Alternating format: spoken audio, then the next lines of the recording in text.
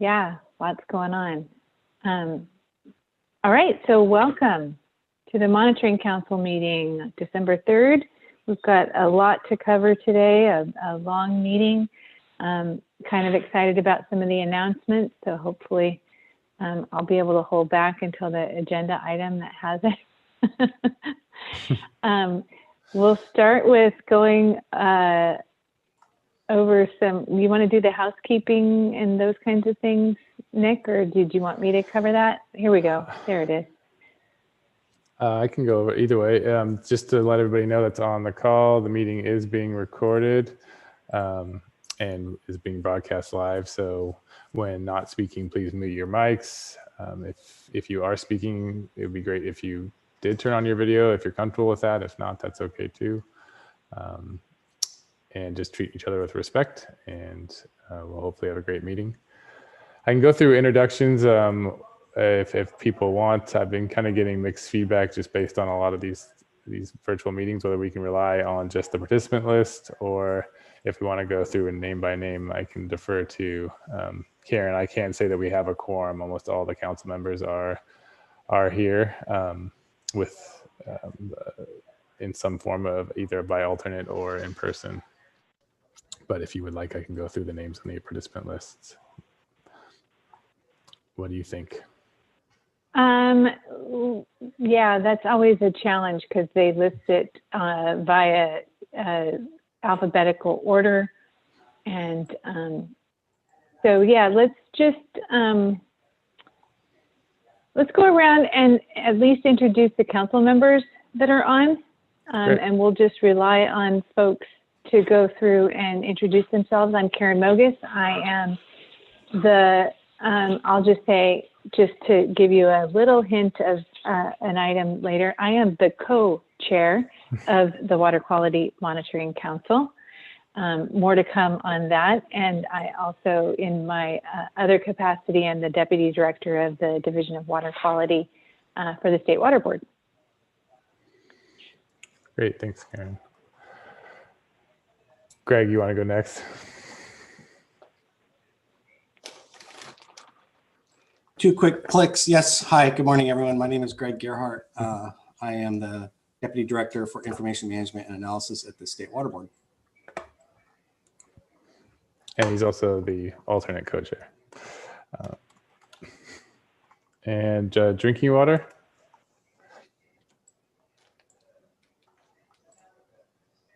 Sure. Hi, I'm I am Deputy Director of the city's. You're breaking up there. That's okay. We'll go to, I think, I know Chad Dibble from Resource Agency is not on the call today. I think that his backup may be joining us later. The California Drinking Water Program, I believe, Betsy, you're on the call.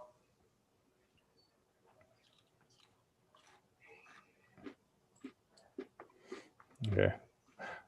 Well, I see her. Betsy Lichty is on the call as the alternate for the State Water Resources Control Board Division Drinking Water. Andrew Altavo will be joining us this afternoon. Regulated Community Publicly Owned Treatment Works. Shelley. Hi, everyone. This is Shelley Walther. My pronouns are she, her, and hers. And I'm an environmental scientist with Los Angeles County Sanitation Districts. And as Nick said, I'm representing the Regulated Community Publicly Owned Treatment Works for the council. Thanks. Thanks, Shelley. Jared, as the alternate, would you like to introduce yourself? Hi, good morning. Jared Bosco on behalf of the California Association of Sanitation Agencies and the alternate for the POTW committee. Thanks, Jared.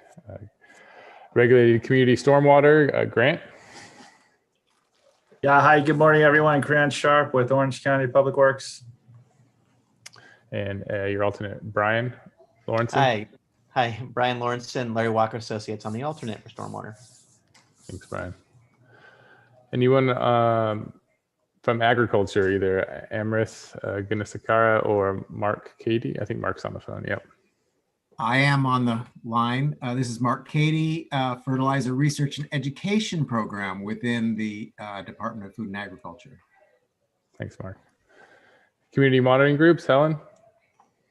Good morning. I'm Helen Patanides. I manage water quality monitoring programs for the Watershed Project, and I represent citizen monitoring groups on the council. Thanks. The public, Ray. Hi, I'm Ray Heimster. I'm the Associate Director at Orange County Coastkeeper, and I represent the public on the council. Thanks, Ray. And the scientific community, Steve. Hi, Steve Weisberg. I'm with the Southern California Coastal Water Research Project. Thank you. A water supply, Peter. He's there.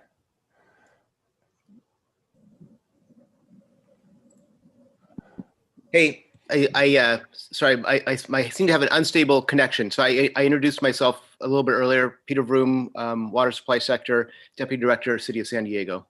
Great, much better now. You're Good. Clear as a bell. All right. I don't believe Adam is on the call yet today. And then last but not least, US EPA, Terry. Yes, Terry Fleming representing US EPA. I'm the liaison to the council. Great, thanks Terry. Thanks for joining us. And there's 25 total participants in the meeting now across a wide variety of stakeholder groups. So welcome everybody. Yeah, welcome. Thank you, Nick, for the introduction. Do we want to put up the agenda to review our plan for the day? Sure. Let's see. It'll be tricky.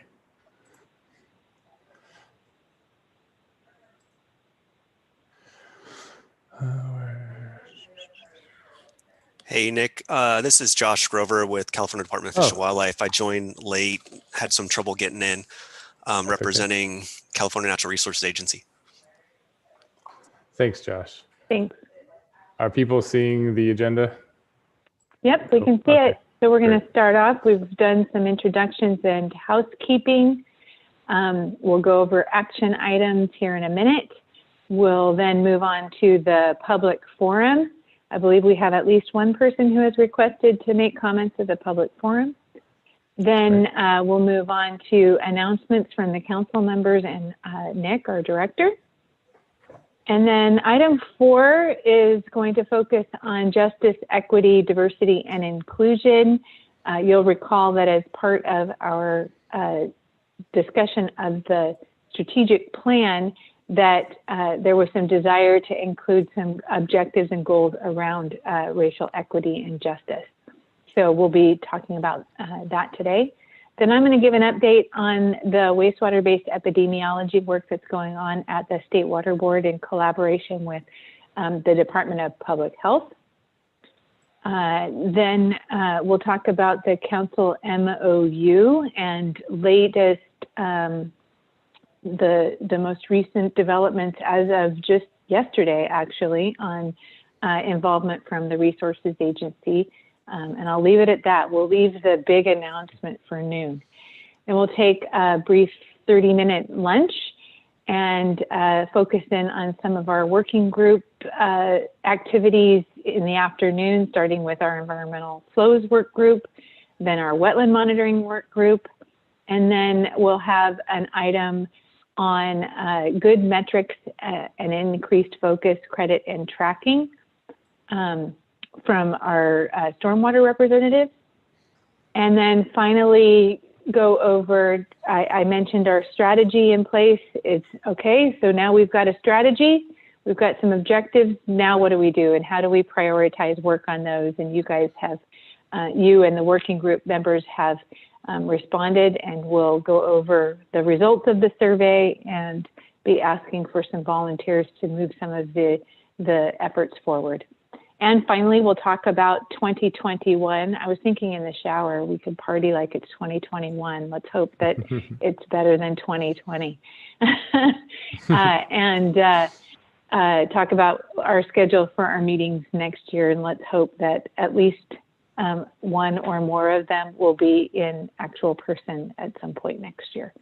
With that, I think that's we'll round out our agenda for the day. And any comments or additions that folks want to the agenda?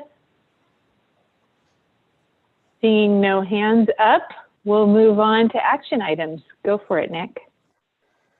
So I circulated and posted the action items as I interpreted them from the September 24th meeting. I did not receive any comments or adjustments, so they are on the website and also linked within the agenda. If there are any discrepancies that people identify later, they can feel free to reach out to me. But so far, no responses or comments based on what I circulated.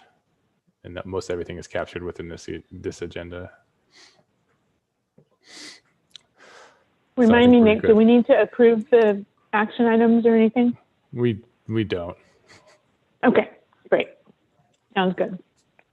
All right, public forum. We've got Loretta Moreno from Resources Agency to talk about AB 1492 and AB 2551 update. Hi, can you all hear me? We can. Thanks, Loretta. Good. Yeah. Thank you so much. I just wanted to update the group. I don't know that everyone is aware of. I won't get into too much depth right now, but last I reported in, I think it was well over a year ago, regarding AB 1492, which is part of the Timber Regulation and Forest Restoration Program. And under that work, I, as a senior environmental scientist with the California Natural Resources Agency, am helping head up the effort to develop a statewide monitoring program for forested ecosystems of the state, really intending to be consistent and spatially explicit statewide. And that includes monitoring with plot-based and remotely sensed data across categories, including carbon, water quality, biodiversity, forest structure, and so forth, and looking at how management, broadly, how management is impacting ecosystem services in these categories. So that is something that's been under development for a while, but recently we made a linkage with another piece of legislation I'm also in charge of implementing, which is AB 2551, also called the Headwaters Revitalization Initiative. And AB 2551 in part is looking at a 7 million acre landscape, and the requirements around that are to develop a spatial assessment quantifying ecosystem services, or what we call natural resource assets, across that landscape, and then building out a prioritization planning tool for future forest management and restoration, really kind of delivering a project pipeline to really justify where management is most needed on the landscape, given so many competing priorities and multiple co-benefits that we should be targeting. And that is really linking to regional and local planning priorities and building a statewide kind of analysis of relative priorities and bringing all of that together under one analysis. So that's something that we recently built out a scope of work for, and an RFP was put out, and we just brought on a science team, including UC Merced and UC A&R, and partnering with Davis and Berkeley and University of New Mexico. This team received nearly $1 million to start the work, which will be really an interagency product to help augment how we evaluate landscape priorities, building off of a lot of the existing models and methods for prioritization. And yeah, so what we're going to do, though, is really what we've done is made a bridge between the monitoring under AB 1492 for the forest ecosystem monitoring and the spatial assessment component of AB 2551. And so the goal moving forward is to bring these two pieces of legislation along together and build out the AB 2551 analysis focused on the headwaters in northeastern California and scale that statewide. So it's quite a lot to say in a very short amount of time. And what I can do is share with you the scope of work that we put together so you can get a sense of what is planned, and also the proposal, the winning proposal that was selected for this work, if that would help the group kind of understand what's coming down the pipeline. And we would love to regularly check in and have you guys engaged as this work advances. And so, yeah, I just want to alert everybody to that forthcoming work. And if anyone has any questions right now, I'm happy to answer that. I have a question. This is Karen. Sure.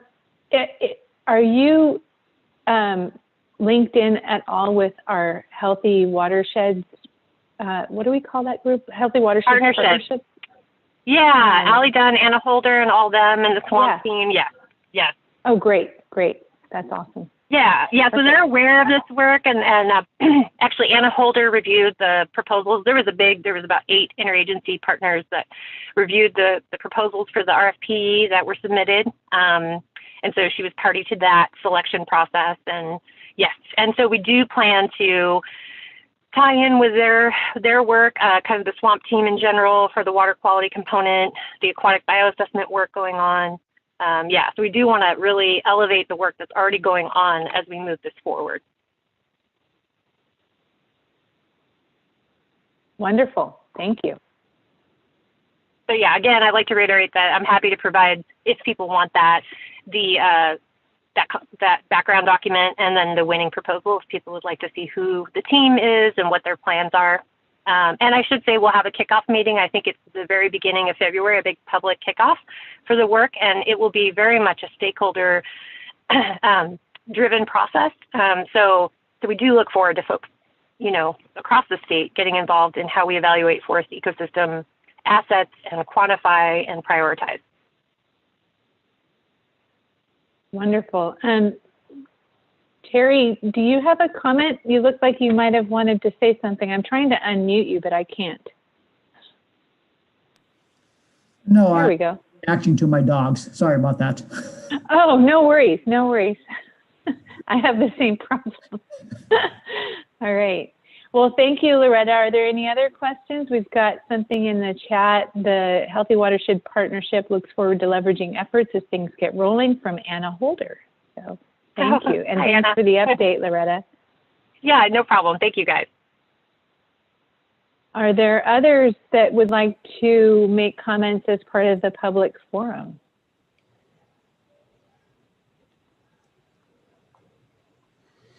I don't see any hands up. So I think we will move on then. Great.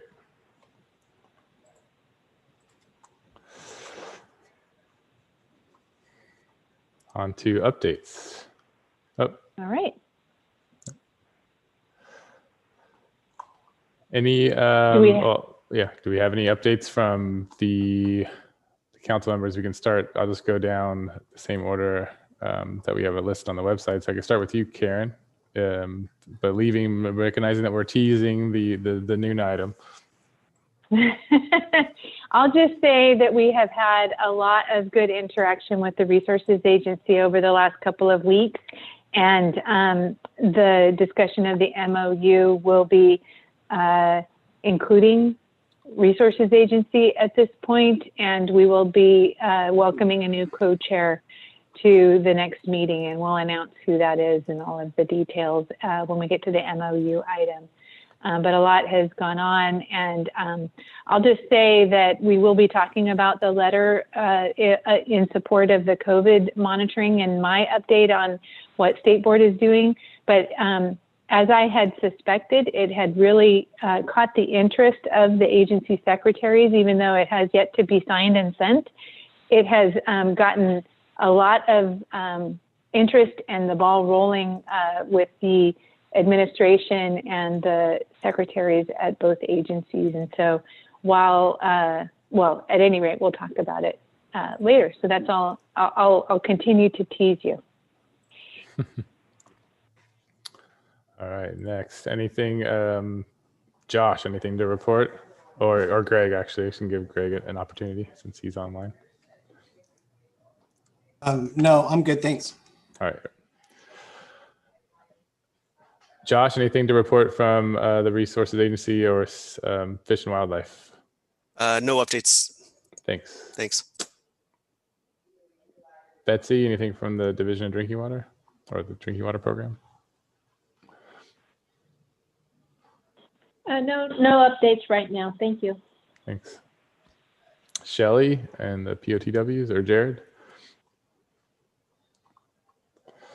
Hi, yes, sure. Yesterday I attended the California Cooperative Oceans Fisheries Investigations Conference, CalCoffee, and I was in a breakout session about ocean acidification, and the major comment was that we really need to standardize how we look at things and how we report out, and make sure it's something that the public can use. And I just thought it was just so well in line with what our goals are here. So I am making contact with some people to let them know about the council. And there was another meeting a couple weeks ago with NOAA looking at satellite data and wanting to know user needs. And there was also the similar comments. And so there were some great opportunities to let them know about the work that the council's doing. And yeah, we'll follow up with that. Great, thanks, Shelley. Nick, I forgot one item. Can I just go back to my update? Yeah. I would be absolutely remiss if I didn't mention the fact that we adopted the toxicity provisions. The board adopted them on Tuesday. It has implications for this group in terms of consistency of toxicity monitoring, quality assurance. We've got a study that we'll be initiating around the Cereodaphnia method, actually starting next week. We're meeting with stakeholders. So just a huge Herculean multi-year, decadal actually effort to get this thing over the finish line. And so just wanted to mention that it's out there, and we'll be starting some trainings on how to implement it in the next year or so. Yeah, I was surprised you didn't mention that, but yeah, I can imagine it. Congratulations. that was a big lift, but congratulations to everyone involved. Jared, did you have anything to add from the POTW's perspective? No updates, but on that note of the provisions, just a huge thanks to Karen's team and staff on getting us across the finish line. They really helped us with some of the last issues and got an adopting resolution in there that'll provide some good informational check-ins to make sure that things are on course. So way to go, and thank you. Yep. Okay, Grant and Brian, anything to report? Yeah, thank you, Nick. I just wanted to provide a couple of updates from the California Stormwater Quality Association. There will be a transition in the executive director position starting with the new year in 2021. Jeff Brasseau, who has been serving as the executive director of CASQA since the beginning in 2004, will be transitioning to the position of executive advisor beginning January 1. And Karen Cowan will be assuming the role as executive director for the California Stormwater Quality Association starting January 1st of 2021. So we definitely want to thank Jeff Brasseau for all of his tremendous leadership in serving as the executive director for 17 years for CASQA. And we know that CASQA is going to be in great hands under the leadership of Karen Cowan. So we're looking forward to that transition starting in January. And also wanted to put in a plug for the next CASQA quarterly meeting webcast, which will be on January 14th. And traditionally the first quarterly CASQA meeting of the year features regulatory updates, and typically there are a number of representatives from EPA, State Board, and regional water boards who are part of that agenda in January, and that's going to be the case certainly coming up on January 14th. So anyone interested in getting a download of the latest information, what's going on from a stormwater regulatory standpoint, please look to register for that event through CASQA's website. Again, that's January 14th. And that was all for me. Great, thanks, Grant. That's great news for CASQA. Karen's great. Anything to add, Brian? No updates. Thanks, Nick. Great. Next up, Helen. Oh, no, sorry, Mark Katie. Anything from the agricultural side of things? Yeah, thank you. I think we have nothing to report. Great. Helen? Yeah, not too much to report, but a brief update. I've been talking to different monitoring groups in the Bay Area and about the survey that we did, about the council feedback, and just about the council in general. I'll be writing an article on the survey and the council for a newsletter upcoming. So just getting the word out. Great. Ray, anything from the public? Yeah, so I think the biggest issue that I'm really hearing a lot about this year is trash, and the issue of trash impacts on water quality, and the lack of pickups and things like that. So seems to be a lot of interest around that, and I think any way we can work, and I've certainly been trying to do that work to facilitate distributing that information would be helpful.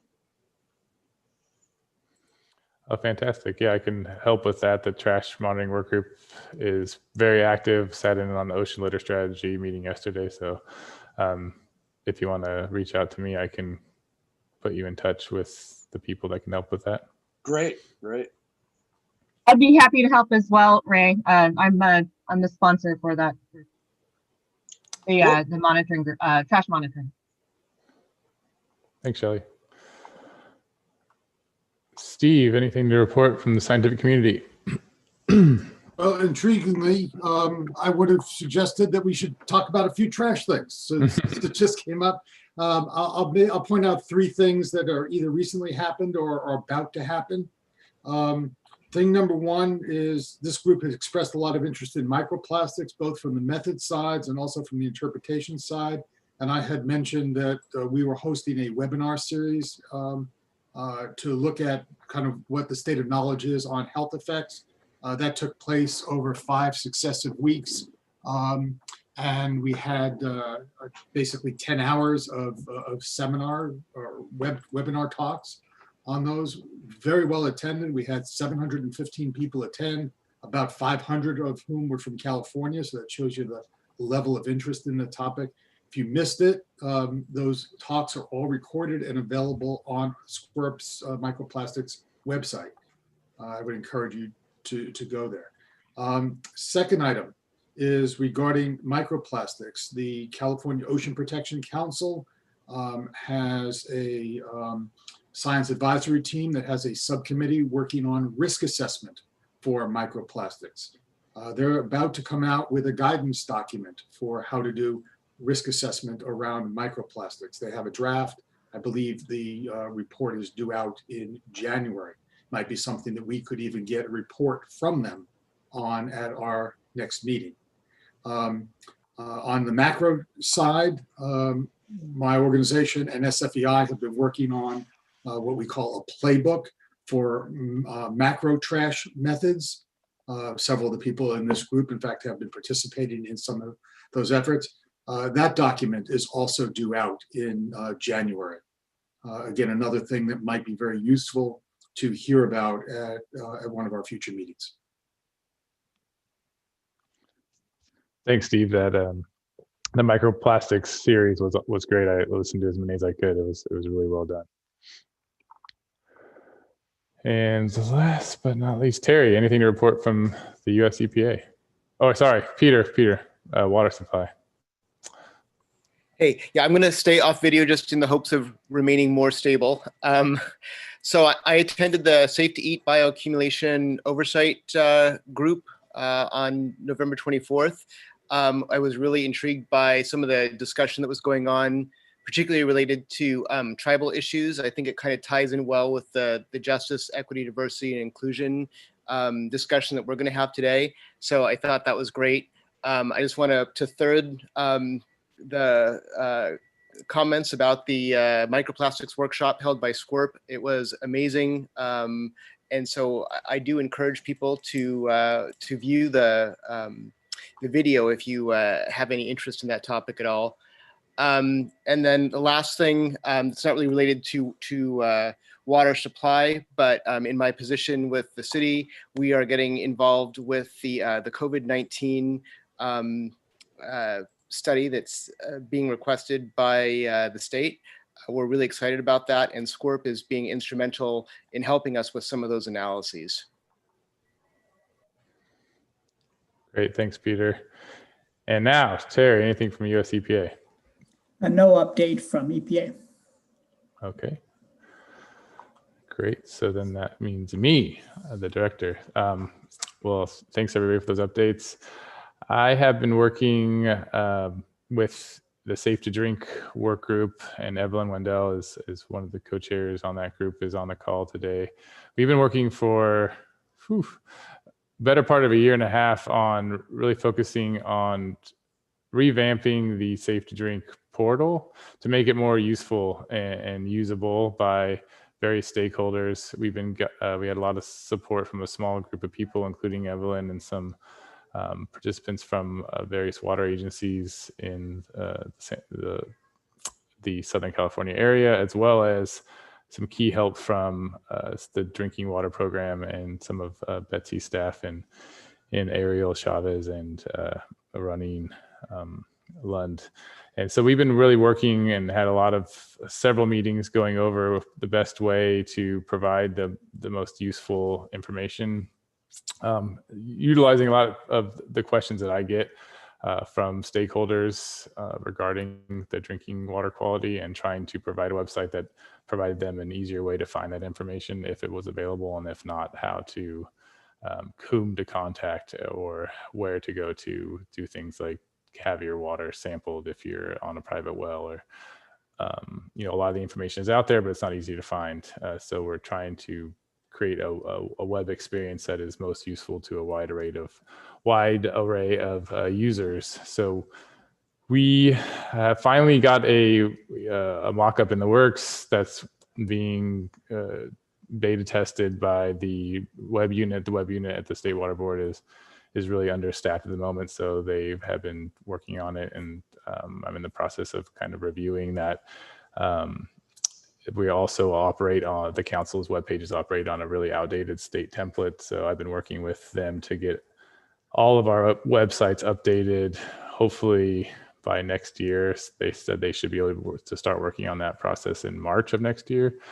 But Safe to Drink is going to have a lot of great things to report on in 2021 that I think we'll be all excited about, including not only the portal, but just revamping the work group itself and getting them re-energized. Evelyn's been a great advocate, as well as Eric Hansen from the Valley Water. And I think that once this portal is up and being used, it'll really energize the work group itself and allow the council to start working on bigger topics of recycled water, bottled water, and the whole Safe to Drink, what the work group was intended to do.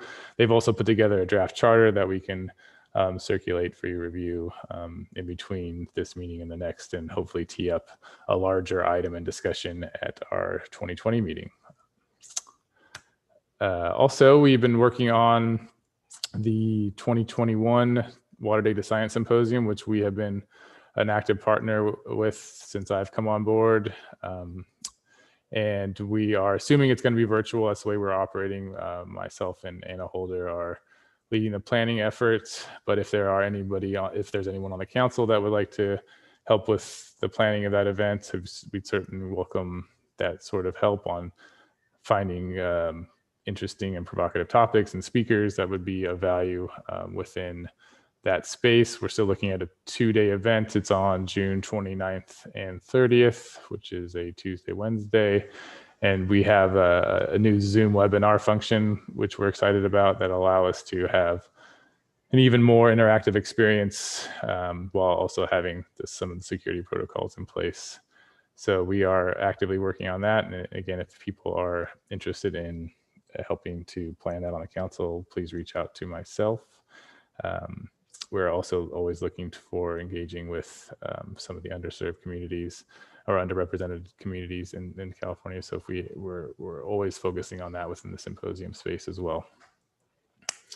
Another thing I've been working on a lot is the new California Water Data Consortium, which is a 501(c)(3) nonprofit that was created as an outgrowth from the AB 1755 effort. It was determined that having an external entity that was a nonprofit would allow for a bridging of the public and private space to get a better way to accept private resources, and also work on key aspects that are important to state and internal and external partners. So I sit on that steering committee for representing the council and its interests. We have been meeting several times. We have a meeting next week where we will be having co-chairs nominated and start really planning out the next year of how we want the consortium, which itself is also just getting off the ground under the leadership of Tara Moran. So a lot of exciting things that have the potential there. I think I've been plugging our work groups as they are looking to create technical and user work groups within the consortium space and leveraging the work groups as use cases and the expertise there to not, start from scratch or when we already have a lot of these interagency and multi-stakeholder groups in place. So I've been having discussions with them about that, and that's working. So we're hoping to get that moving forward as well. What else do we have? And then the Train the Trainer program, that's in line with the next program coming up. I've been in talks with Greg, and with the interest in justice and racial equity, there's a program that's being sponsored by the California EPA as an agency to build, train the trainers on racial equity topics specifically, but on the larger umbrella of equity and inclusion. And I've been participating in that effort, which is a lot of really self and pre-work, as you saw with the pre-work I shared with the council members and work group leads for the item 4 that came from that effort. So I've been doing weekly meetings there and having some more in-depth discussions with that effort, and hopefully that will allow me to have some of the skills to help kind of share that information with the council and move it forward. I've been also operating with a similar type of committee for the National Council, which again is in April, and how to best incorporate these JEDI concepts in a effective manner that also recognizes that this is a much longer process than just a few trainings here or educational experiences here. It's more of a long-term process as we undo centuries of systematic issues that have been done here in the US. So a lot of work on the racial equity side as well. That's been really fulfilling personally, but also taken up a lot of more time, but it's been helping in a lot of different ways. But it will do it for my updates. Any questions for me?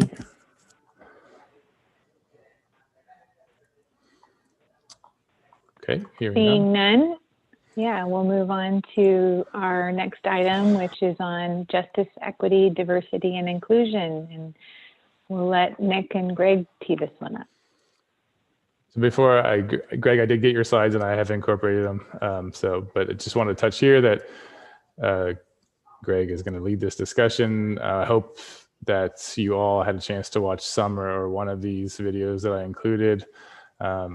And Greg is going to be focusing mostly on racial equity in this discussion. And my goal when I met with Greg was to really just provide a baseline framework to hopefully that we could maybe build off of as a council and really daylight some of the challenges and how big of a process this is going to be and how the council can really effectively impact change. So with that, Greg, I will leave it to you. Thank you. Good morning, everyone. So most of you know me, but again, my name is Greg Gerhardt. I'm a Deputy Director, Information Management and Analysis at the State Water Board. Nick, thanks for incorporating these slides. I was actually going to share, but this is a lot easier for me. So thank you. Okay. Yeah. No, I appreciate it. And I apologize for the last minute send of that. But what I want to do today is, I'm going to provide a little bit of perspective, and I'm going to provide a little bit of introduction to an orientation course that is essentially a 6-hour. This is a 6-hour training course that we are doing over and over again within the organization, both at the Cal EPA level, and in particular, a lot of this is being presented to the water boards So divisions have had introductions and some have had full-blown 6-hour events. Regions and offices as well, and as well as our board members and our management group has been introduced to a lot of these content slides. So, actually this week we're holding external listening sessions with the public. So this is part of a larger effort. And what you're going to see here is a very brief introduction to some of the concepts, because I wanted to ground. I figured we got 45 minutes today. If you guys wanted to continue with this, I'm happy to support dialogue ongoing. And even if you guys are really interested, we could figure out a way to go through some of the full 6-hour content. But I want to introduce it today. So I'm going to give you a quick overview of these concepts. And then I'm going to try to tailor some examples of where I think there's some opportunity for the council to engage on these topics. And that's going to be sort of rapid fire, like lightning style. I'll show you some slides of data analysis that have been done with related data sets that might inspire some thoughts. And then I have a slide at the end that's really the goal here, which is to inspire some dialogue. So I'm going to try to get through this pretty quickly. And in that slide at the end, I'm going to produce or present 3 different levels of conceptual commitment that I think the council has in terms of intersecting with these topics. So, and by no means is this like, oh, choose level X, right? This is just me trying to present some ideas because I have a little bit of background on both racial equity and the council. So by way of introduction also, I've been involved in the Racial Equity Initiative at Cali, PA for 2 years. And I have actually co-led the Cali, PA initiative for 2 years. And I'm part of a leadership team at the Water Board. So this is part of an ongoing effort. This is again, these slides are reflective of that. So this is a slide that we use to present the beginning of the course. So this is not the objectives for today. I just wanted you to get a sense of like some of the things. There's a lot of different concepts that come up. Some of these are really foundational and I'll touch on them. The role of government, for example, the role of government in racism. I speak about race and racism pretty freely with this topic, and I'll get to why we lead with race with this effort. And I recognize that some people come at this differently from equity, being sort of more inclusive of all the other different disparaged classes, so to speak. But it's also important to point out the difference between diversity, inclusion, and equity from a racial standpoint, as well as from a government historic role standpoint. So I'm going to get into the next slides, please. Sure. And then I'm also going to pause. So I wanted to provide some pre-work that's consistent with what we do for the 6-hour course. And I heard prior to the meeting, some of you had a chance to look at some of this material. This slide is really meant to sort of talk about the takeaways. So I recognize also that this is a really intense topic, and it brings up a lot of emotion, and it can trigger trauma. It can trigger all sorts of things when you don't even know that's happening. So I want us all to sort of take a break and recognize that even though we're doing a slight dip into this topic right now, if you watch some of those movies, you were probably pretty affected by some of that. And I wanted to provide an opportunity for anyone to reflect on any of the takeaways. It doesn't have to be the episode 1 of the assignment. It could have been any of the pre-assignments. Does anyone want to share anything?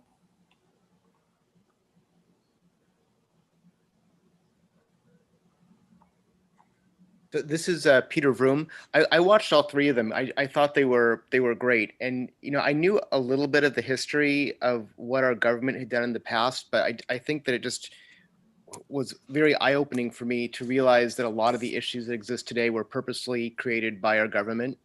And yeah, I wish that's something that was more widely discussed, throughout multiple agencies and stuff like that.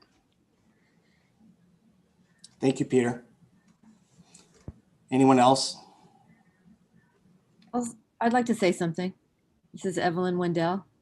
I watched a couple of them, and the thing that really, I just keep thinking about this is a quote from the first one said, "Decision-making is hampered without diversity."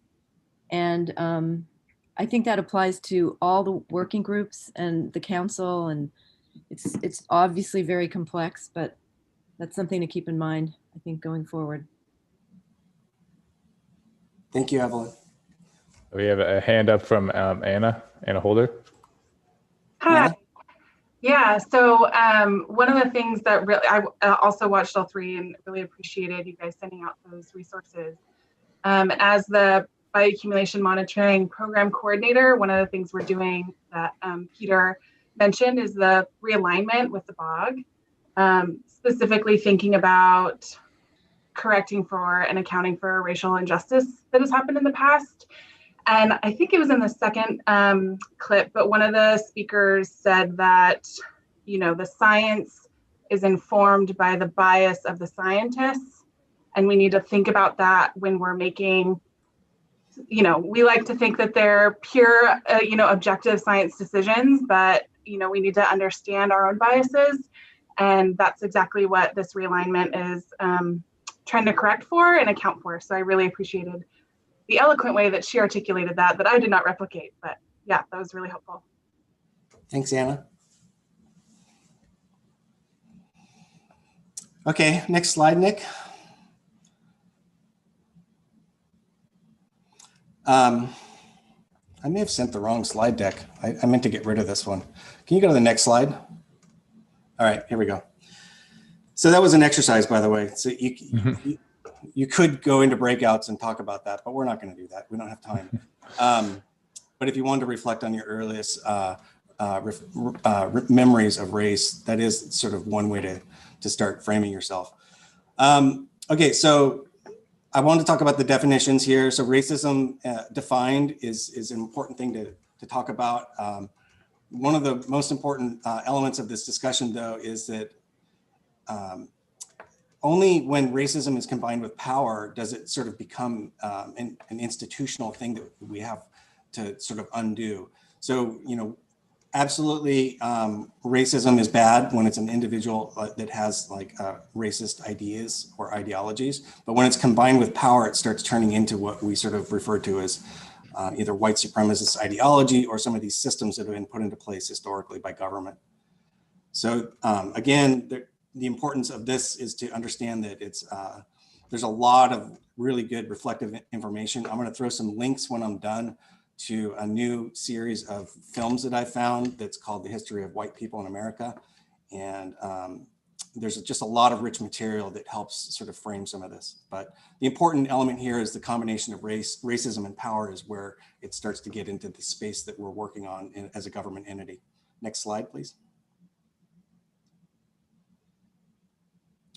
So again, another sort of foundational element of this is the relationship between systems and the individual system, a person's belief in their actions. That these can be both conscious and unconscious, or you might hear them referred to as implicit bias. These could be biases that an individual has. As these interpersonal interactions get more involved and they become what might be considered an interpersonal racism. So this is a term of art that is often used. So this is the interactions between people across their differences. And then as you scale up into these systems, and as I mentioned, you add the element of power, then you end up sort of institutionalizing some of these racist ideals. And so these become policies and practices in an organization. Those of you who watched the films about the history of redlining, you understand that these were private practices, organizational practices that were institutionalized locally in real estate and some of the other sort of private organizations, but they became part of the federal government when the the mortgage insurance program was initiated. So that's really the idea of institutional is it doesn't necessarily have to be government, but it has to be sort of organized around the sector or the organization that's doing the work. And then ultimately the adding up of all of these institutional systems, the add up of all of that and the sort of permanent effect of them is what's referred to as structural racism.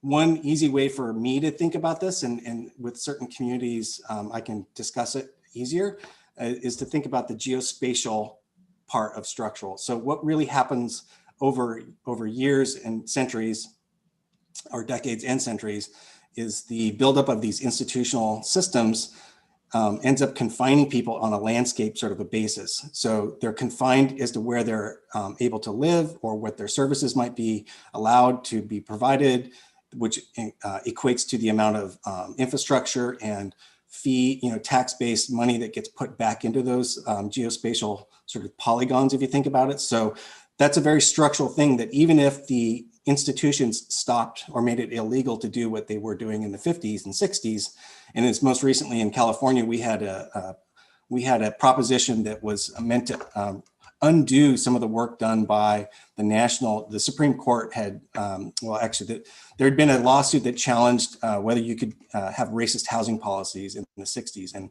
California actually didn't like that, most citizens. So they had a proposition that passed that overturned that and sort of went backwards in time. And ultimately the Supreme Court made that go away. But these institutional systems maybe went away in a legal context, but the structure still remains. So I spent a little time on this just because this is so important to understand how these structural systems are still in place and how they're still delivering the outcomes that were intended of many, many, many years ago. Next slide, please. So, we often get asked on this approach. This is an approach that we are doing not alone. Cal EPA, as I mentioned, has been doing this for 3 years. I've been doing it for 2. The state of California has also had over 25 and now I think over 40 different state departments are doing the same kind of work in a network.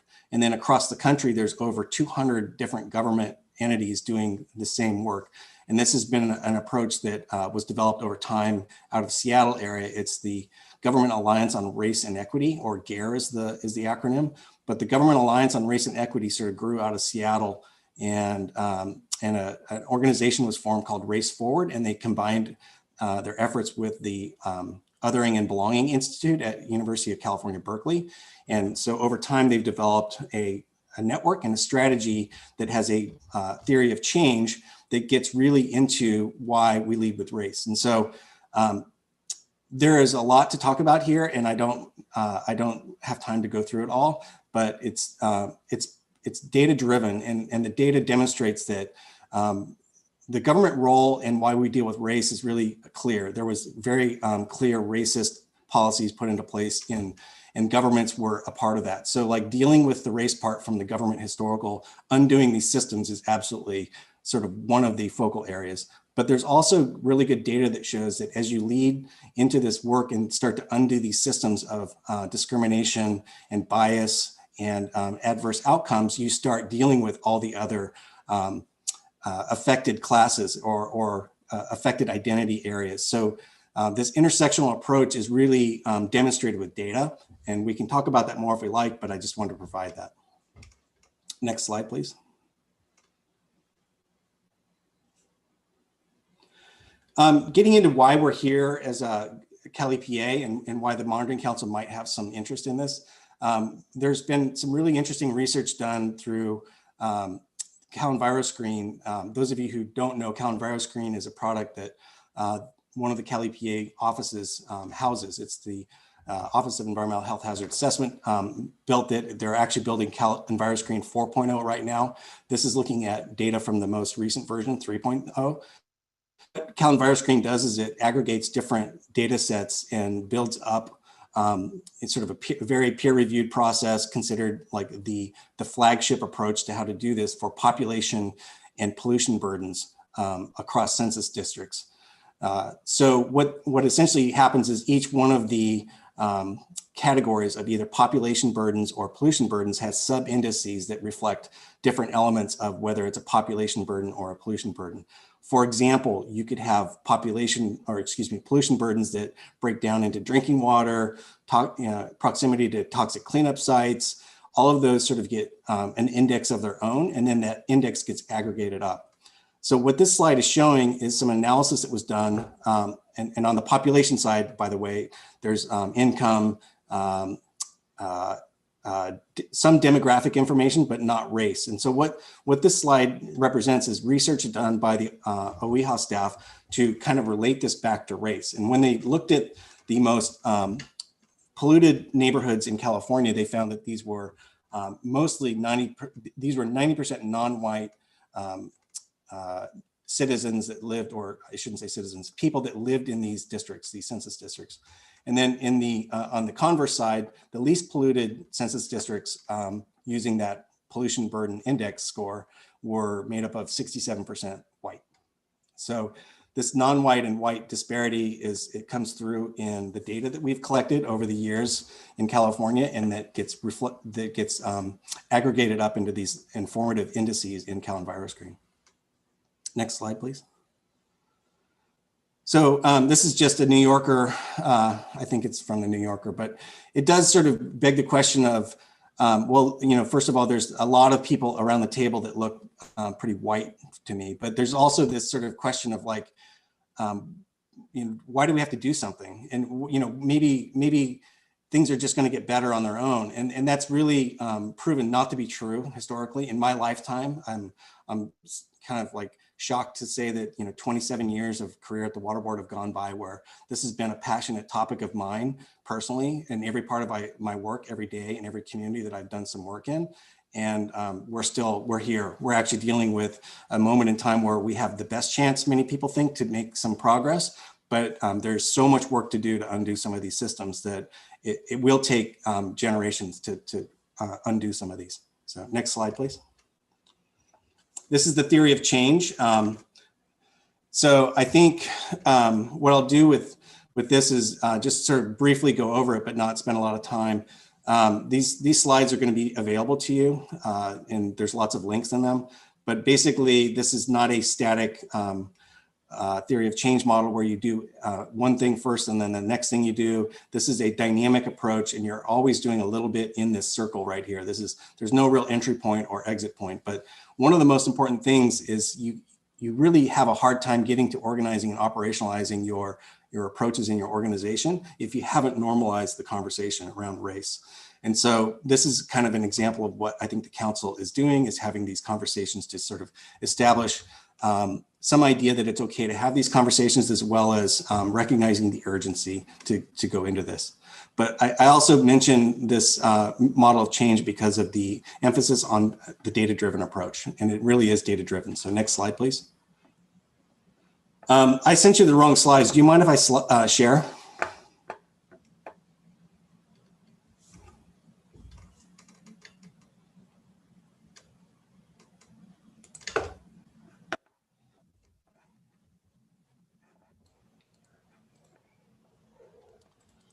Bear with me, sorry.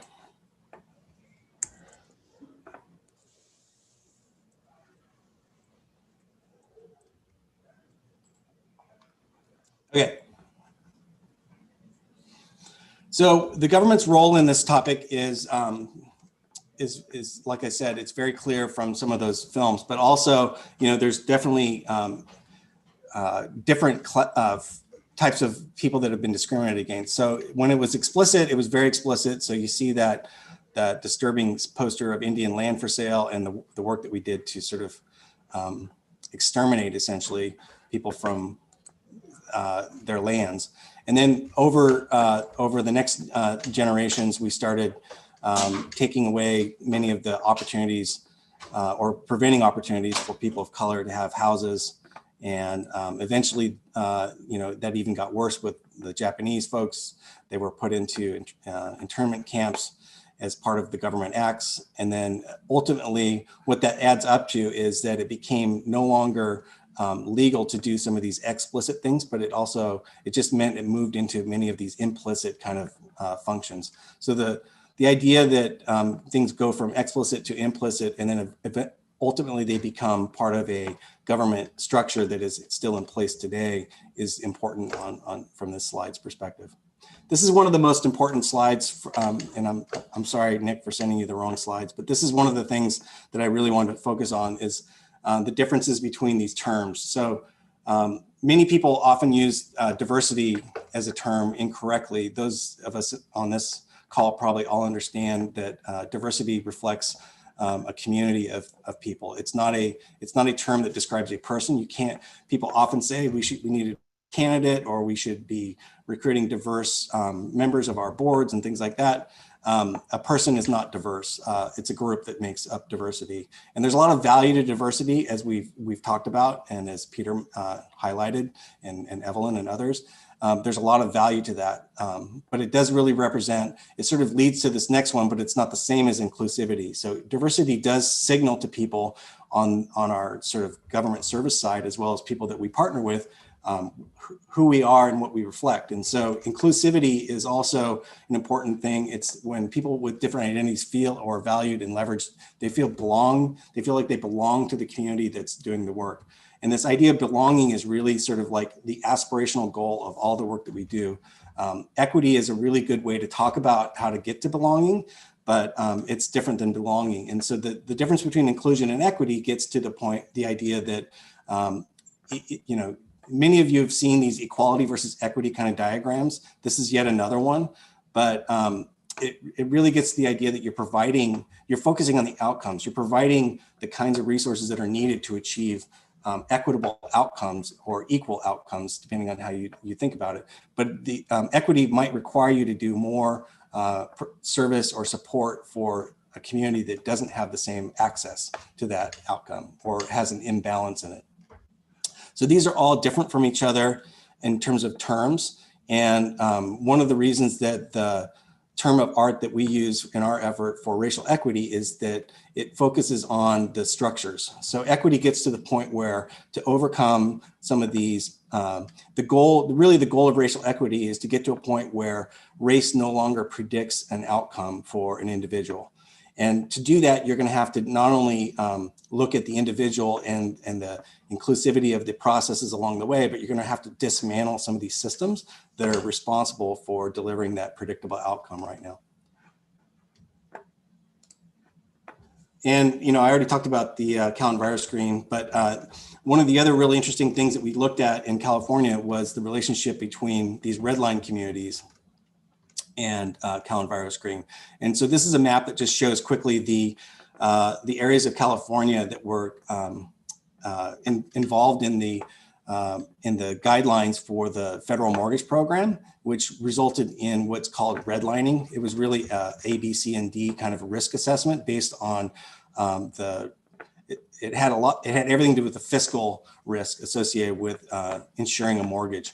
And these were very subjective processes. To give you a quick insight, the difference between some of these communities that got red versus green versus yellow, it came down to one person walking around with a checklist. There's stories of large census tracts that had many square blocks of houses, but there was maybe one house that had a middle-class family of African-American descent that was living in that one house in that large community, and it resulted in it being downgraded to a red in that case. And that was somewhere in the West, I forget, I think it was up in Seattle. So these are subjective lines there was guidance given how to determine them, and we go into that in the longer course, but just know that that was a very subjective process. So when we look, here's the slide I was going to try to talk about. So these pollution burdens are highlighted in this slide. I'm not going to spend any more time on it, but you get the idea that these characteristics or burden indices were, they reflect a lot of the stuff that we're concerned with at the Monitoring Council and the water boards. And a really important study was done by one of the air board members that associated the adverse outcomes of asthma trips to the emergency room related to asthma, and then related that back to the district or the zip code that person came from, and then whether it was originally red line, blue, yellow, or green. And so what it essentially shows is there's a strong relationship between people who made trips to the emergency room for asthma and what the amount of risk that was determined with these guidance. This is another tool that I'll give you a link to that starts to look at the relationship between these red line communities and Cal Enviro screen. So what we found is that there's, again, a strong correlation between the parts of our cities that were originally determined to be high risk and essentially the relationship or association. There's a pretty robust description of the analysis that was done here, and I'll give you the link to this. You can click and play around with it. But ultimately, it shows a strong association between the high risk grades. So you'll see over here, I can't actually see, but grade D is the most hazardous determination, and green is the most desirable. So like many of our coronavirus green burden scores, pollution burden scores correlate or associate to that. This is just another way to describe that 10% most polluted, least polluted, but it breaks it down into different sort of identities. And then these are some slides. I'm in that sort of lightning talk portion here, but these are some slides that were developed by San Francisco Bay Regional Board staff and presented as part of a racial equity and environmental justice training that I was part of in September. I like this one because it sort of quickly shows you, we have this new term of art in California that is disadvantaged communities. We have multiple definitions of it. We're actually, one of the tools we're building is a compilation of what those definitions are and what they sort of relate to in terms of polygons in California. There are definitely going to be gaps though, because many of those definitions of disadvantaged communities have biases built into them as well.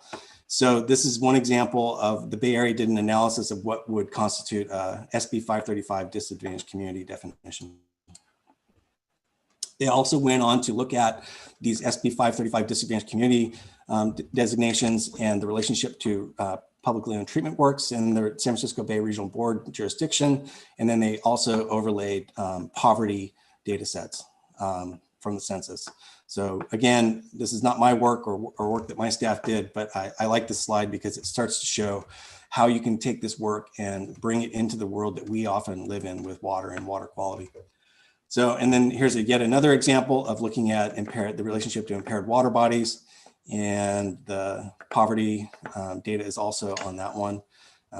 There's a lot of interest to sort of see what kinds of data sets would be the most informative to work on with racial equity kind of lenses. This is an example of how we have to do the experimentation. There is no one single answer out there. There is no racial equity water quality tool that has been built. There's a lot of different ways and lenses and data sets that are available. Some are better than others. And then there's a lot of data sets that just don't exist that we wish that we would have. So, but we have to begin and you have to iterate. And this is a great example of how Region 2 is looking at this. And then finally, cleanup sites is another example that they've also done this analysis on. So if you wanted to follow up, that's the staff person's name in these slides at the San Francisco Bay Regional Board. Okay, so with that, I'm not sure where I'm at. I think I'm a little over time, but I wanted to cue this up as potential dialogue areas. So some of the intersections that I've seen and thought about between what we just talked about and what the California Water Quality Monitoring Council is charged with doing and has chosen to do with its strategic plan and everything is one area would be, I would call this sort of a relatively light lift, would be to focus the data that you've got now and use that to inform other people's efforts. So Anna made a really perfect example of that. So there are data sets that you could help organize that would inform the state water board's effort, who works in partnership with OEA to do better risk communication for people who eat fish that might be contaminated with persistent bioaccumulative chemicals. So these kinds of lifts would be relatively easy to do, I would think. Take some of the data sets that you have and sort of aim them and filter them and integrate them and work to make them actually support some of the decision making that's being done by others. Another sort of lift that might be a little bit more difficult, and I only say that because it does take some reflective and some intentional discussions about what you mean by doing this, would be to address some of the makeup of the council, the working group leadership and membership, so that it does reflect the communities that are served by many of the data tools or the intent of the data tools and the monitoring coordination that the council work does. So that would be sort of an internal reflective kind of an effort. I'm not quite sure if it's easier or harder. I just sort of, I thought it would take some intentional discussion that might be challenging to essentially some of the people that are on the call right now. And then I think a really interesting idea would be to, what would it look like to go a little deeper and commit the council itself to an effort. And so taking your questions and leveraging them with some very explicit attempts to remove the barriers that are the root causes to why people don't have access to safe drinking water, or why they don't have, or why they are exposed to adverse outcomes with eating contaminated fish. And this could be focused on a community or a series of communities or a category of communities across California. But what this would entail, in my opinion, would be go through essentially what we're doing and I'm doing, which is a deep commitment to being trained up on some of the historical and the tools that are available, understanding what it takes to do a root cause analysis. These root cause analyses are somewhat intense. You've really got to think hard about breaking down every layer that might be a barrier to the desired outcome. And actually coming up with the words to describe your desired outcome is not an easy effort. And then you essentially have to start approaching what you think are the most important barriers to break down, and using data, you would decide whether that made a difference or not. And if it didn't, you move on quickly to a different barrier, because that may be where you have more impact on the ultimate outcome, keeping your eye on the prize the whole time. So this is a very intentional, explicit way to do work. It's often referred to as the racial equity tool in the context of the network that I'm in.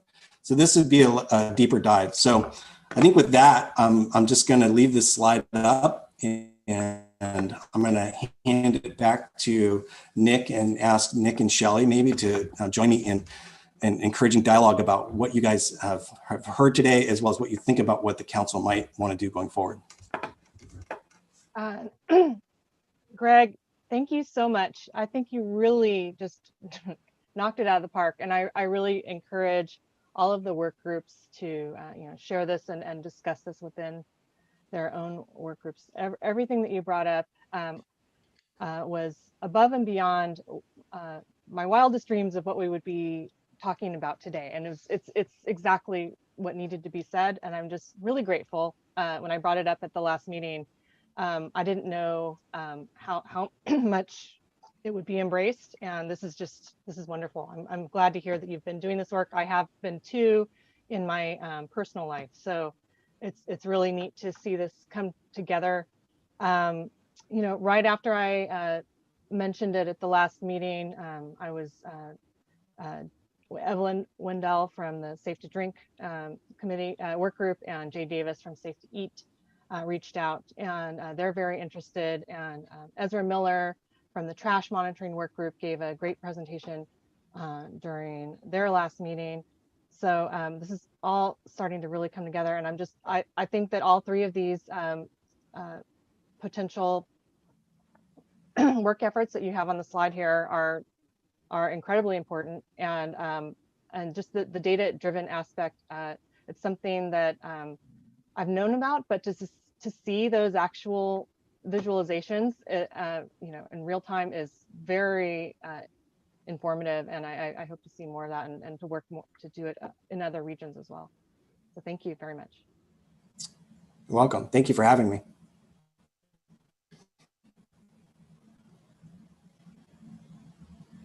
Would anyone else like to? Yeah, I don't see any. I was just saying thanks, Greg. This is Nick and Shelley for bringing attention, but yeah, thanks, Greg, for leading this discussion. And yeah, I'd really just like to see where the rest of the council wants to take this. There was talk of a possible subcommittee being created, and is that still something that we would like that council members like to pursue? Is it more of the level 2 where we direct this as a working priority for the council and work groups to be actively working towards inclusivity and equity and embracing those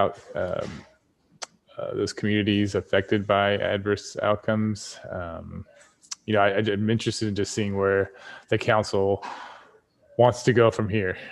These three options are great, and it would be really great just to hear the larger council's reaction to this discussion. We still have 15 minutes on this item, and so I'd like to utilize this to kind of establish next steps and where we should be going from here.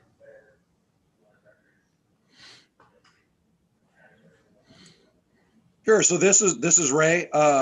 this is something that I've been involved with for quite a while. I'm on the advisory board of a local group, Orange County Environmental Justice, and I've been involved with the Diversity and Equity Committee for the Marine Protected Area Council. So it's, been putting a lot of work into this for a long time. Greg and everybody, I know that it's a committee, great work on this. I really enjoyed the materials that you sent out. There's so much out there, and I thought those were really good, and I'm going to be sharing those a lot. I like the idea of keeping this on the top burner and, making sure that this is something that I don't know if we need, do we need a committee for that? Do we need to just have it on the agenda every time? But keeping it in mind is really important, and continuing to distribute resources, not only for the committee members, but to distribute to the public and their friends and family, because, this is something that we all need to work on. I'm particularly interested in item number 2, the makeup of the council. I think this is something that we can work on right away. So we've got vacancies. We've got especially for alternates. I mean, in particular, I have a alternate vacancy for the public. So, I want to open that up. It'd be nice to have somebody maybe from Northern California, but an EJ or tribal representative would be good. I know yesterday I was talking with staff from the group Azul, and they're going to be pushing legislation that would require all committees, state committees and stuff to have an EJ and a tribal seat. It's just something that's out there. So I think, I guess what I'm saying is I think we can take action. We want to keep up the pressure on this, and I think we can take action sooner rather than later.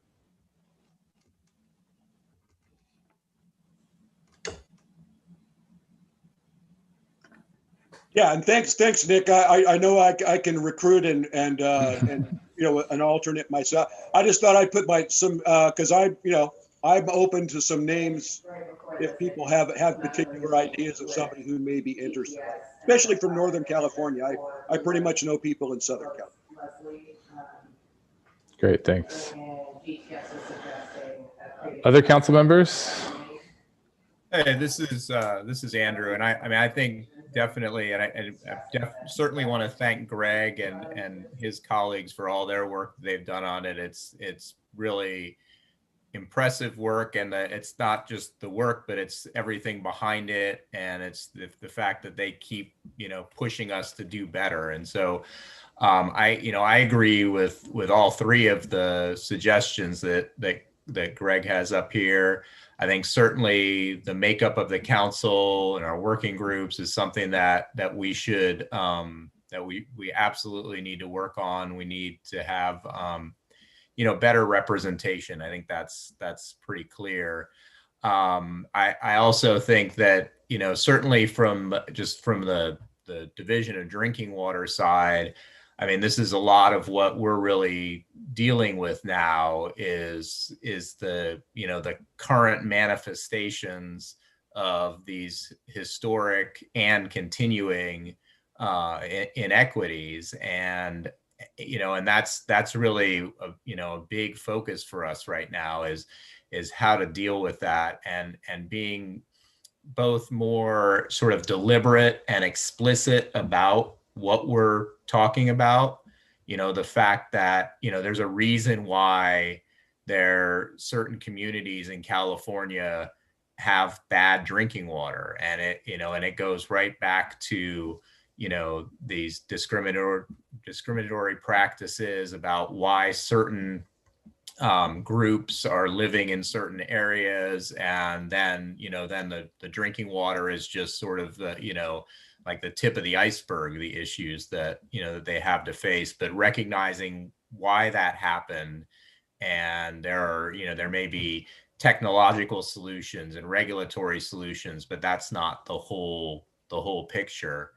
And then the other thing is just in terms of the council itself and the work that the council does and that we oversee, just in terms of how monitoring is done, how data is used, I think, we need to be more deliberate in that. And that gets to both, the sort of the first and the third recommendation there. But I definitely support that. And I'd like to figure out ways that we can work to really push these forward and make them actually happen.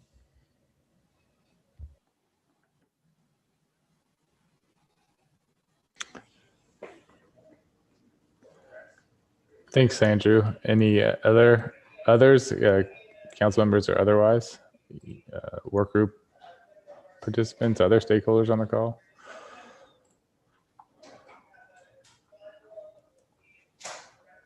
Yeah, thanks so much, Greg. That's a ton of great information, and the videos and everything are things that I can share with colleagues who are interested in this and beyond my own organization as well. I think level 2 there is really important. And as your little cartoon said, like, it's not going to happen magically. And I'm very interested in participating in any way, either with a work group or something like that, to support that process.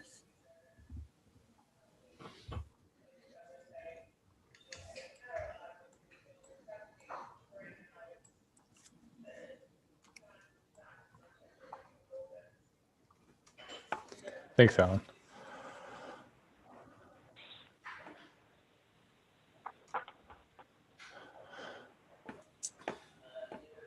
Well, Nick. Karen, So Nick is in. Yeah. Go ahead.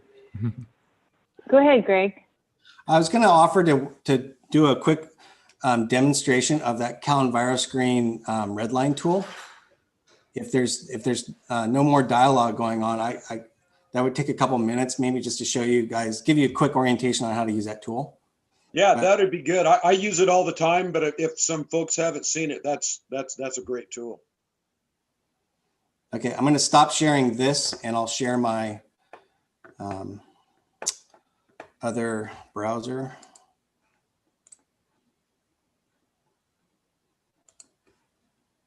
Well, what I'm hearing otherwise, while you got it up already, I was going to say is, as the council sponsors, is maybe when we are attending or working with the work groups, making sure that we're emphasizing with them some of those directions or goals that we're hoping to utilize moving forward, including utilizing this tool, but also just to be thinking about how do we better incorporate some of these communities, the data sources, and how we're designing our monitoring programs within the work groups. That seemed to be the one that resonated with the most council members that spoke up. So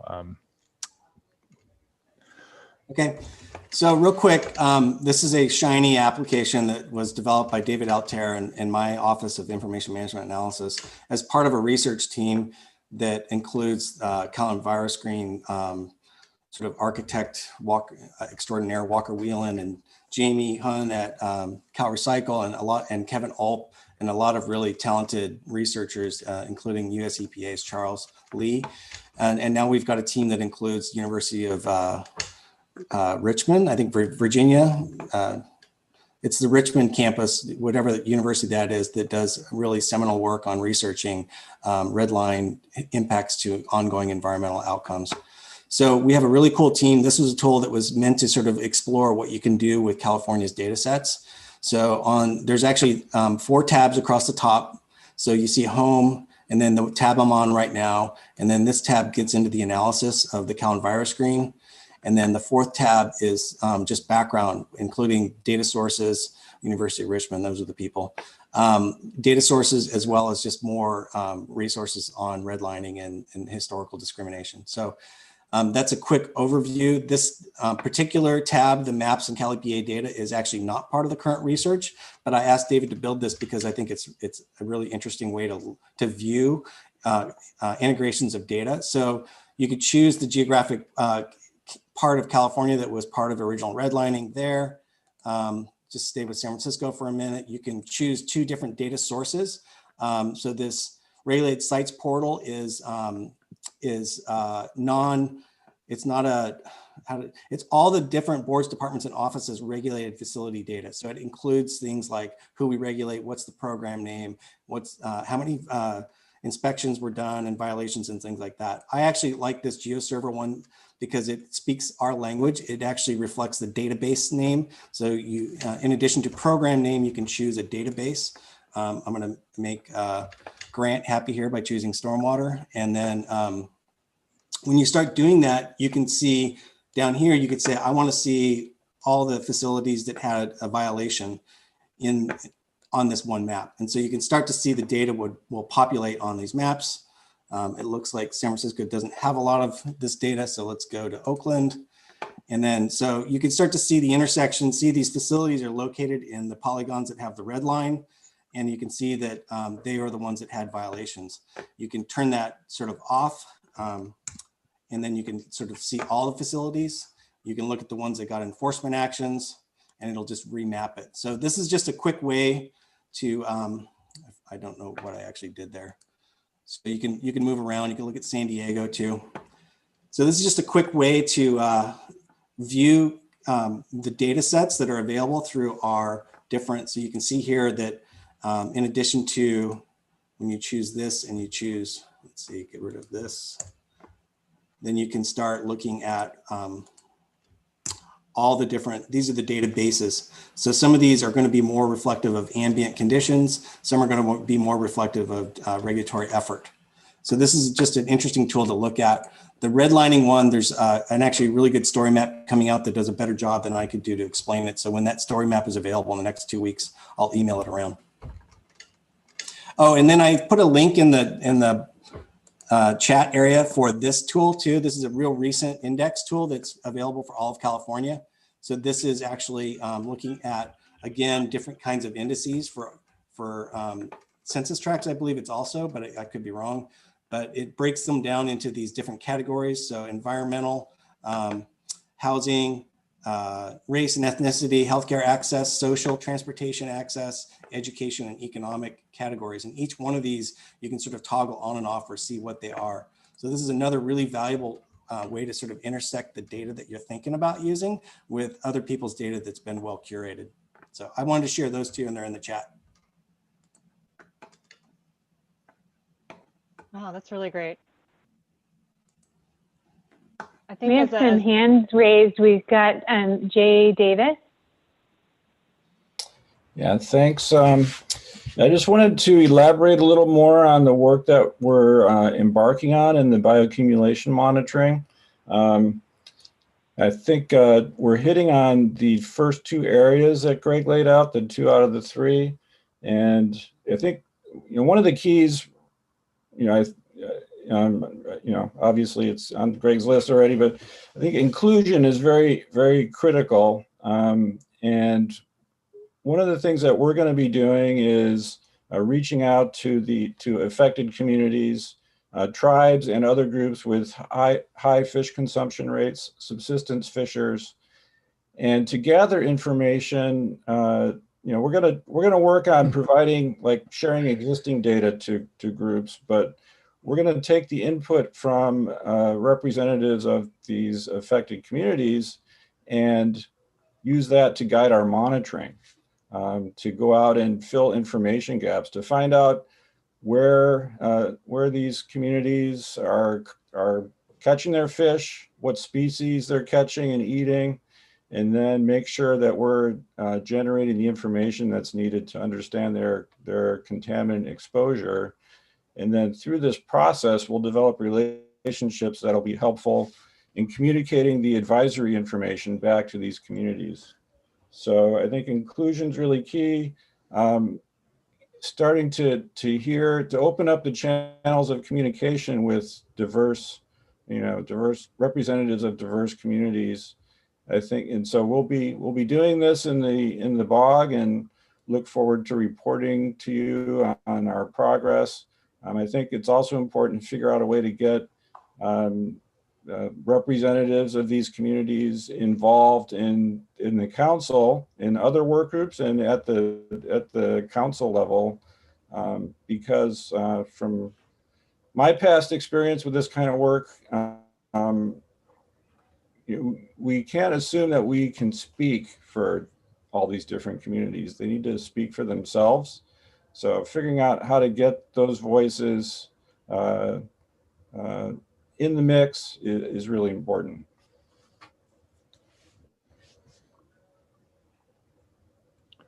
Thanks, Jay.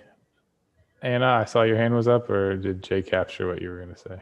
Well, I mean, I just love Jay and I are this boggy tag team, and it's really great. I'm so excited about it. So to add to that, one question I had for you, Greg, is as we think about integrating these data sets into the work that we're doing in our work groups, can you speak to, for David's Our Shiny app, did he connect to CalEnviroScreen and the other data sources through API to make it automated? Like, is that something that, and is his code available so we could copy that sort of stuff and incorporate it into the work that we're doing? Makes it a lot easier that way, right? Yeah.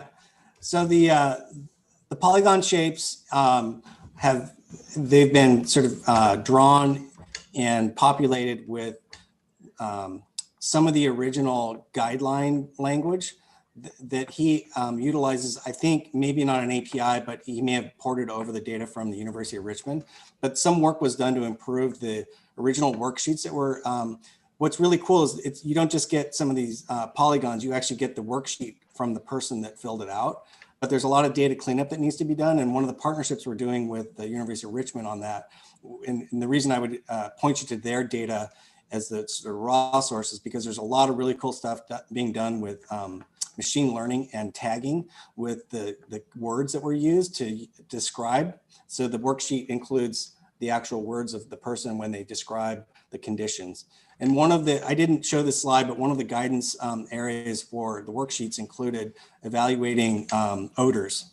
And so like there was this interesting combination of sort of racism criteria that was suggested. So people, I forget how it described them, people of inharmonious ethnic origin or something like that.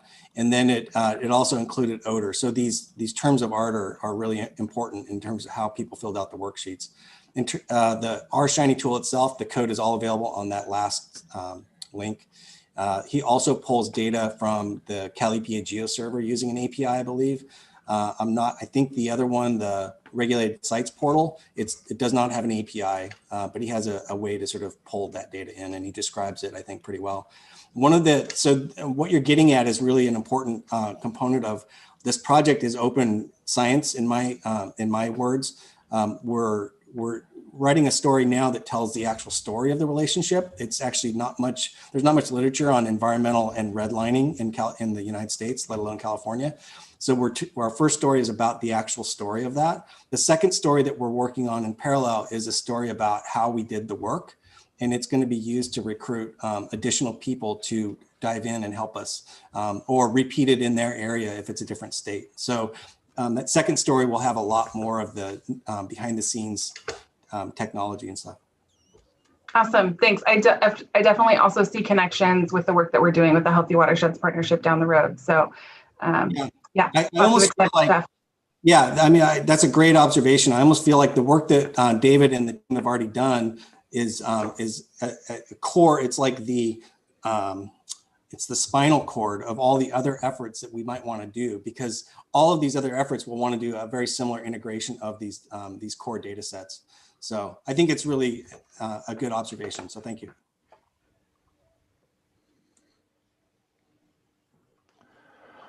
Well, with that, thanks again so much, Greg, for agreeing to lead us through this very important discussion, and for everybody's participation. I think that along with safe to eat, safe to drink, safe to swim, there's a lot of opportunity here to emphasize the use of these tools and to keep building on this educational process and to keep sharing the information widely, and as things continue to evolve, to make sure that we're doing our best to think about the topic of justice, equity, diversity, and inclusion in everything the council is doing. So again, thanks a lot, and I look forward to continuing the conversation. Okay, so I'm going to just be explicit and say one option that you guys can do is to ask for more of the content. We could essentially, over a series of meetings, we could provide a 45-minute training session in each meeting, or a subgroup may want to go through the full 6 hours. But I really do think there's value in getting in, like you got a sample of it, but There's a lot of material there and a lot of work to do to really get through the whole 6 hours. So if you want to do that, I'm just sort of reminding you that that is one of the options, and I would be willing to come back with my colleagues and provide that content. Maybe even Nick. I was hoping that you'd say that because I remember you said that in the beginning, but maybe that was lost at the end with the other 3 options taking over. So, what does the council think about that generous offer? I would certainly be in support of that. That's very exciting. And also, if we want to just have a subcommittee that's just following up on this even after the series is complete, just to make sure that we're making progress and to encourage the work groups to keep going forward and having an item on the agenda. It's all will keep us working on this and accountable and keeping it in the public eye and making sure everyone understands that the work that we're doing. So I'm really excited about this. And Greg, I would be interested in the 6-hour training, definitely. So in the interest of getting a quick poll, go to your participant list and in your name, at the bottom, click yes or no if you're interested in making sure this is a standing item on our agendas. Since we have this wonderful tool that we're using to have our meeting. Looks like we're getting yeses across the board. Yep. So looks like you've bought yourself an agenda item on the Monitoring Council, Anna and Greg. Appreciate your willingness to help us through this topic. I'll work with Nick to set up the schedule of the meetings and how to frame it in your agenda. But if anyone else, and Shelley, if anyone else wants to be part of that sort of core team, identify yourself too. That'd be great. Reach out to maybe Nick. Yeah, that's perfect, Greg. I think that I think a subcommittee probably would be a smart way of council members. And I know that Shelley and Helen and potentially some others would like to kind of put our heads together and think about the best way to frame this up for the best value across the board. So thanks again, Greg. This has been great. Thank you for having me. Yeah. Thank you so much. Yeah, great dialogue. Thanks, Thanks everyone. Take care. Thanks, Greg. Thanks, you too. If you wouldn't mind sticking around for the next item, Greg, you can assist with some of the data questions just as they come up, if you're available. Okay, so wonderful, thank you. I'm going to give a brief overview of where we are with the wastewater-based epidemiology monitoring of COVID and wastewater. From the state board's perspective, we had an item on this in September. Some additional work has gone into it. Since then, I am going to give an overview that includes some of the basic information again, in case there are participants in today's meeting that haven't heard it before. But hopefully this will be relatively quick, and I'll keep us on time and answer any questions that you have at the end.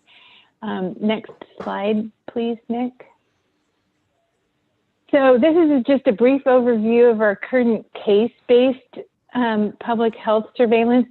These first few slides actually come from Department of Public Health, who is working in collaboration with us to pilot this kind of monitoring across the state, and working hand in hand with us to move the data from the state to the CDC.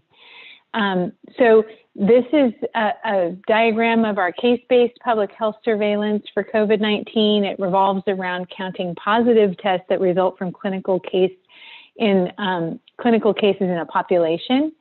To be counted, an infected person in the population has to present for testing, usually to a medical facility or a test center, and tests are then sent to the labs, and after processing, results are reported to public health. There's several limitations to this system, including variable levels of testing of infected people in the population. Not everybody goes and presents to get tested. And because of the severity of infection, access to tests or a variety of other reasons. Another important limitation is the time delay between infection and reporting to the public health system. Due to this, the time it takes for symptoms to manifest, for example, for a case to seek care, and then for the lab turnaround times. Next slide, Nick. So wastewater-based monitoring is another means of, oh, sorry, I didn't realize this had, okay, there we go. Wastewater-based monitoring is another means of the public health surveillance that has been used for many other contexts and for other pathogens, as you all know, or many of you know. For COVID, we're measuring the presence or quantity of SARS-CoV-2 through its RNA signal virus that is shed in feces by infected people into wastewater, and then using that data as a proxy for what is going on in the population that is represented by the sewer shed of that wastewater treatment plant. Wastewater monitoring can overcome some of the limitations of case-based surveillance and augment our public health surveillance. Because everyone poops, obtaining information about shedding rates in the community through wastewater monitoring doesn't depend on people presenting for care and testing. There's also less of a delay.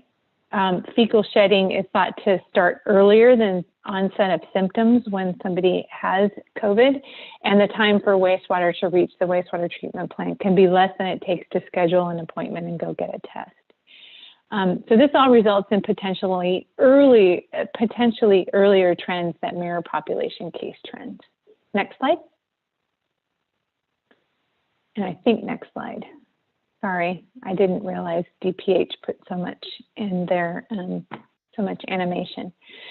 So wastewater monitoring as a surveillance tool has a few potential advantages compared to traditional surveillance, and they're listed here. As I mentioned earlier, detection potentially of cases, better detection of asymptomatic cases, because if you don't have symptoms, you're not likely to go out and get a test unless you've been, you're aware of exposure.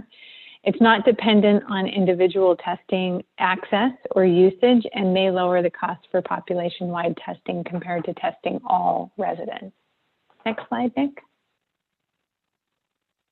While there are some advantages to wastewater surveillance and case-based surveillance gives us an abundance of rich, timely, irreplaceable data is the current gold standard, and case-based public health surveillance will continue. So the question is, how can we use wastewater surveillance to really add to public health surveillance? So there are a few targeted scenarios that have been identified where wastewater surveillance can help. One is early detection of COVID-19 transmission in places where cases are low or absent, for instance, in a post-vaccine world and when there is community control. This can be done on an entire sewer shed level or in a portion of the sewer shed if you sample upstream. This can also be at the facility level, for instance, in a university or a prison.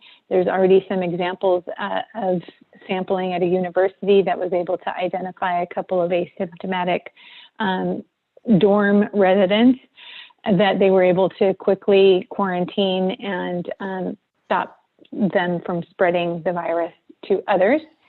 In either scenario, once a signal is detected, then mitigation efforts can be implemented and focused, as I just mentioned in the one example.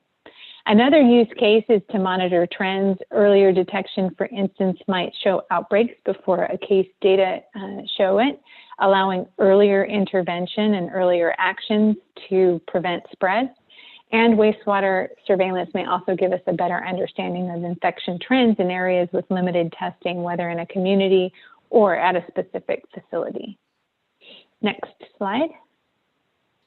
And the CDC is developing a national wastewater surveillance system to start to answer the question of how to complement existing COVID-19 surveillance systems. It's called the National Wastewater Surveillance System. It's a portal for states, tribes, local and territorial health departments to submit wastewater testing data to a national database. The data are not meant to replace the current systems, but to complement them, and they're being piloted. It's being piloted in 8 states, including California. Next slide. So California engaged with NWIS through a small CDC grant to the Department of Public Health in September, and now we're early in the process of setting up a pilot.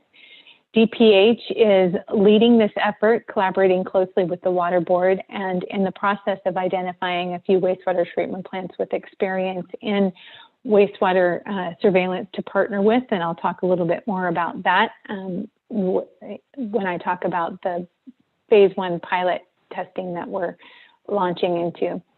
At the same time, we're working to set up a data infrastructure and hope to start data collection and submission to the national system by the end of this year or early 2021. And once we're able to get data and match it with case data, the next step is to evaluate the results in public health context, refine methods, and start to plan what phase 2 might look like. And we're not to phase 2 yet. I'm talking about phase 1 primarily today. Right now, phase 2 could include going upstream within watersheds or expansion to other locations and facilities where wastewater surveillance adds to public health value. This, of course, is going to require funding either from the CDC, or we're also seeking potential funding from the FEMA and other emergency response type funding sources. Next slide.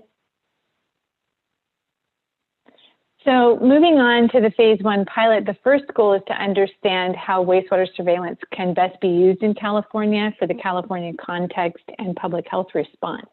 With this goal in mind, we hope to answer a few questions through the pilot. So how does wastewater data correlate with case data? If public health action is going to be taken, how well does a trend hold up? What makes a trend? Is it 1 week of consistent data, 2 weeks? How many data points? All questions that we need to explore and be able to answer for these data to be most useful. Does the data correlate with cases? Does it correlate with hospitalizations? If so, then perhaps that would help with hospital bed planning, for example. We know that there are many differences between wastewater treatment plants and sewer sheds. So for each community and wastewater treatment plant sewer shed, what does a sustained increase or decrease in cases look like in the wastewater data?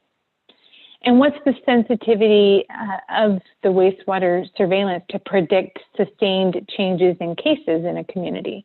When we want to act on wastewater surveillance data for public health action, how sure are we, or how sure do we need to be of the results to mean what we think they mean? We have a sense of the answers to these questions from other experiences around the country, and even in California, but we need to understand them here and nail down some specifics to understand what the results really mean so that we can incorporate it into the decision-making process for response to outbreaks and trends that we observe in the wastewater surveillance data.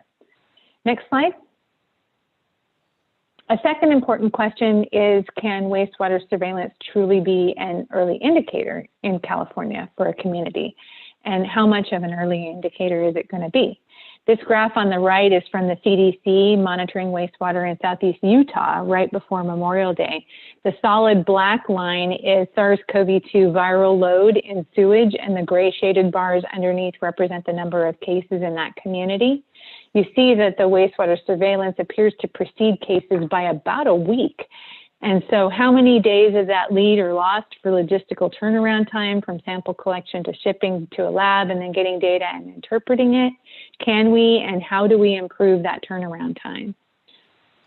Also, what's the optimal frequency of sample collection? We know that frequent, at least 3 times per week testing is probably needed if we need at least 2 to 3 data points to establish a trend.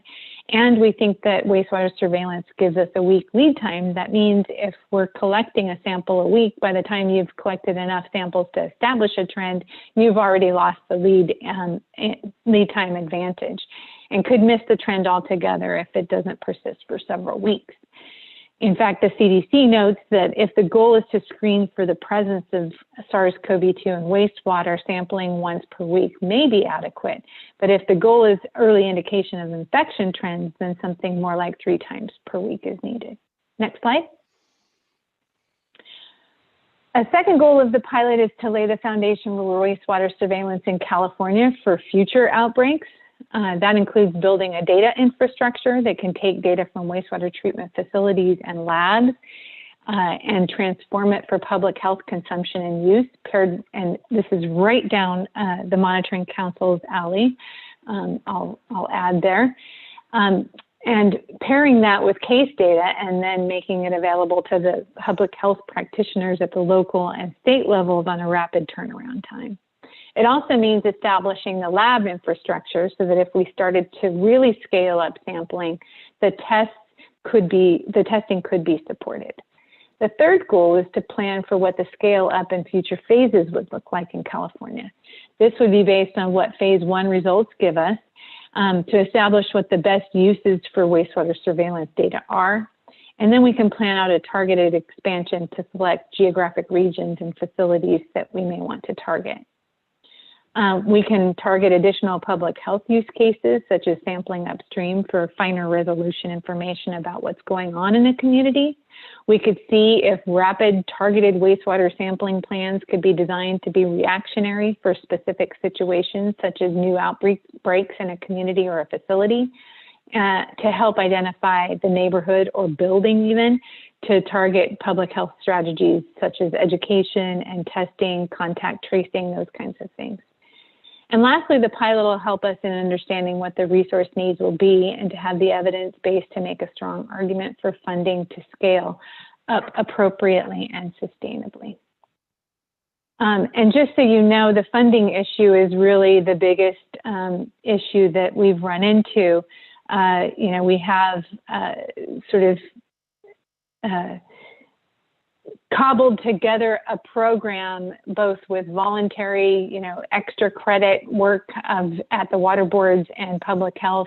Public health has received a small grant to hire an epidemiologist, as well as to work on the data flow with Greg's group in OWEMA. But we've really sort of cobbled together a program as best we can. Phase 1 represents what we think we can accomplish with current resources for a short amount of time, but it's certainly not what I would call a statewide program. So next slide, please. Thanks, Nick.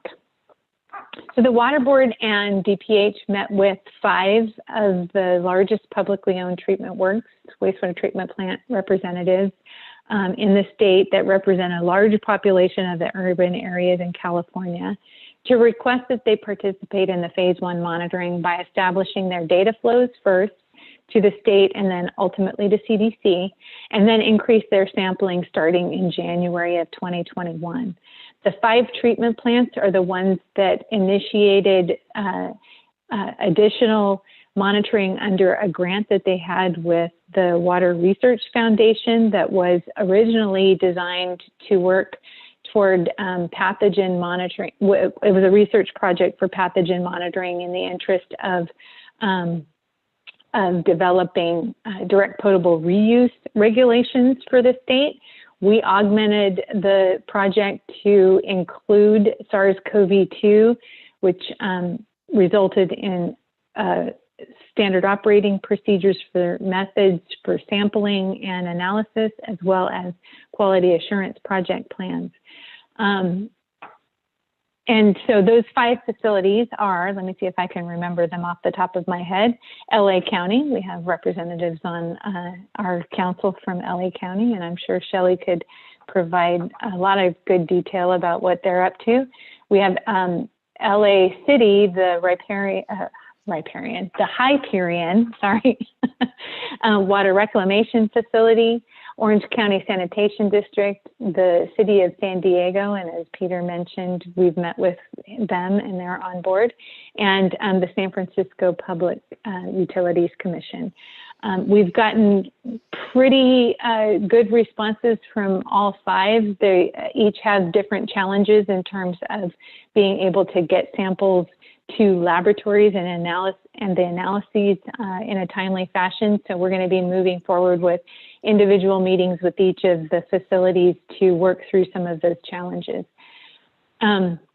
The facilities were chosen because, as I mentioned, they've already been doing the monitoring as part of the grant with Water Research Foundation, and in fact had analyzed samples back to November of 2019.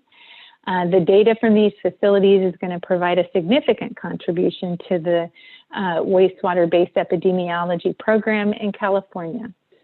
The requested monitoring efforts and data submission protocols are described in, I can provide this information to you, the phase 1 wastewater-based epidemiology for SARS-CoV-2 sampling analysis and data reporting plan.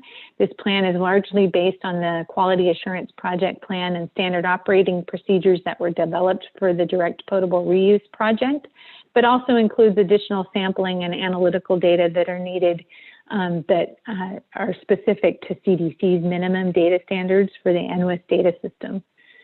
We're requesting additional field data, including flow rate and sample size, site, pH, temperature, and conductivity, as well as additional lab data, including TSS and biological or chemical normalization data. And we've also requested submission of method-specific metadata as part of it. We requested that the facilities conduct a dry run. Oh, sorry, next slide.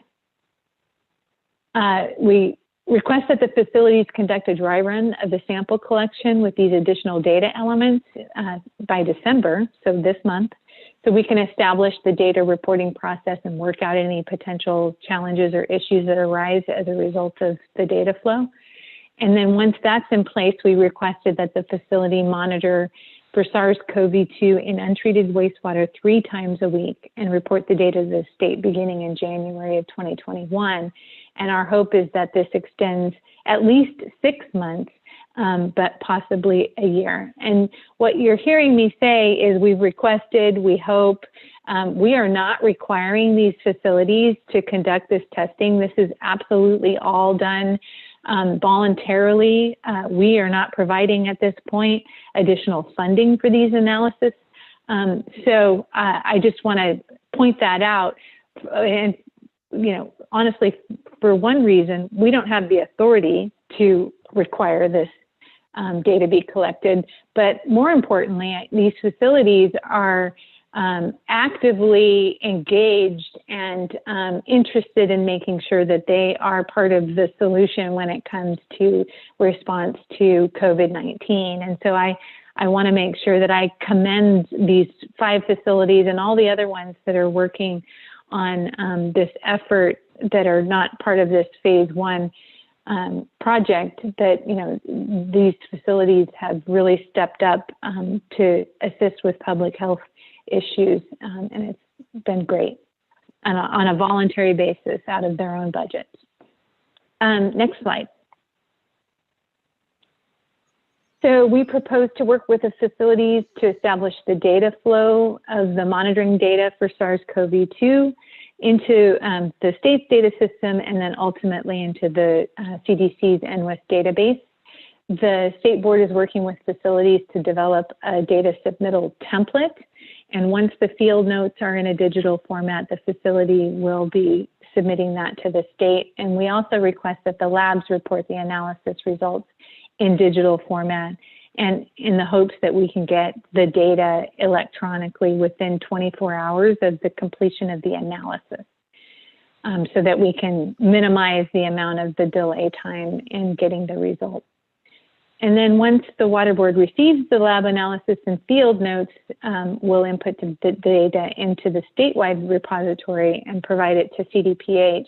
CDC will only accept data from CDPH and public health from the state. So we need to work hand in hand with them to get the data into CDC's electronic database. And hopefully I didn't talk too quickly. Next slide, I think, is just some links to resources. We have the links to CDPH's website as well as our website. Our website also includes the quality assurance project plan and standard operating procedures that was developed under the direct potable reuse project that I mentioned earlier. Like I said, I can provide I don't know if it's posted yet. I don't think it is, the phase 1 monitoring plan that I mentioned earlier. So with that, I'm happy to answer questions. I'm right on time at noon. So one question, I'm kidding. Thanks for doing that. Thank you for your presentation, Karen. It's great information. I wanted to thank you for acknowledging that this is, we've been proactive and doing this. I put a link in the chat to LA County Sanitation District's WBE surveillance data that goes back to April of this year. And it's really striking. I don't know if you could share it during the meeting, but the link is there in the chat, and it links the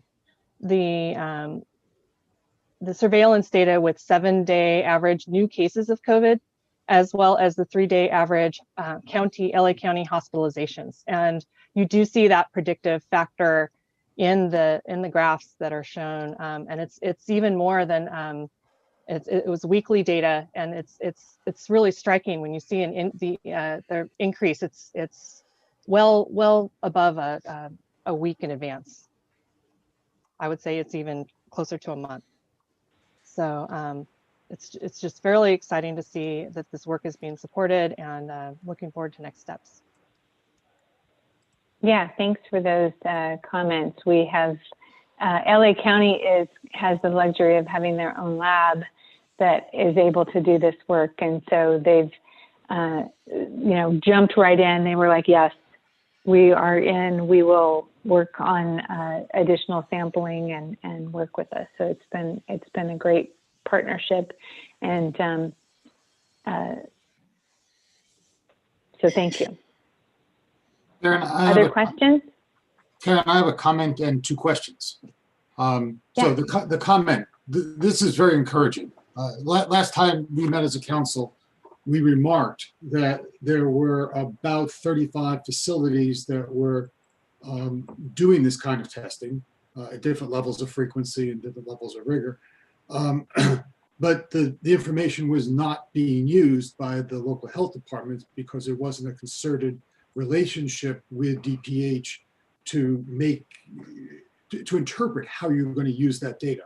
And this is like a step function. This is very encouraging to hear. So I'm very glad that it happened. But I have 2 questions. The first is, we as a committee, as a council, decided that we were concerned that this kind of thing wasn't happening, and we prepared a letter. I don't know if that letter ever went out. I don't know whether that letter was shared and had an effect, or whether this happened completely independently. Can you shed light on whether our letter process was effective and whether the letter even ever went out? So the letter has not gone out for the same reasons that I spelled out in the email that I sent to you all. I don't even remember what day. It's been about a month probably since I sent the email to you all. However, so it hasn't been officially sent to the agency secretaries, but it has been unofficially sent to warn them that it was coming. And I won't go into the political reasons why we had to do that, and it's probably worthwhile for us to have a conversation as a council as to our role and our interactions with the agency secretaries. And I think our next item will help us rebuild that relationship and that trust that I think we don't currently enjoy. However, what I will say is that in addition to our letter getting unofficially sent, our agency secretary, Jared Blumenfeld, has been very interested in pushing this forward, and not just from the council perspective, but from water board, he's get on it, let's do this, let's, very, very interested in moving forward, as has Mark Gold at OPC, from a resources agency perspective, who has drummed up similar interest from the agency secretary at resources. And then from there, they have had contacts with both the governor's office as well as the agency secretary for public health, which has really increased the interest from the people at my level at DPH to coordinate more closely. I would say too that our efforts to work with DPH to apply for the CDC's grant has really solidified our relationship. We're meeting weekly now with CDPH to coordinate, and they have included, in fact, on the 5 meetings that we had with the facilities, we included local public health officials in those meetings as well, so that they could understand who the players are, make sure we're making connections, and that their needs for data are addressed and their questions are being addressed by the monitoring that we're proposing. So I would say that while our letter didn't necessarily go out officially, it definitely set things in motion to some degree. And in fact, our next item is also some positive news about how the effect of that unofficial letter has improved our profile, really, with the agency secretary. That's encouraging. That's encouraging to hear, because obviously we put a lot of time into talking about this as a council, and then subcommittees going off and writing the letter. If even the discussion led to some of this, or helped lead to some of this, that's fantastic. Second question for you. Obviously, there are a lot of other groups, particularly I know of at least a dozen academic institutions in the state that are actively working, and they're doing things that I guess would call even more enhancements of the things that are in this pilot. What's the plan to kind of draw them in and take advantage of the knowledge that they've gained through the work that they're doing? So we continue to coordinate with Stanford and Berkeley in particular. I can't say that we have the bandwidth to coordinate across everybody that's doing this work in the state. You know, like I said, I'm pulling staff from other programs to put what represents a huge amount of effort already, let alone the expanded effort it would take to do what you're suggesting. And maybe the Monitoring Council can assist with some of that coordination effort. That might be a way that the council could support us. But I would say that Stanford is definitely involved in providing us updates with what's going on from their perspective, as well as my staff and I are on the Bay Area Working Group that is largely working with UC Berkeley. And in fact, UC Berkeley has agreed to do the analysis for the San Francisco PUC once they increase their monitoring in January. So while I would say it's not completely well coordinated, we're doing what we can. And maybe we can talk about in this venue how the council might be able to support that coordination and communication among the various entities. So Karen, you're going exactly where I was thinking, is that I think the council might be a good linkage to a number of those different types of activities. Because for instance, I know that there are some academic institutions that are playing with sequencing to look for whether the viruses are mutating, to look at sequencing to determine essentially whether there are in fact local subpopulations of the virus in different parts of the state. Those would be, again, additional kinds of information. Maybe what we could do is set up some sort of, and maybe at the end of your pilot, so it would be obviously in a few months, but maybe we could set up some sort of all day, or Zoom being a pain, maybe a series of kind of half days, where we have almost like a webinar series, where we have all the people who are doing things. And the council could be the group that helps draw those people out, it becomes the vehicle for connecting some of these people. And if the council decides they'd like to go in that direction, I'd be glad to help with making something like that happen. You know, I really like that suggestion. I think, and having these bite-sized webinars has been really successful in the other topics that you mentioned earlier, Steve, that in your update.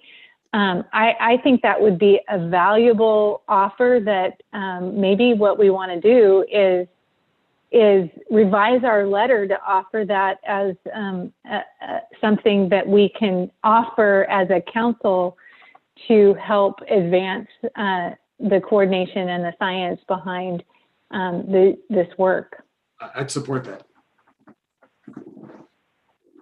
Well, let's do another quick poll.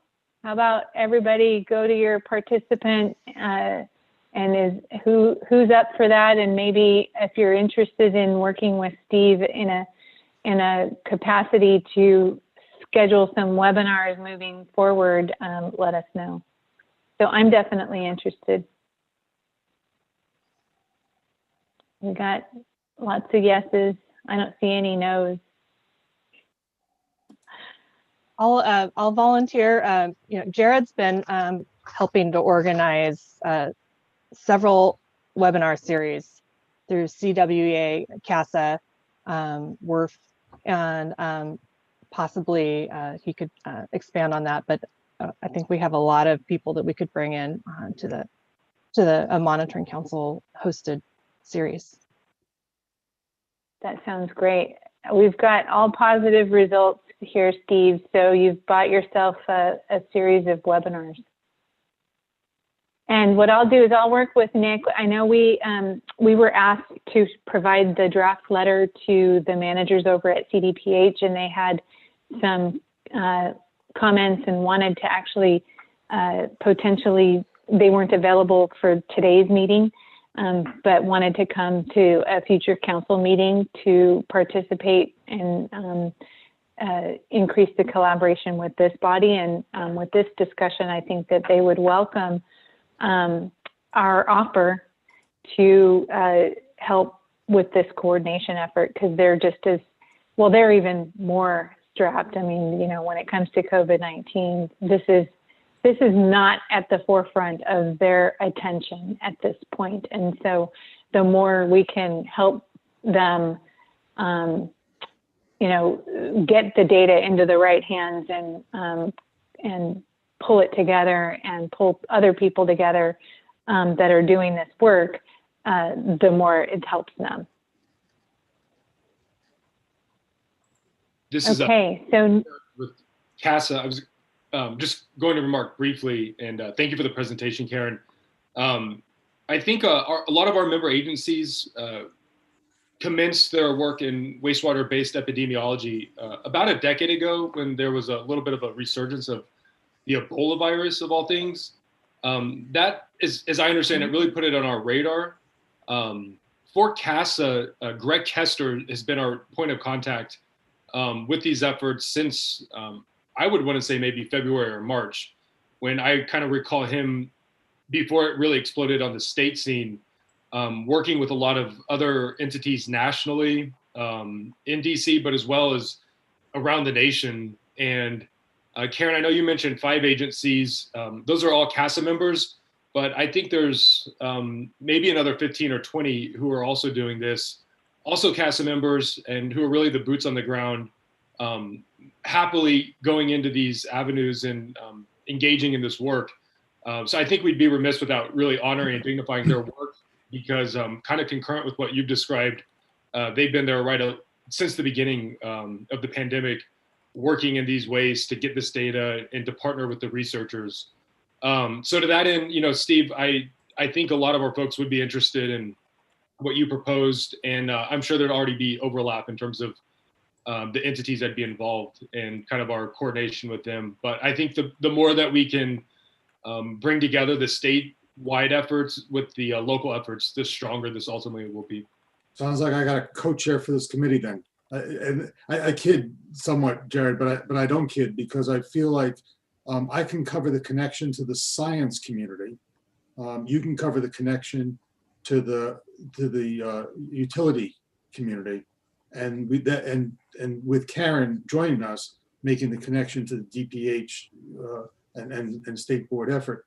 we could really put together a very nice webinar series from those three different angles. Yeah, I think that's right.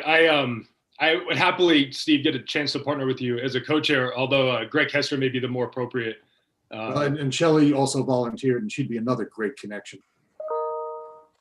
I am actually presenting at one of the webinars coming up on, I want to say December 15th, with Greg and a number of other presenters on this topic. And so I can certainly bring this up as something we're thinking of doing and engage with them and see if they've got anybody that they would like to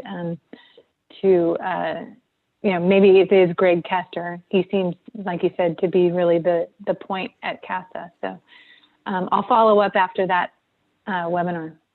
Yeah, actually, I think that's a great idea, Karen. If you were to frame it from the council's perspective, and like you said, Greg would be the one, but I think that'd make a really strong showing. And to that point, the webinar, it's co-hosted between CWEA and CASA. They've been doing it monthly since March on all sorts of different aspects and facets of wastewater-based epidemiology. And it's been a really rich resource, and all those materials are archived online, and they're all free. You know, there's no expense to be involved in those meetings. So we're glad you're participating in the one next week. Yeah. Okay. Well, that was great. Thank you. Any other questions before we move on to our great news? So as I mentioned in this item, our letter has really prompted interest in what the council is doing at Resources Agency. Nancy Vogel in particular has shown great interest in coordinating between resources and the council.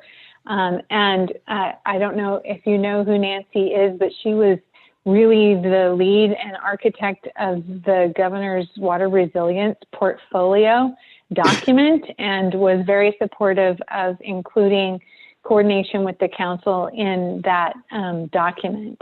And so after getting the informal draft of our letter, she said, I want a briefing on what's going on with this council. So we briefed her, let her know what our history has been with Resources Agency and the lack of willingness to be a co-chair for the last couple of years. And she was surprised by that and encouraged us to get together with the agency secretaries. That actually happened much more quickly than we expected.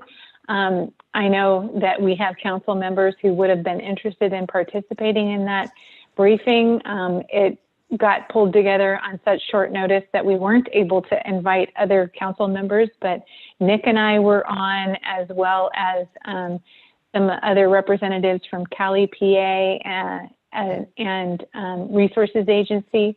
Nancy was super supportive, and both of the agencies, it was a love fest. Both of the agency secretaries were thrilled to hear of the work that the working groups have accomplished with basically a shoestring zero budget, and really saw the value in what the council is doing and how it connects up with the data work under AB 1755 that DWR is doing. And in fact has identified a new co-chair for the council and is willing to re-up their engagement, both from updating the MOU as well as the governance document that talks about all of the things like how do new members of the council get approved by the agency secretaries and whatnot. So it was nothing but a positive interaction yesterday. And I'm happy to share that one of the architects of the legislation that formed the council, Mark Gold, his penance for creating all of these committees is that he has to now become part of them and chair them. So he is now going to be our new co-chair of the monitoring council. He would have liked to have attended today, but he was appointed on just like 2 weeks ago, and his calendar, as you might imagine, being the director of OPC, was already stacked. So he will be joining us and has committed to join us for all of the meetings moving forward. And I think he will be a spectacular addition to our team. We're also talking about potentially maintaining our engagement on the council with Fish and Wildlife. So we want to make sure that we keep Chad and Josh involved. Yes, thank you. Sorry, I was searching my memory banks. And so anyway, really super good news. And so our discussion really today is that rather than revising the MOU to excise the roles of resources agency, I think what we're proposing at this point is to update the MOU to recognize all of the things that have changed and transpired since the original one, and move forward with getting an MOU. Both secretaries are willing to sign an updated MOU, so the sooner that we can turn it around, the better. And I think it will be less of a lift because we're essentially just re-upping the engagement of both agencies. Nick, did you want to add anything? Yeah, just, I mean, it was great news all around. It was definitely a pivot from our last iterations of the MOU. It was Wade's really introduction, or Secretary Coford's introduction to the council, and he was most interested to hear what we've been doing and if this entity was still of value, and then was very impressed by the response from not only myself and Karen and Jonathan Bishop, but also Joaquin Esquivel, the chair of the Water Board, came and spoke up to a lot of the efforts that he has been in touch with coming from the council and its work groups, which was really positive. And having him as an advocate in our corner was really great to see. I have a version of the MOU already kind of created just based on what happened last night, and it's really the same spirit of the existing or the original MOU. It just removes a lot of the no longer applicable references to other requirements or milestones and other outdated legislation, and it kind of re-emphasizes the roles and responsibilities as it concerns the secretaries as well as the agencies themselves. And there are some parts where we might point out where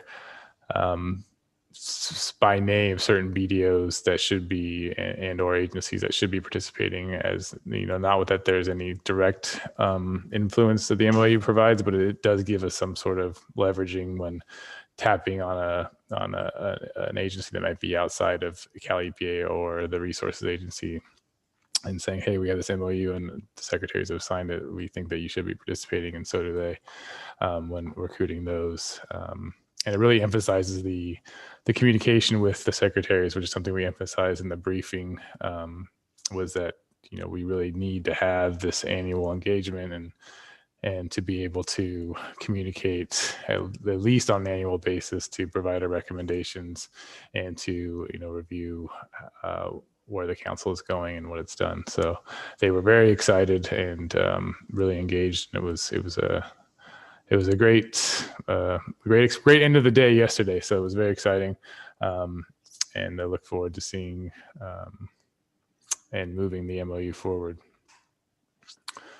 And I think it's great that we got Mark Gold, because we've been working on trying to make a connection with the OPC, which is actually one of the agencies we had included on the revised MOU that we would like to have participating in a more direct manner on the council or within the work groups. And that really is accomplished by his participation, and him being involved with that as the director of that council is another direct line to the secretaries, because they co-chair the OPC, as you all are aware. So lots of positives all around. Yes. Any questions?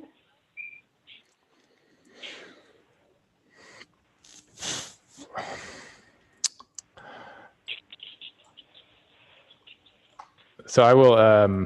No questions, Karen, but I got to tell you, congratulations. We've been working towards, reconnecting that, and the level of enthusiasm I just heard is wonderful. So congratulations to you, Nick, for making it happen. No, Well, thank and you to I'm just going to everybody. give all the credit. I'm going to give all the credit to Nancy Vogel, who just really, really, just was enthusiastic. Oftentimes these things really take a personality and a champion to see the value in what we're trying to do. And she just was fabulous. I'm hoping to invite her to a future council meeting just to see, introduce herself and see, what we're up to, and keep her briefed as well. She was a huge advocate. And I just want to say thank you to all the council, all the work groups, and everybody that's been patient and trudging forward since the late 2018 when things kind of got thrown up into the air, and committing to the council and it's what it's trying to accomplish. I think that this speaks volumes, and the secretaries especially seeing that we were committed to keep moving forward and doing good work despite the setbacks and despite the challenges was really, they seemed very impressed with. And so a lot of this is attributed to you all. And again, this quick response came, a lot out of it came out of that letter that was worked on, and that really brought attention, which is again, a testament to how the council leverages momentum and utilizes that to the fullest. So I just want to say thank you to you all, and this is a testament to your work and your dedication as well. Absolutely. So any other thoughts before we break for lunch?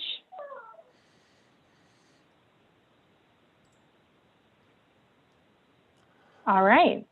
Yeah, back on We'll time. end on a good note before our break. We'll take 30-minute lunch, return at 1 o'clock for the environmental flows work group update. Sorry, 1 second. Oh, sorry. I have 3 Mike. minutes. 3 minutes. I forgot I had the Okay, slides. sorry about that. No, it's my fault.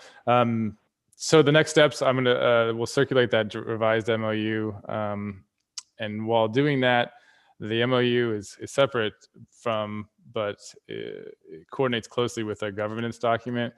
And I think that's where we as a council need to also take a real good look at that governance document and offer up some changes and additions. We don't necessarily need the secretary's blessing or signature on that. That's definitely a council document, but that's something that we have been already toying with updating based on what was going to come out of the MOU. But this is an opportunity where we need to do that and think about things like, how do we deal with items that not all members are able to support, similar to kind of what happened with the letter that was circulated, as well as, there's been discussion of potentially adding council seats to one to maintain CDFW's participation, maybe from an ecosystem perspective. Also bringing in specific seats that represent underserved communities, academia, recognizing that the CSUs and UCs are maybe a separate but a important sector apart from the scientific research community, that would allow us to kind of get in touch with the youth as well as other maybe resources for the work groups. So these are all things to come that I will be asking for your feedback and review of, both the MOU, which should be quicker, but then the next big step will be looking at the governance document with kind of a closer eye, and maybe reconvening a subcommittee to really focus on that. And if you're interested in participating in that subcommittee, please reach out to me, and we can work on that together, whether that be the same folks that worked on the strategy with me or others. So that is the next steps from my perspective and what we'll be seeing moving forward into 2021. So thanks. Now everybody can go eat. All right, thanks, Nick. We'll take a 30-minute break and see you back here at 1.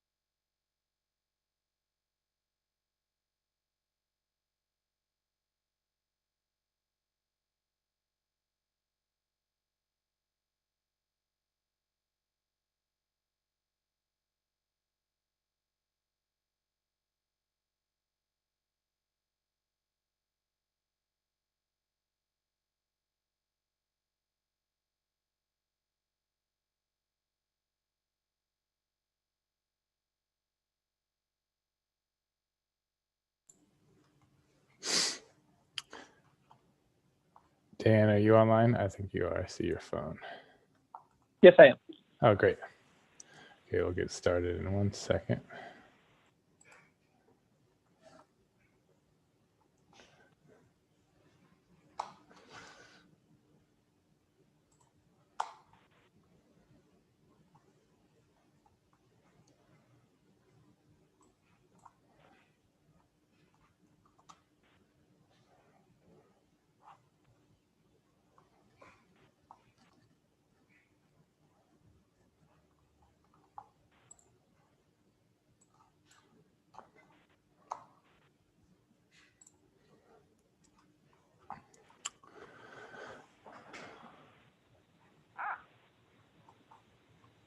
Oh, there she is. There. Were you talking to me before? I'm sorry, I didn't know. I didn't hear. No, I was talking to.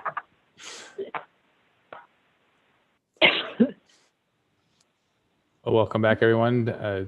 Dan Schultz from the Division of Water Rights and the co-chair from the California Environmental Flows Work Group is ready, and he's got some time-sensitive meetings he's dealing with today. So, in the sake of and respect for his time, we go ahead and get started. So, Dan, if you just want to initiate me to switch slides, you let me know. Hey, sounds great. So good afternoon, everyone. Again, Dan Schultz, co-chair of the California Environmental Flows Work Group, and wanted to take a moment in your meeting today to provide an update on the California Environmental Flows Framework and where we're at with finalizing the document. Next slide.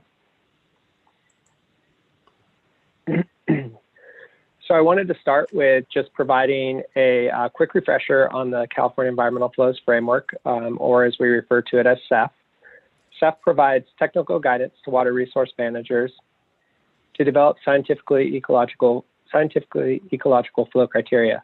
The main focus of the framework is development of flow criteria, but the framework also provides some guidance and recommendations for water resource managers to consider if they're developing environmental flow recommendations that balance human and ecological needs for water.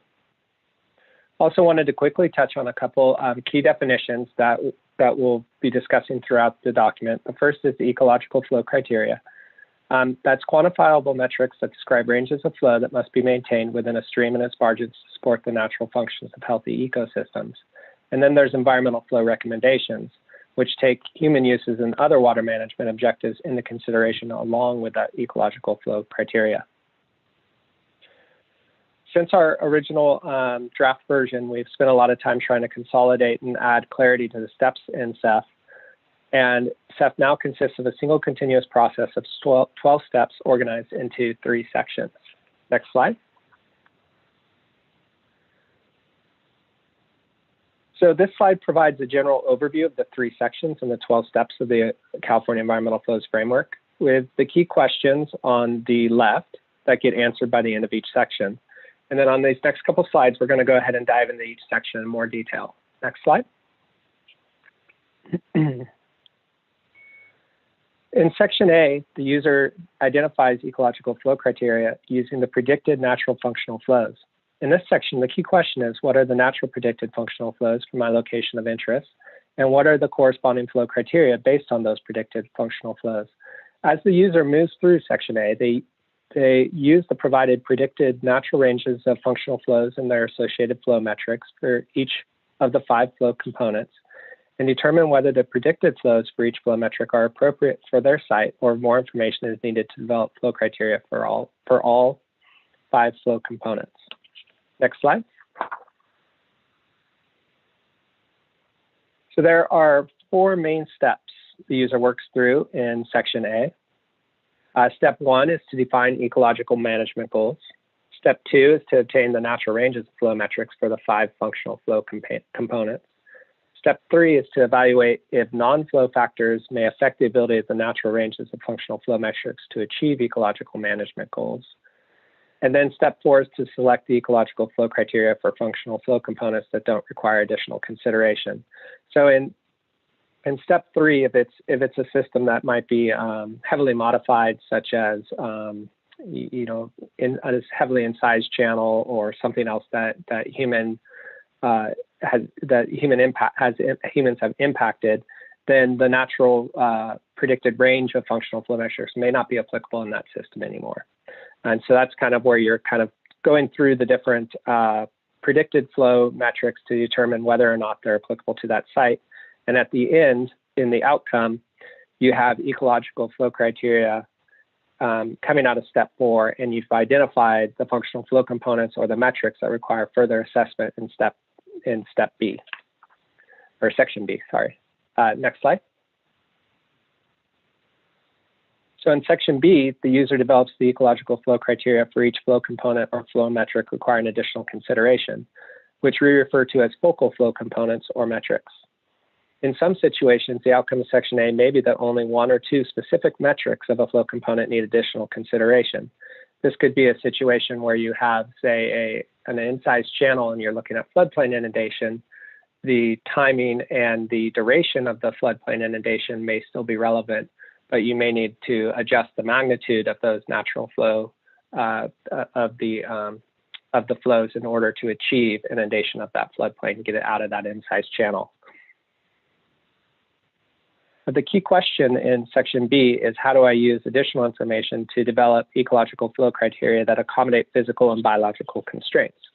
Section B provides the user with guidance on approaches and methods to determine ecological flow criteria for the flow components that may be affected by the non-flow impairments. Next slide. There are 3 main steps the user works through in section B. Step 5 is to develop a detailed conceptual model relating your focal functional flow components to ecological management goals. In step 6 is to quantify the flow ecology relationships. Step 7 is to define ecological flow criteria for focal flow components. And then the outcome is the synthesis of ecological flow criteria from steps 4 and 7. And so in the final outcome here is where we combine the flow criteria that did not need additional consideration from section A with the flow criteria developed for the focal flow components in section B. And the final outcome of section B is flow criteria for all 5 flow components.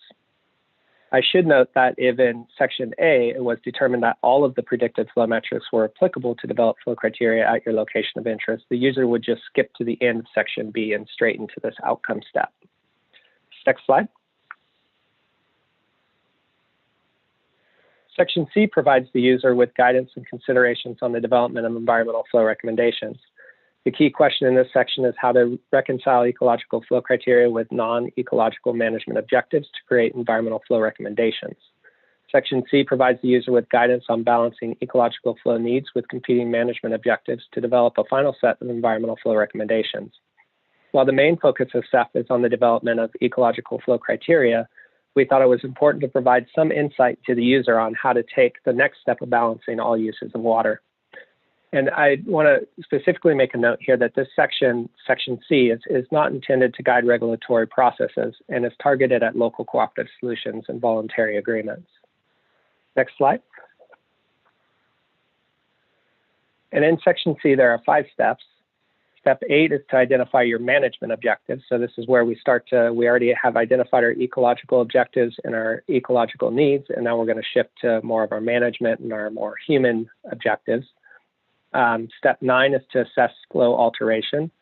And this is where we look at how well, under the current flow regime and how well are we achieving the ecological flow criteria that was the outcome of section B. Step 10 is to evaluate management scenarios and assess trade-offs. Step 11 is to define environmental flow recommendations, and step 12 is to develop an implementation plan. The outcome of section C is environmental flow recommendations and the implementation plan. Next slide, please. So in summary, the document provides the user with clear steps to move through the SEF process and develop ecological flow criteria for areas of interest. Additional outcomes the user may pursue through a stakeholder-driven process is development of environmental flow recommendations, mitigation measures, and an implementation, monitoring, and adaptive management plan. And then the text is a little small, but there are also a number of online tools to support the user throughout the SEP process that are listed in that online tool section there. Next slide. Okay, so the current status of the document is the final draft we made available and released to the broader work group for review and comment on November 13, 2020. We requested comments in by December 18th, and then the document, if any of you would like to go look at the CEF document and the appendices and provide comments, we encourage you to do so. The final draft CEF guidance document is available at the UC Davis website at the link there on the screen. Next slide. So what's next? Next steps. In the short term, it will be to finalize the document as the CEF document as an eFlows workgroup product. Starting at the beginning of next year, once we kind of have more of a finalized document, we'll develop a fact sheet and then also frequently asked questions. And I will probably flesh a lot more frequently asked questions out based on comments from stakeholders. But those are just a couple ones that have come up already. One is the relationship between functional flows and unimpaired flows, difference between natural flows, full natural flows, and unimpaired flows. Those are different terminology that's going around, and they're all slightly unique. Relationships to water quality effects, an ability to use just a subset of flow components when establishing recommendations. The example there would be if you're only interested in just the summer-based flows, how would you address that, and can you just focus on that one component? Next slide. And then more looking long-term for the work group as a whole, and looking specifically at the CEF document. CEF is intended to be a living document, and as I mentioned, a product of the eFlows working group. We intend to continue to have ongoing discussions with the work group and stakeholders, and we think that will kind of lead towards more guidance and kind of the next steps with how we move forward. These next boxes are some of those. To kind of flesh out relationship to areas with more intensified efforts, such as some of the in-stream flow and water quality objective setting in the San Francisco Bay Delta area or watershed, relationship to existing or proposed agency programs and actions, relationship to Sigma through losing and gaining stream reaches. And then there was a lot of interest expressed in the working group and expanding Section C with input from other groups and stakeholders to make that section more robust. Right now, Section C is probably the lightest section in the document as far as providing the guidance. And there was a lot of interest to try to work with water users as well as the environmental interests to kind of figure out a good guidance and path forward to doing that balancing action in Section C. Next slide. And at this point, I would like to open it up to any questions folks may have. Thanks, Dan.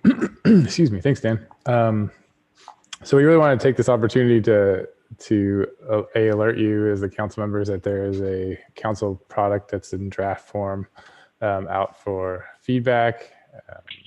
Initially, it was a targeted feedback for the Environmental Flows Working Group, which is one of the larger working groups and most diverse working groups we have as far as a breadth of stakeholders participating. So it's an opportunity for you all to review and provide feedback on that document, and then just get it on your radar that these final documents should be coming out in 2021. And as council members, would rely on you guys to help publicize and share the information widely across your represented groups. But yeah, any specific questions for Dan would be welcome across anybody on the call. Nick, I don't have a question, I have a comment. Sure. Dan, this is absolutely fantastic. I think that this may be among the council's best achievements. Besides the fact that this is a technically wonderful document, it is, as Nick just said, it is a wonderful reflection of how we were able to get groups to work across a variety of different agencies and a variety of different perspectives, even within agencies. And no offense to the wetlands group, which is going next, which has also had wonderful success.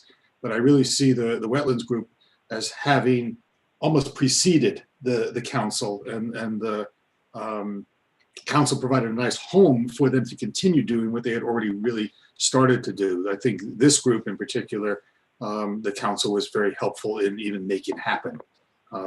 So I think it was successful at just the technical level and at the integration level. Just congratulations on a great product.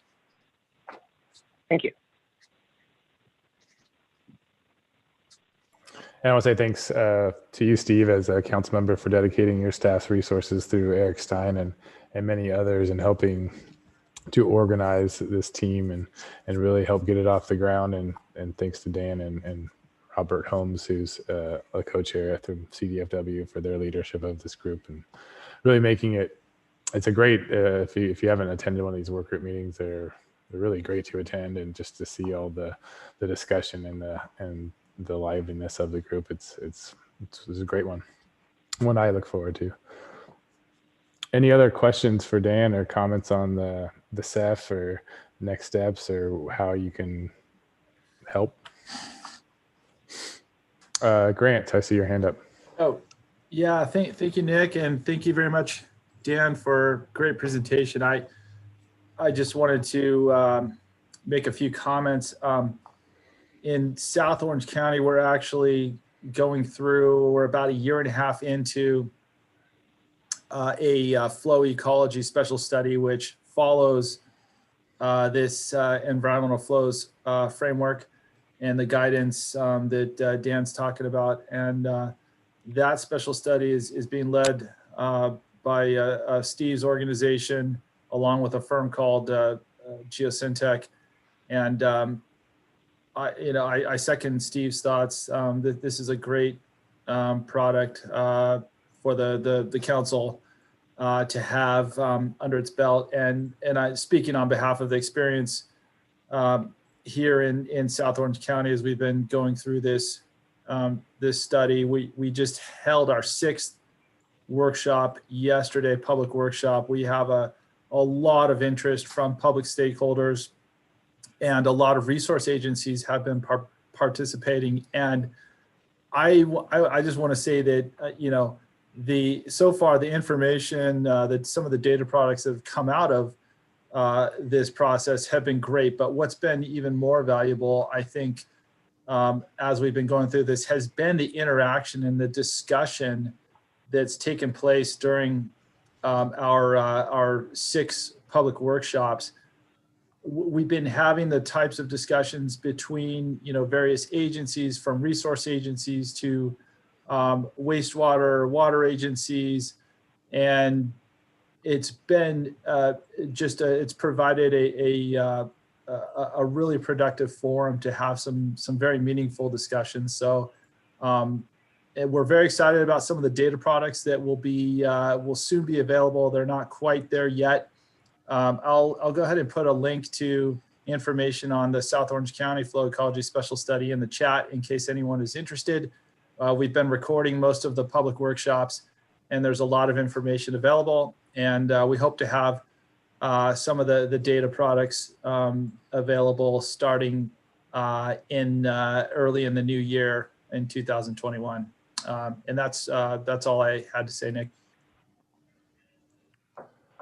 Well, that's great, Grant. And I'm hoping that you're in contact with Dan, because it sounds like a great pilot project for the CEF, and lessons learned can be developed, and a lot can be learned from Southern Orange County's work and seeing how it rolls out. Yeah, I believe that specific effort is going to be added as a pilot project once it's completed to the CEF document.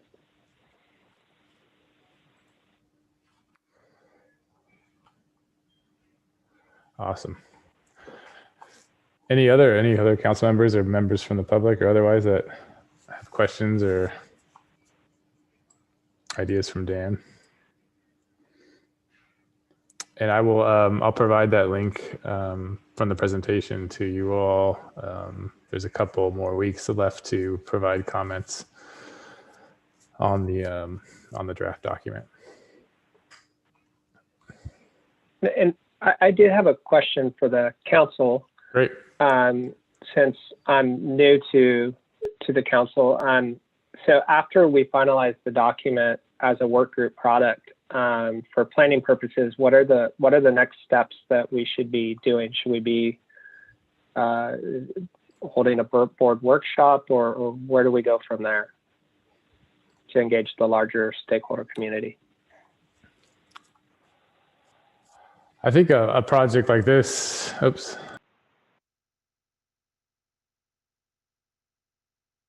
No, I muted myself. I think for a project of this magnitude and how it's the interest that it's going to garner, it's going to be rolled out in multiple venues. I think it would definitely be great to have it highlighted at a future council meeting again, but also highlighted at a water board level, at events that the other council members might have on their radar or their sectors, if they're having events that are reaching their sector within the water quality realm where the flows will be important, like Akasqua, like Aqua, and other of the regulated sectors, as well as the community groups and other sectors that represent on the council. I think that it would almost be like a roadshow from my perspective. I don't think there's anything necessarily that's outlined in stone, at least not from my knowledge. This will be the first kind of major product that's being rolled out since my time on the council. I'm probably about the same time period that you've been involved, Dan. So I welcome other council member perspectives on a due process, but my initial instinct would be to roll out the final product at a council meeting, and then with the ask of the council members to again share that information to their sector groups that they represent on a more wide scale, and then that would probably initiate requests to present on a wider scale. I think presenting at a board workshop is great as well to reach other water board stakeholders, but there's probably gonna be some overlap there as well. But there also might be some other groups that aren't necessarily dialed in there that with specific audiences that will also be interested in on how these impact how environmental flows work and how they can help by providing more data, and or how the potential ecological flows and the objectives that could come from those would impact them directly and the environment as well. But I welcome any other council members for feedback and answering that question for Dan.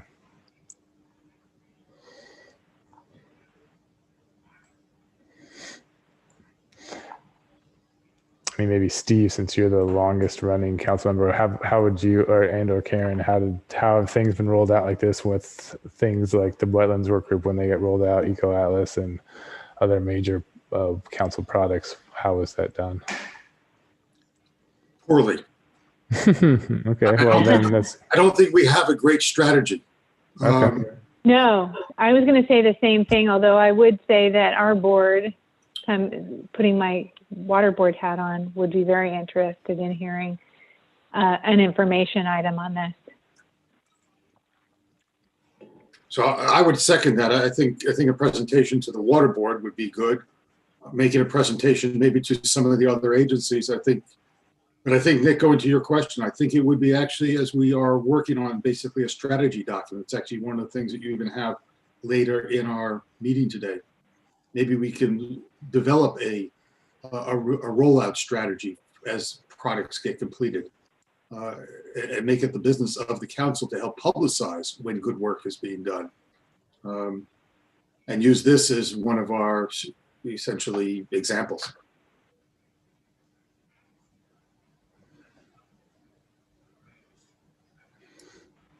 That's a good point.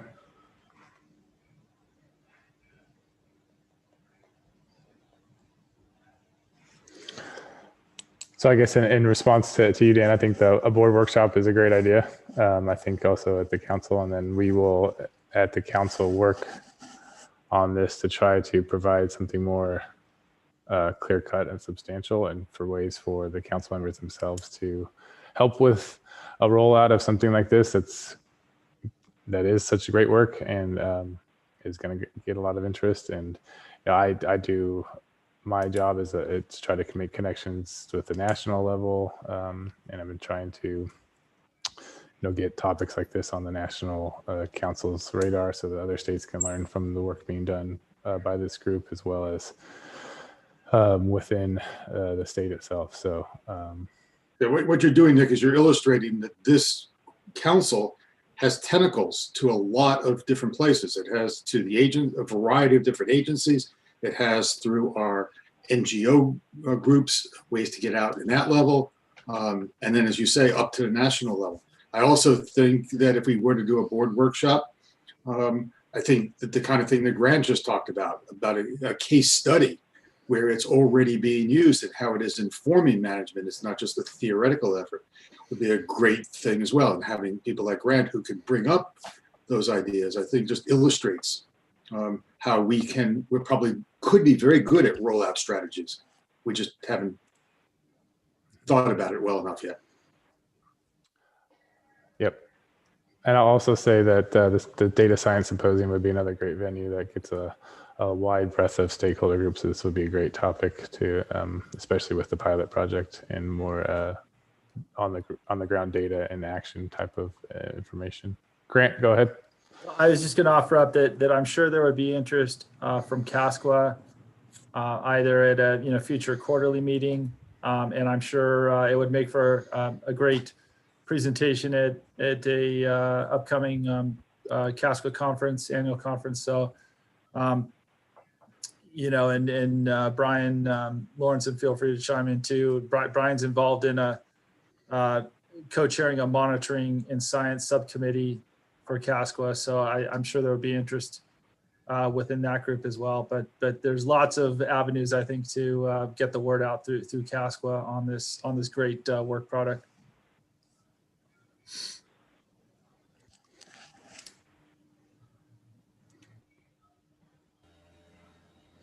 Does that help at all, Dan? Yes, thank you all for your feedback. That does help. I'll circle back with management on the board piece, and then if there's any symposiums, conferences, or anything else that any of you would like us to present on, please just let me know. We have a large enough team that we should be able to cover it with one of the folks on the team. Great, thanks, Dan. Thanks for taking the time today. You bet. Thank you for having me. All right. Have a good afternoon. See you.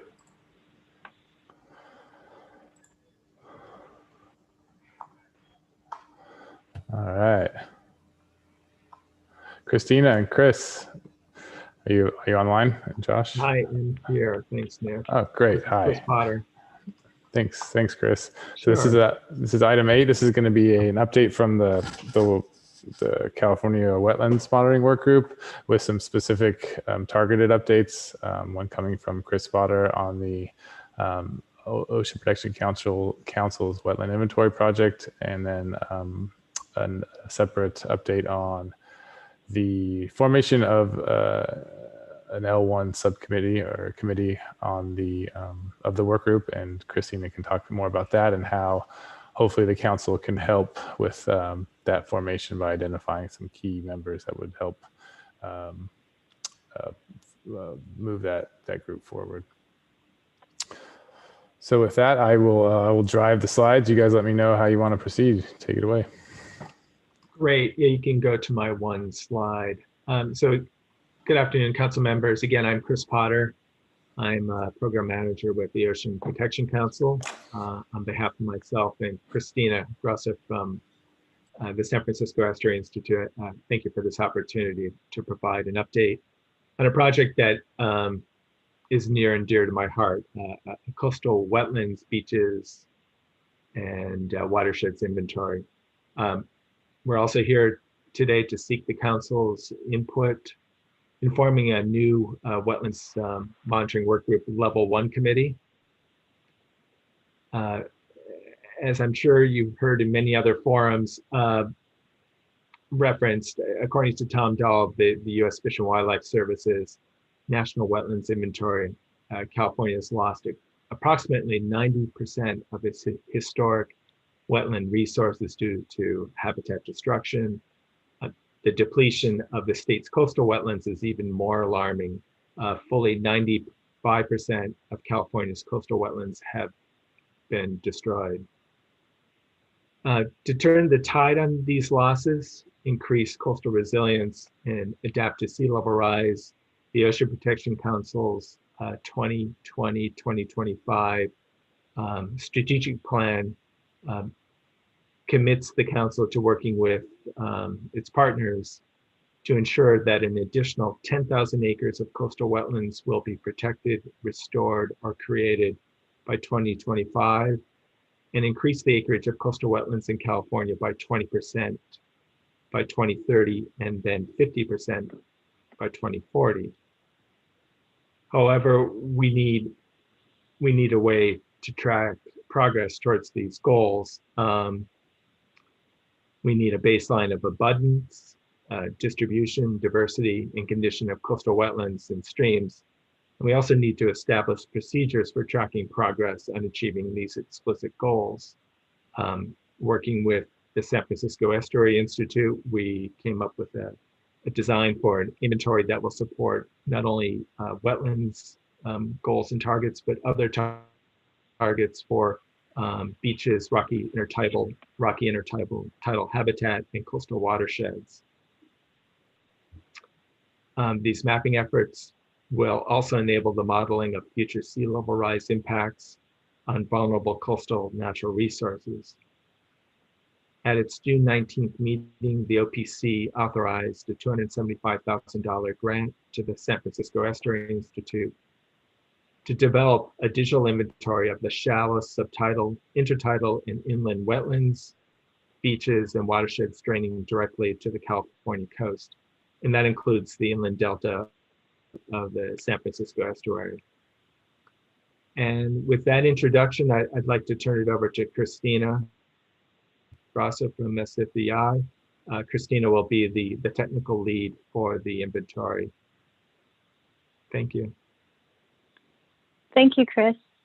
And good afternoon, council members.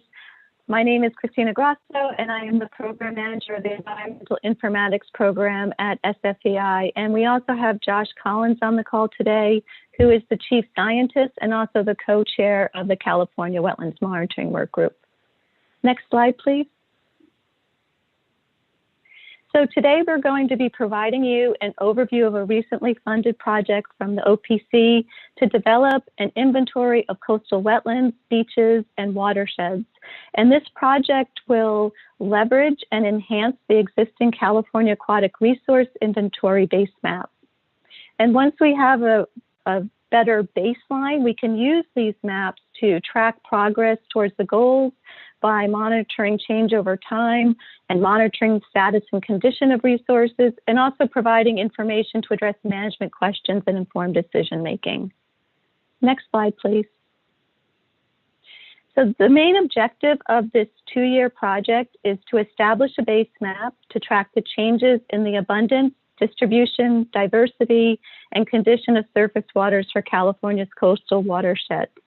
The 4 tasks within this project are to convene a level 1 mapping committee to oversee this work, to compile existing data and generate a new standardized map, to integrate this new map into CARI and the EcoAtlas visualization tool, and then to develop dashboards for the OPC to help track their goals that are laid out in their strategic plan. And I'll go over all of these tasks in a little bit more detail. Next slide, please. The geographic scope of this inventory will extend from the shallow and subtidal to the headwaters of the 44 contiguous coastal Huc-8 watersheds from Mexico to Oregon, including all the estuaries, as Chris mentioned. And it's also important to note that it will include eelgrass and the intertidal zone, which are new habitat types for the California Aquatic Resource Inventory. Next slide, please. So this project really provides an exciting opportunity to form and convene a level 1 mapping committee of the California Wetlands Monitoring Work Group. And due to the geographic scope of this project, there really is a wide breadth of expertise that is needed for this project. So some of the expertise that's needed are scientific expertise in wetland plant and animal ecology and wetland hydrogeomorphology.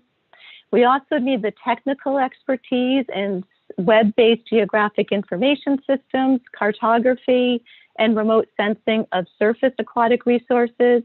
And this is also a great opportunity to bring in experts on artificial intelligence and those groups that are improving and enhancing automated mapping techniques. It's also important to have expertise in engaging communities-based organizations and tribes, having the expertise in community outreach and involvement, and then also the knowledge of natural resource management and traditional ecological knowledge.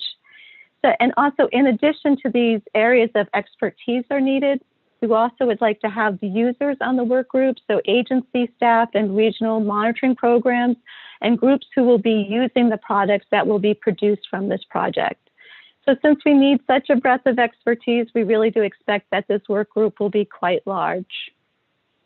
Next slide, please. And we understand that there are numerous work groups and committees, and so we're proposing a structural framework for how to coordinate and align these efforts in order to ensure that we have comparable maps of the abundance, distribution, and diversity of wetlands, and also that we can have comparable assessments of wetland restoration and protection projects and regional programs. So if we could start at the top of this diagram, the California Wetlands Monitoring Work Group is just one work group within the Monitoring Council. And the CWMW guides and oversees the Level 2 work group and will oversee and guide the Level 1 mapping committee. And members from statewide scientists and technologists, as well as representatives from regional wetland monitoring programs, will also form the representation on these work groups. So for example, there's the Bay Area Regional Monitoring Program. There's also the Wetlands Recovery Project down in the South Coast. So it's important to have representation from these larger wetland monitoring programs. And then as part of the TACs or the technical advisory committees or the subcommittees of these regional programs, it's important to have representatives from the local wetland habitat projects and mapping projects. And the idea is really to hope that by having these levels of coordination, that it will facilitate the flow of information from the local and regional scale, and then align efforts statewide so that we can produce these comparable maps and assessments. Next slide, please.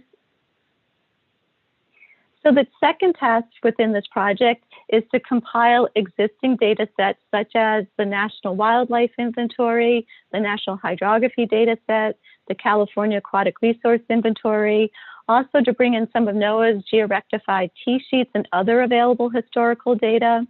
We also want to use vegetation mapping, for example, from VegCamp and CalVeg, and any relevant regional data sets. And these data sets will be used to generate a new map with a common classification system. Next slide, please. So these data sets will be crosswalked to allow for regional differences and then standardized according to the California Aquatic Resource Inventory mapping standards, which will then need to be revised as part of this effort to accommodate the new coastal habitat types.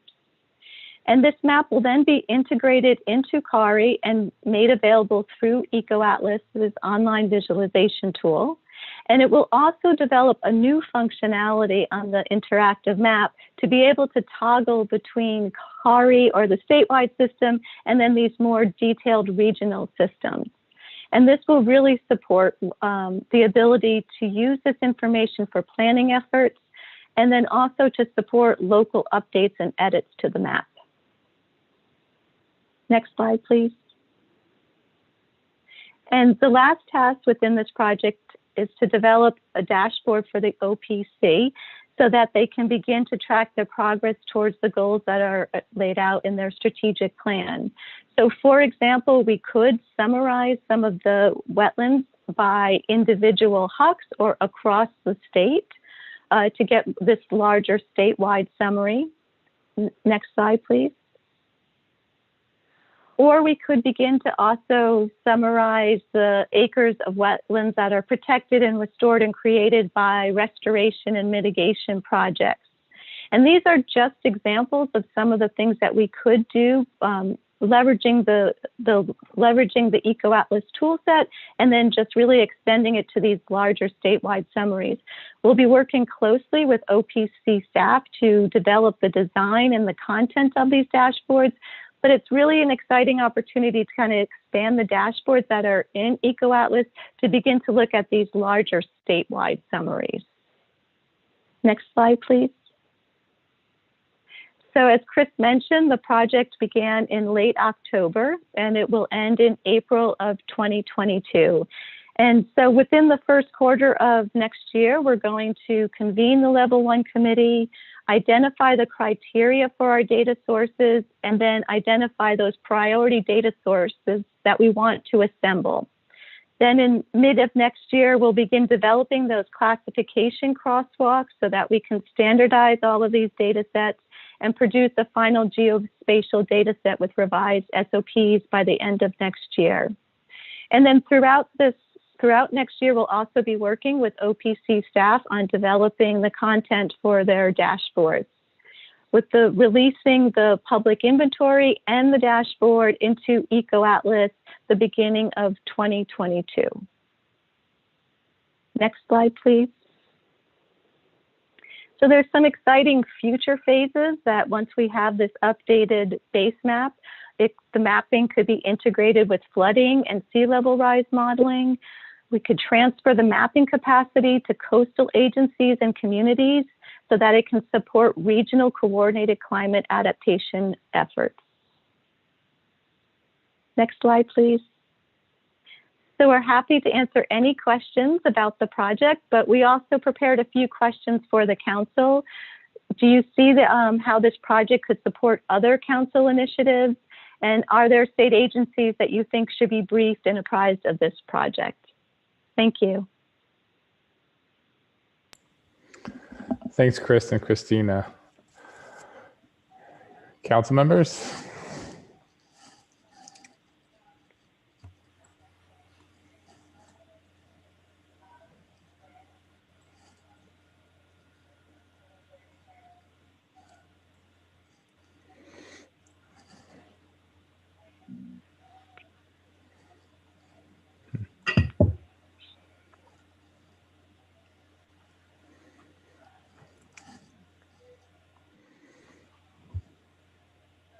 Terry, I see that you're... Well, I would say this is a very ambitious project, and if the, the wetlands group wants to work on it, I think we should support them on it. I know that doesn't answer the questions, but just giving my support for the project. Thank you.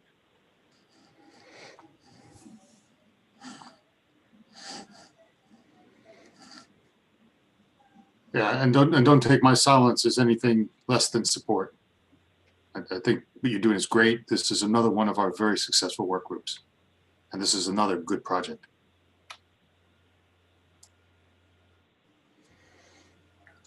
Are there other agencies or sectors out there that are represented on the council that you guys think would be open to hearing more about this work and the geospatial work that the Level 1 community is working on, and with the hopes that they might want to participate on it? Well, I would just add, just a question to Christina, if folks from EPA have been involved in this at Region 9. Is like Melissa Shani involved in this, or? She's a co-chair on the work group. Okay. Yeah. Good. And also Joe Morgan has been involved in the Delta Aquatic Resource Inventory, so he is aware of some of these mapping efforts.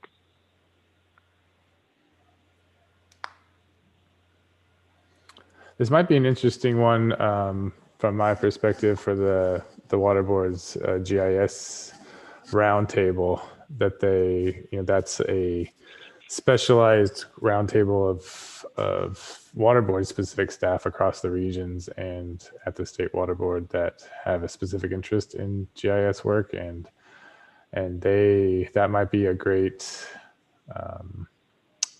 audience to share this work with, and to see if at least at the water boards there are regional and or state board staff that want to engage more directly and consistently on the level 1 committee.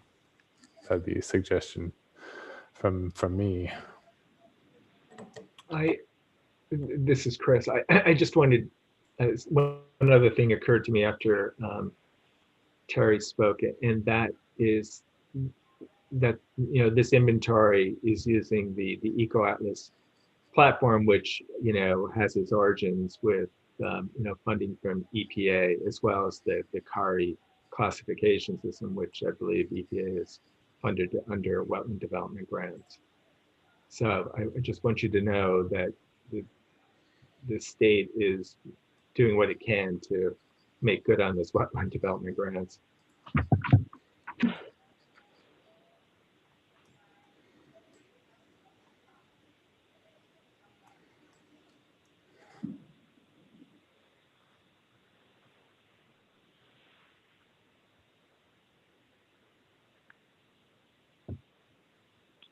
All right. Well, yeah, again, I think that, and I can reach out to Jeff Capellas in the GIS unit who organizes the roundtable. There might be another staff person now that does the specific agendizing of the roundtable, but I think that'd be a great group from the water boards side that allows for contact with all the regional board and state water board GIS experts that are working within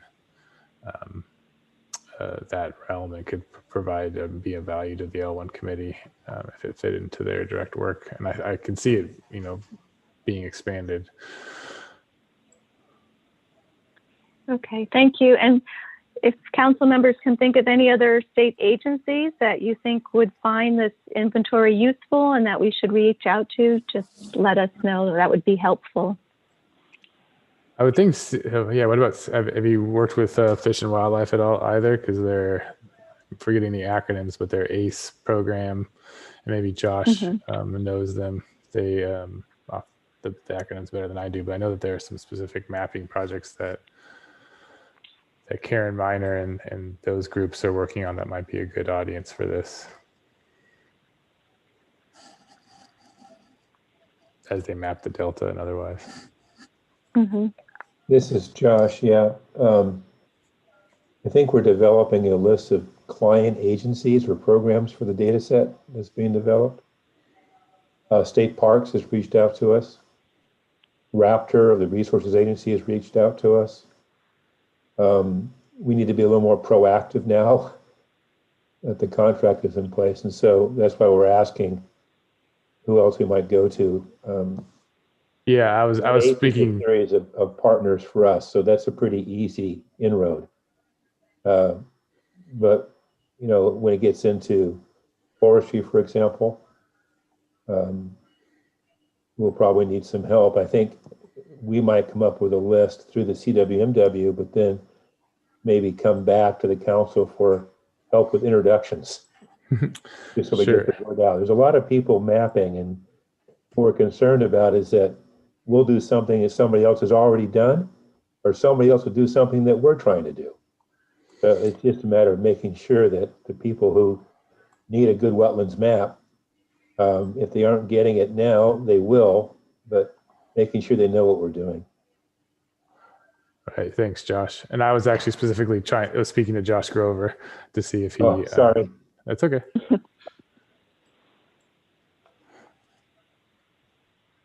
Josh, I see you unmuted. Josh. Hey, can you hear me now? Yes. Okay, I was having audio problems, I guess. So this is Josh Grover, CDFW. I don't have, direct knowledge of exactly, if you've reached out to anybody or what you're looking for. But Nick's right. Probably the point of contact would be Karen Miner, who works in our biogeographic data branch. And I don't know if you have her contact. Christina? I don't. So if you could maybe put it in the chat, that would be great. Thank you. Thanks, Josh. And then in response to what you were saying, Josh Collins, it spurred, when you said forestry, it spurred another effort that I'm not sure what the status of it is, but it was a big thing last year, this CalMaine thing, which was all about a lot of different mapping tools, and it was bringing in forestry and CAL FIRE.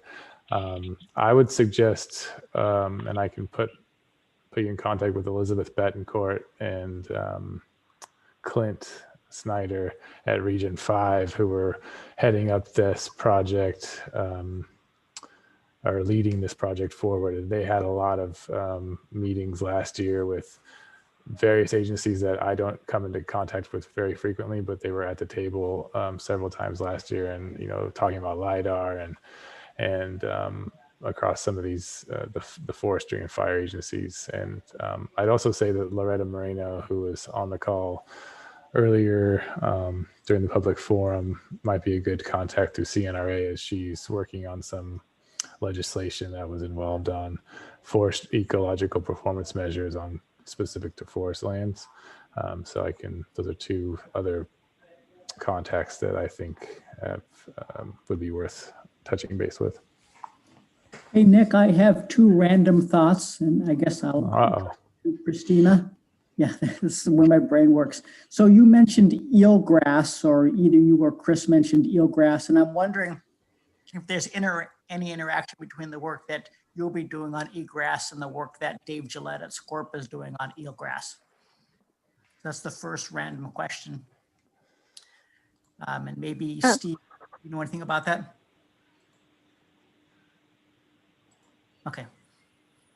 And then the second random thought that I had was that the OPC is funding some work to evaluate the effectiveness of eelgrass to reduce carbon emissions, and I was just wondering what the interaction between those two projects might be. Yeah, no, thanks, Terry. So the inventory will be a critical part of will help inform an action plan yet to be drafted. So that was one thing I didn't mention during my talking points, but the OPC's 2020-2025 strategic plan commits the OPC to doing a number of action plans. One of them is around that would include eelgrass, and this inventory will really help us set goals and and create actions to get to those goals.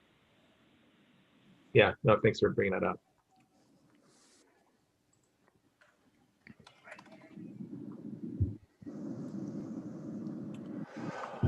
Well, thank you for making the presentation. And as I'm putting some stuff into the chat to Christina, some context that I brought up, but if as council members, if things come to mind after this call and there's some specific context that the CWMW could leverage, we will definitely share those. And I think it's a good idea too, is once the work group has some sort of draft or what they think is a good list to see if, run it by the council to see, okay, yeah, these are great, but you're missing this person from the list. That'd be valuable too. So.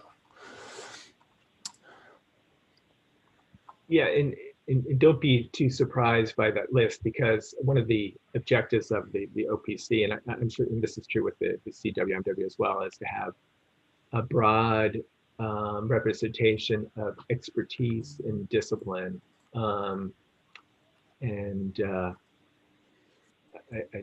We've come up with a preliminary list already, and it's a long list, but it's an impressive one. Mm-hmm. That's great news. Well, yeah, and even if you want to share that preliminary list in the meantime, that's great too. Great. Well, great. Thanks. Well, thank you for your time. Both. Yeah, thank you. Thank you very much for this opportunity. Thank you. Have a great day. Bye-bye. You too.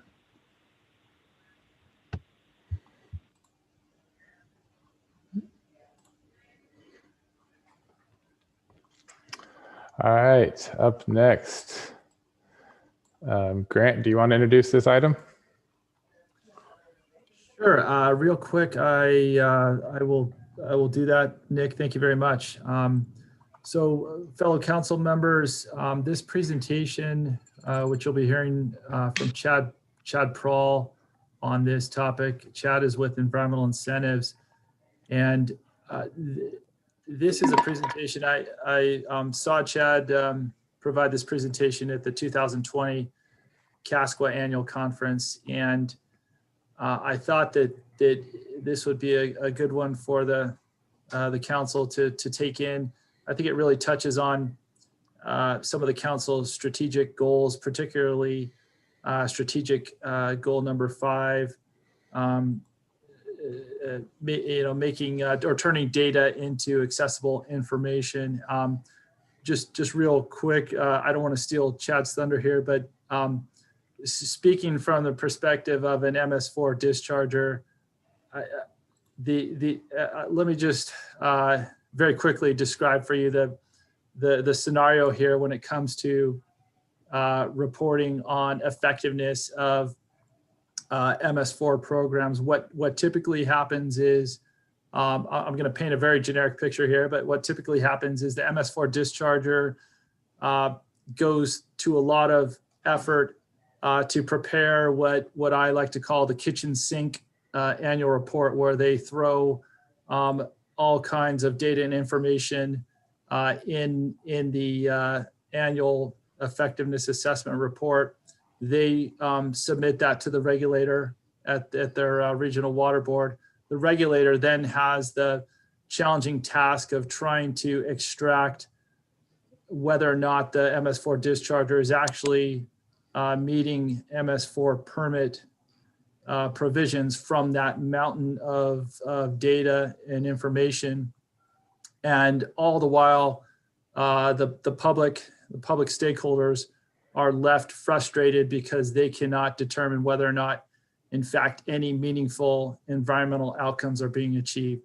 So with that picture painted for you, we thought this presentation from Chad would help maybe paint a different portrait or picture of what could be possible and how we might be able to transform that into a paradigm shift that would hopefully resolve some of those frustrations. So with that, I'll turn it over to Mr. Prawl.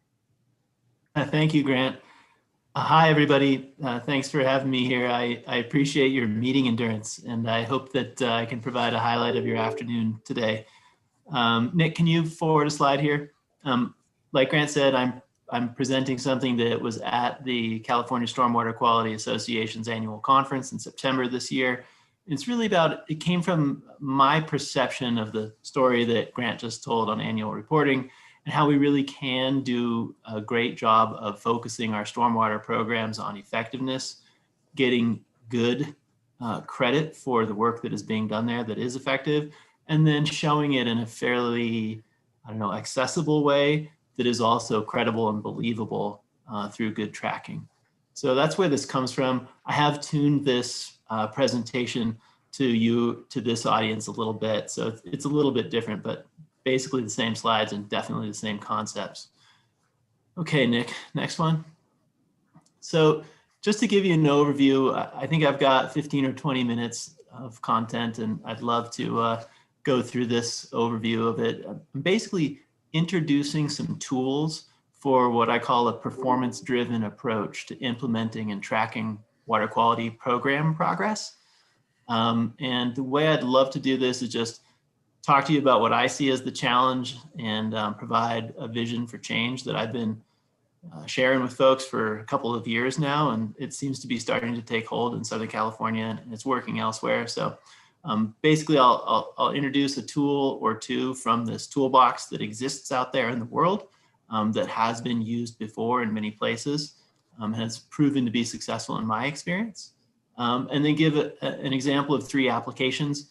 And hopefully through those examples, we begin to evolve into a conversation and have questions and just chat. So maybe give me a few slides just to get the basic ideas out there, and then I'm happy to have people jumping in.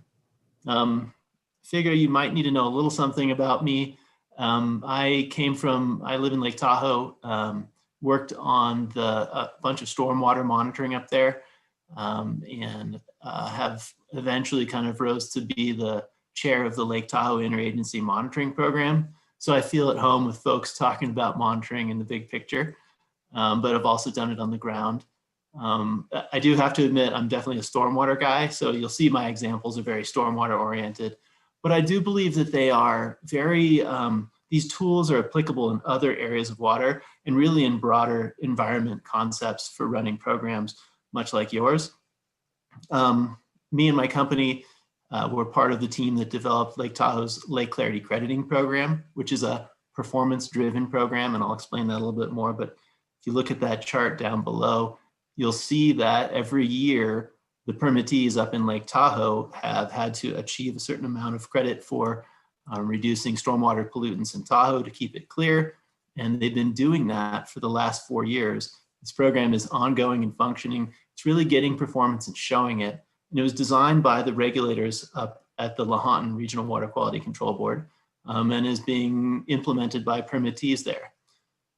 Since that program seems to be working pretty well, I've been working down with permittees mostly in the Southern California area, doing a cost-benefit analysis for bacteria that's a lot of people have heard about. And I've been also helping with performance-driven programs for implementing stormwater BMPs on private property, and giving incentives for private property owners to quickly do water quality projects on their own land. So that's kind of my background. Nick, can we go on to the next slide? So here's what I see as the challenge. Regulators and the public want numeric information about implementing programs in the stormwater world and protecting watersheds. They also need conditions information, and all that stuff is desired by these audiences, but needed also for good program management. So if people can understand where they want to put their resources to do the most benefit for the dollars that they have. And, you know, as much work as this group and me and a lot of folks have done, there's still all these inefficiencies in the way we collect water quality data and try to get it out to the world. And it's just expensive. Sometimes it doesn't tell us what we hoped it would. And there's valuable knowledge in there that just continues to be missed. It just goes unused. The last thing is, and this is more for what Grant already spoke to, annual reports, they're just a huge effort and they're hard to review. The regulators still have to make judgment calls in compliance, and it's even questionable how many folks can read or access them at all. So that's the challenge in stormwater reporting. I think that applies in some other places too. And the vision that I'm bringing is on the next slide. And that's really this idea of performance-driven programs. Nick, can you kick it forward one? So this big picture vision is around promoting a clear understanding of the linkage between the projects and activities that are being undertaken by programs, and then the outcomes that are truly desired by the public. And having that good clarity of the logical connection there is very important. There is also this need for performance metrics, for numeric ways that we communicate how well we're doing and how far we've come and how far we still have to go. In addition to picking good metrics, you need to have methods behind those backing them up, and even calculation tools to keep them consistent over time. So ways you do it that don't change much. And then of course, you definitely need to be able to track and report using data protocols that are open, and dashboards that are accessible to many audiences and credible to them. So when we have these 3 components, then I like to call that a performance-driven program. And you know, having performance gets you focused on what you really need to do, get you credit for the good work you do, and lets people appreciate that it's worth the investment in these programs over time. Next slide, please. So there's lots of ways people have invented to create performance-driven programs. Over 15 years, maybe 20, I've gotten to the point of thinking that this approach from the open standards for the practice of conservation is the best way to do it, or at least it's very applicable and is a nice starting point to have a vision that people can buy into. And they just changed the abbreviation from open standards to conservation standards. I do really like open standards because I think it goes beyond wildlife conservation, but it is a way to plan, implement, analyze, share, and assess the effectiveness of many types of programs. And the open standards are used by Department of Fish and Wildlife in California. Also the Puget Sound Partnership, which is a science-based reporting and funding organization up in Puget Sound in the Northwest. Agency for International Development is using it not just for their water programs, but for all their environment programs. And they're even trying this approach with emergency response and democracy protection programs. It makes me nervous to see them doing it, but we're helping USAID use the conservation standards for a very wide range of programs.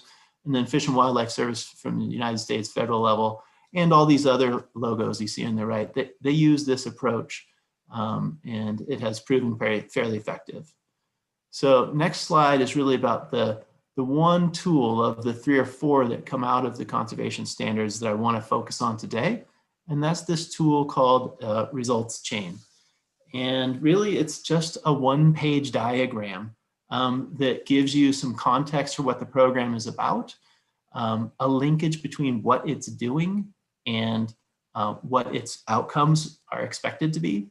And then also helps you do a map of those things and overlay the metrics on top of those so you can see why the metrics are important. So I'll probably spend a few minutes on this slide here. And it's pretty simple and pragmatic, and that's the idea. This approach is used for water sanitation programs in Africa.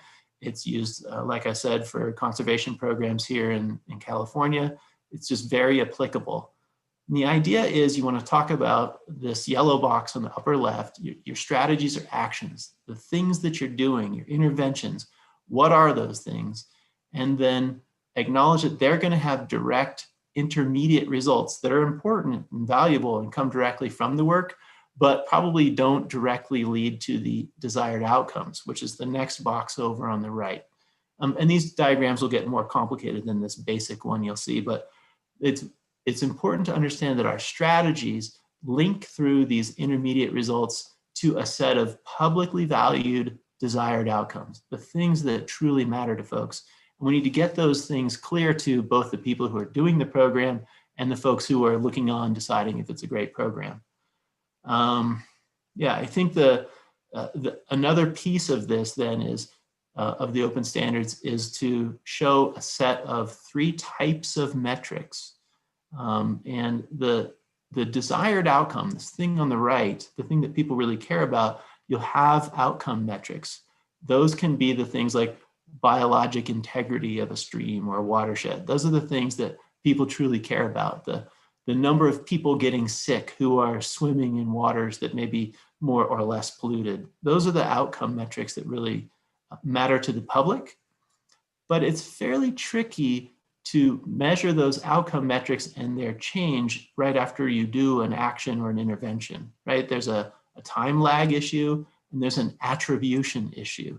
So you want to skip back over to the left side of this diagram and think about input metrics. And these are pretty basic, simple things that are easy to measure and plan, like your resource inputs. How much human power are you going to use here? How much capital is going to be invested? These are the bean counting metrics. In the middle, though, is a place that I think is the sweet spot for judging the effectiveness of a program, and that's in these output metrics, or sometimes called performance measures. And I know that Grant likes to think of them as performance measures, so I'll try to use that as my main thing. And the performance measures are very useful because they are something that is controllable by the implementers of projects and actions.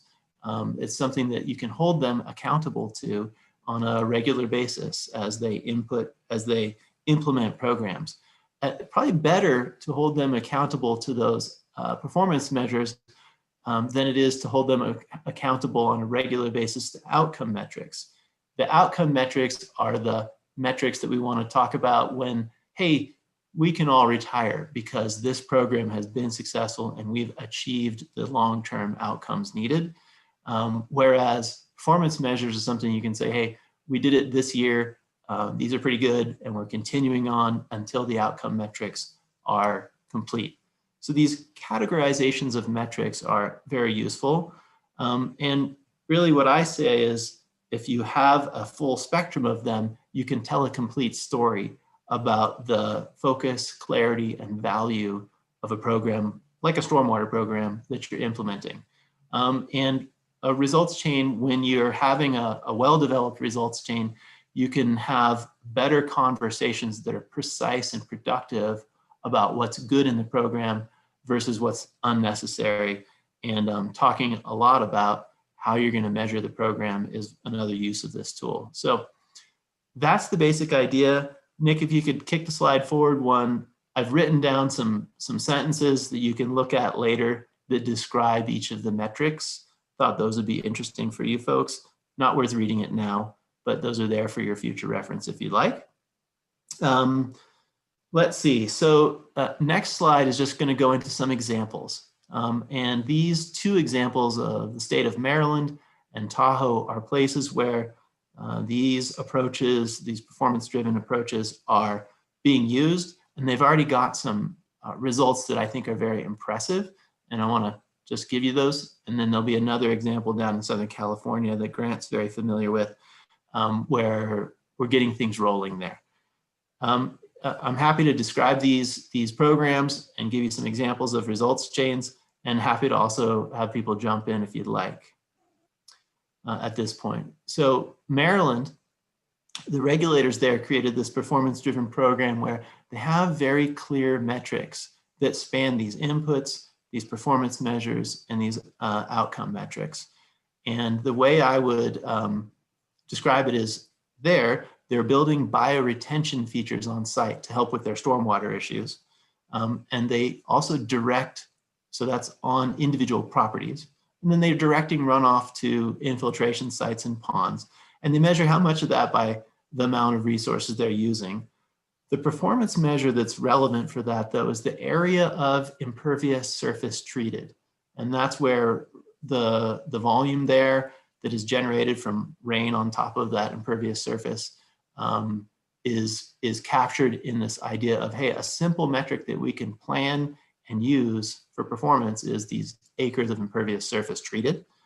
And that's actually in the permits for Maryland. They have to treat a certain percentage of their impervious area in any jurisdiction. Furthermore, they can model the load reductions of nutrients and sediment there in the Chesapeake Bay from the acres of impervious surface treated in the land use types. So they use a modeled metric, which is quickly measurable as a quickly measurable estimate, and is something that they can hold themselves accountable to over time. All of this doesn't really matter, though, until you have marine habitats that are healthy and productive in the Chesapeake Bay. And those are measured in a couple of ways, one of which is acres of submerged aquatic vegetation, and also their blue crab harvest, which is a productive resource for them. So their permits have compliance pathways around performance measures, but also the outcome metrics, the submerged aquatic vegetation. I think that's a great model to use. They also have the CAST watershed model, which is used for crediting the incremental benefit of an individual project, so they can maximize that on a project scale and also talk about it on a watershed-wide scale. It allows them to do things like compare projects and decide which one is more effective for the amount of cost that's there. So that's the setup in Maryland. The outcomes there on the next slide are told in kind of two counties in Maryland. In Anne Arundel County, they have about half of their impervious surface acreage treatment completed, still have to go. But when they have that well-defined performance measure, and they also have this model that they can use to predict how effective the project will be and how much treatment can be done, they've been able to outsource some of their implementation in a pay-for-performance contracting approach. And they've been actually seeing costs drop precipitously on the typical cost per acre to treat these impervious surface acres and comply with their permit requests from around $75,000 to in the $20,000 to $25,000 cost range. So substantial benefits of having more compliance, more benefit for the dollar that you have available. So that's in Anne Arundel County. In Prince George's County, they have the Clean Water Partnership, which is kind of the poster child community-based public-private partnership in the nation. And there, they have actually already achieved and certified the required number of acres. What I want you to see, though, is that with this performance-driven program, the budget down below, they had intended on a budget of $210 million. They have actually achieved their requirements for $166 million. Quite a bit of savings happening because they've got this performance-driven approach, which is very focused, gives clear rationale and tools and methods for compliance. It just makes it a lot easier for them to be clear about what they're doing and the value that they're getting. So that's the Maryland example. Next one is in Tahoe. You can hit the slide, Nick. Here's a slightly more in-depth results chain. And this is about the stormwater program that I'm most familiar with, where the real strategies are around controlling urban stormwater on the left here, infiltrating runoff on site, retrofitting roads, targeting traction abrasive applications, so that's sanding the roads and making sure we clean it up, and then treating runoff in regional projects.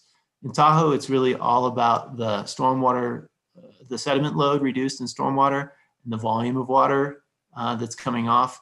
And if they can achieve good cleanup of those types of pollutants through those strategies, then they'll get a reduction. They'll achieve their milestones for load reduction, which I showed you in a graph earlier, and then have less sediment and nutrient loading to Tahoe. Here you can see that the metrics are on the right for outcomes are Secchi depth, the periphyton density, and the nearshore turbidity. There's really just a few performance measures they use, and that's through a modeled set of load reductions that are all in the pink triangles.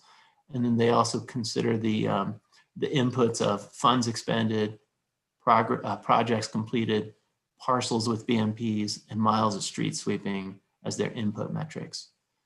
Next slide, please.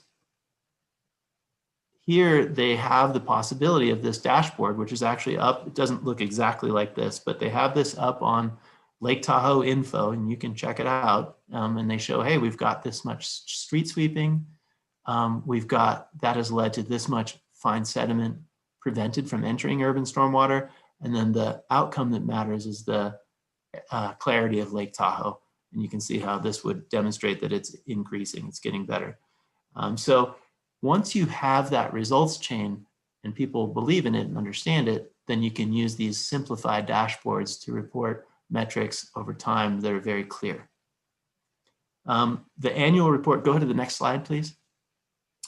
The annual report for Tahoe is really, for the TMDL, is really fairly simple, relatively.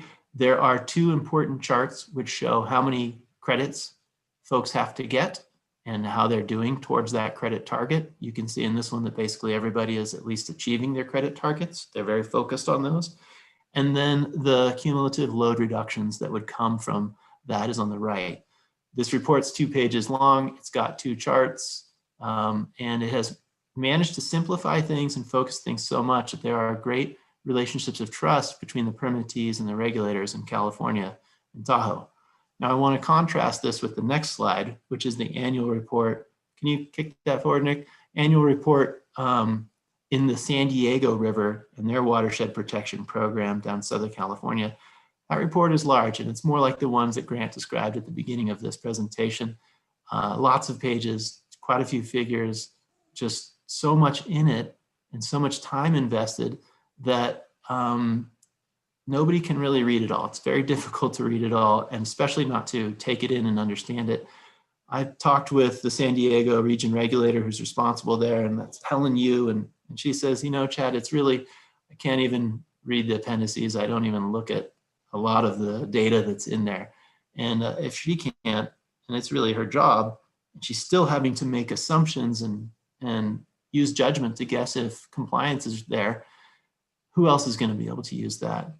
And then it's multiplied so far by, hey, there's 10 of these watershed management areas in San Diego and another one up in South Orange County. So it's just an impossible job for Helen to do that annual reporting. So we really see that there's a possibility of a much shorter, performance-driven and focused report if you have this approach that I've been showing you. I should wrap up pretty quickly. Can we go on to the next example? So here's where we're just getting going with this approach, and it's in Orange County, and this is why Grant knows about this. I'll just show you their results chain in their dashboard real quick. Next slide, please. So a little more sophisticated results chain here. I probably shouldn't go through all of it, so I give you guys some chance to talk about it, but basically they are mitigating upland impervious surfaces by putting the water back in the ground there so there's less runoff. They're delivering in-stream projects to do restoration, and then they're monitoring and assessing to make sure that they're getting the best opportunities restored. And by the way, they have 3 big highest priority water quality conditions there, and this one is about channel erosion in streams. Really, the nice thing about this results chain is it was actually used to help come up with the metrics that are going to be reporting Grant's program. And what you see in the core of it is the area of impervious surface is the performance measure, and then the lineal feet of stream channel restoration. The lineal feet is actually in the permit that the Grant has to comply with. And then we know that we're going to keep doing a certain amount of linear feet of channel restoration through each of these stages. We're going to keep going on that until the stream processes have been improved to the point that our stream quality indices for flood risk, for infrastructure protection, for habitats, and public recreation have reached the index values that have yet to be determined, but are coming eventually through bioassessment and other techniques. So this example of a results chain was really used to show how we sprinkle the different types of metrics and pick good ones across the full spectrum of the program's effects. Last slide, I think, is really the potential dashboard that could be reported, similar to the one in Tahoe where we say, hey, we've invested this much. We have these many linear feet in progress. Some are constructed, some are having permits, some are secured funding, and others still need to be figured out. And then, yeah, we're having this index of water quality getting better over time. And when you can show a simple dashboard like this, folks can get behind the program, can support the program at a public or a basic level, but then folks like regulators are going to need to be able to look back behind that and see, A, that there's a results chain or some rationale of the cause and effect linkages that make sense between these metrics in the dashboard, and also that there is adequate backup for the calculation methodologies behind these. So really, I think I should slow down and start letting you folks talk. Hopefully I've said some things that are interesting enough to spur some conversation. And let me stop there. Actually, Nick, go to the last slide. Just trying to encourage you guys to think about how you might use this. This is my summary at the end of the presentation here, but that's what I have. Any thoughts from folks in the group? Thanks, Chris. Or Chad, sorry. Yeah, Chad, this is Brian Lawrenson. I just had one comment to kind of lay on top of what you were outlining too, a kind of a key point from the MS4 perspective. A lot of times, I think your focus on performance measures is really an important point, especially on those annual cycles. I think one thing that's always been difficult with stormwater and reporting is on the outcome metrics. A lot of times, these are going to be TMDL related or some kind of water quality objective achievement. And there's natural variability in stormwater, and showing trends and getting to outcomes with real statistical robustness can take decades. In some cases, we're talking about, these land use changes that take a long time to implement because they incorporate private property and things like that. So this focus on performance measures is a real practical element for MS4 programs. It's something that they can focus on, and as long as they can tie it successfully to some of these outcomes, it's a real important feature of successful programs. Thanks, Brian. Yeah, I really see that tying our actions to our desired outcomes as an important feature of a results chain. And if you look at a results chain and you believe every step, then maybe you'll allow a little longer for a program to achieve those outcomes. Maybe it'll just make sense that we can keep going through that time lag or through that attribution challenge. Yet still, we do need to have accountability for those intermediate results that people should be held accountable to, and showing that they are doing some work. That's important too. So both of those needs, I think, get included in this, can be helped with this tool to some degree. Now, here's the dark side, which is if you don't believe somebody's results chain, then you need to start having a conversation. If you can't explain what you're doing in a one-page diagram, then some detailed conversations that can be conflict oriented happen, but it sure is better to do that up front than just to wait for 10 years or however long before you start talking about it. Thanks, Chad. I have a question in the comment box from Paul Han, who's our program manager in the Division of Water Quality over at Non-Point Source, and also a wetland work group co-chair. And he's asking if you have any examples of where this might have been used for non-point source control or wetland restoration. It definitely applies there, Paul. No doubt about it. There actually is in the handbook for the conservation standards. Sorry, I mix up between calling them the open standards and the conservation standards because they just changed the name. But there's actually a wetlands results chain in there. And not that it's technically correct, and every results chain is a little bit different for the location that you're doing it in, but they work at scales from, project and individual watershed to like programmatic for a region to national. And I've seen them used all those different ways. And definitely, it's non-point source stuff in Maryland where it's happening. Thanks, Chad. I thought this presentation was important, just kind of and leading into our next item, which is just when we're talking about these input metrics or strategic actions, that we're thinking about the outcome as well as the output metrics. So this even basic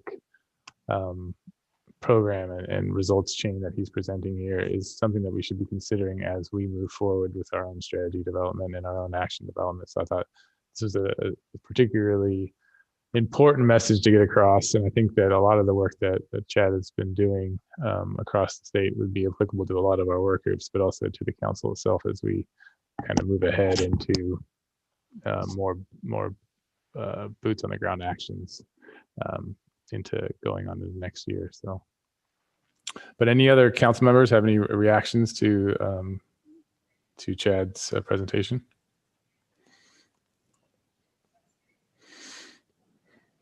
Yeah, real quick, Nick. I just wanted to thank Chad for the presentation, and I really truly believe that this is that this vision has some great potential for increasing the transparency and making the information that we're reporting more accessible, and also building more trust and within not just between the MS4 dischargers and the regulators, but also building and establishing more trust with the public stakeholders as well. And right now with the current system, it's really hard to get that sense of transparency and accountability,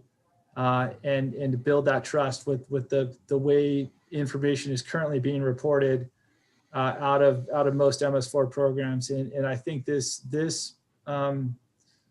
vision that Chad has, it has the potential to turn things around and build in some of that transparency, accountability, and trust. So, I would appreciate support from the council any way that you as council members, if you think this is an approach that might have some potential benefits for your areas.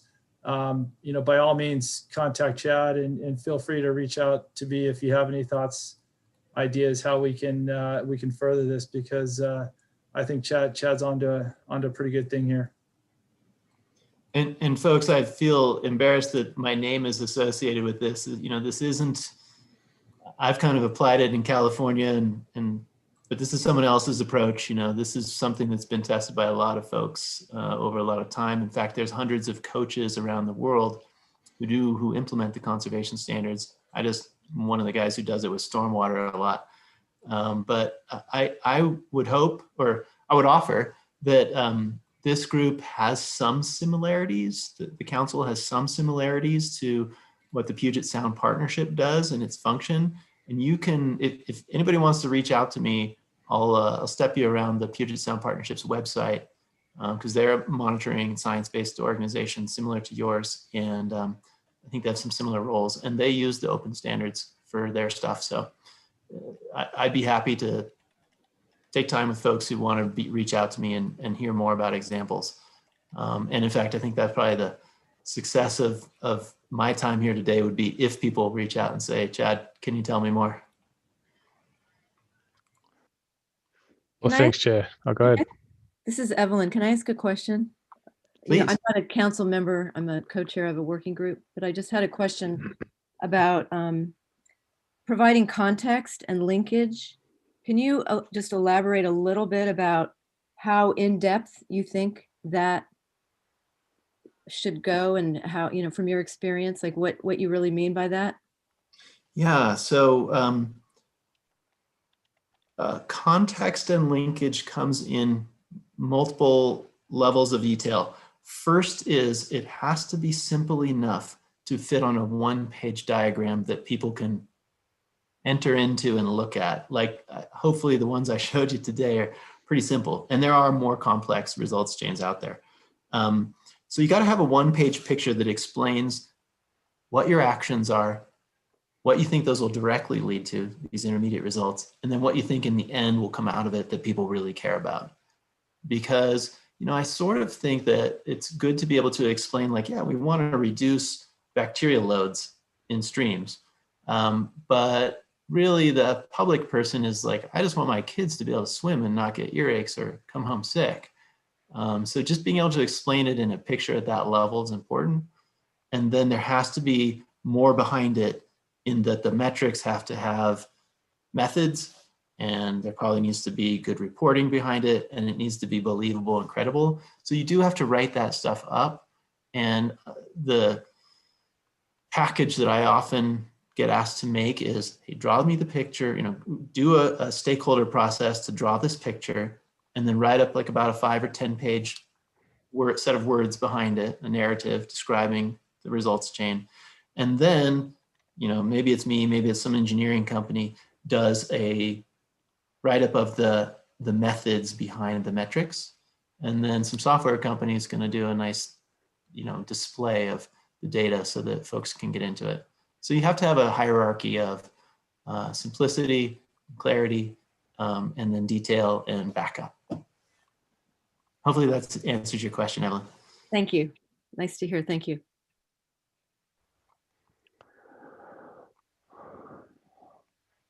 Well, thanks again, Chad. I appreciate it. And thanks, Grant, for introducing Chad to the council. And hopefully we'll be in touch. I see some direct linkages to some of the work being done at AB 1755, but I also see some with the work group. So I'm hoping that there'll be some taking advantage of your coaching and moving forward. Thank you, everyone. Appreciate your time. Good luck with the rest of your afternoon. You too. Thank you. Oops. Some more. Okay. To our almost our last item. Let's see.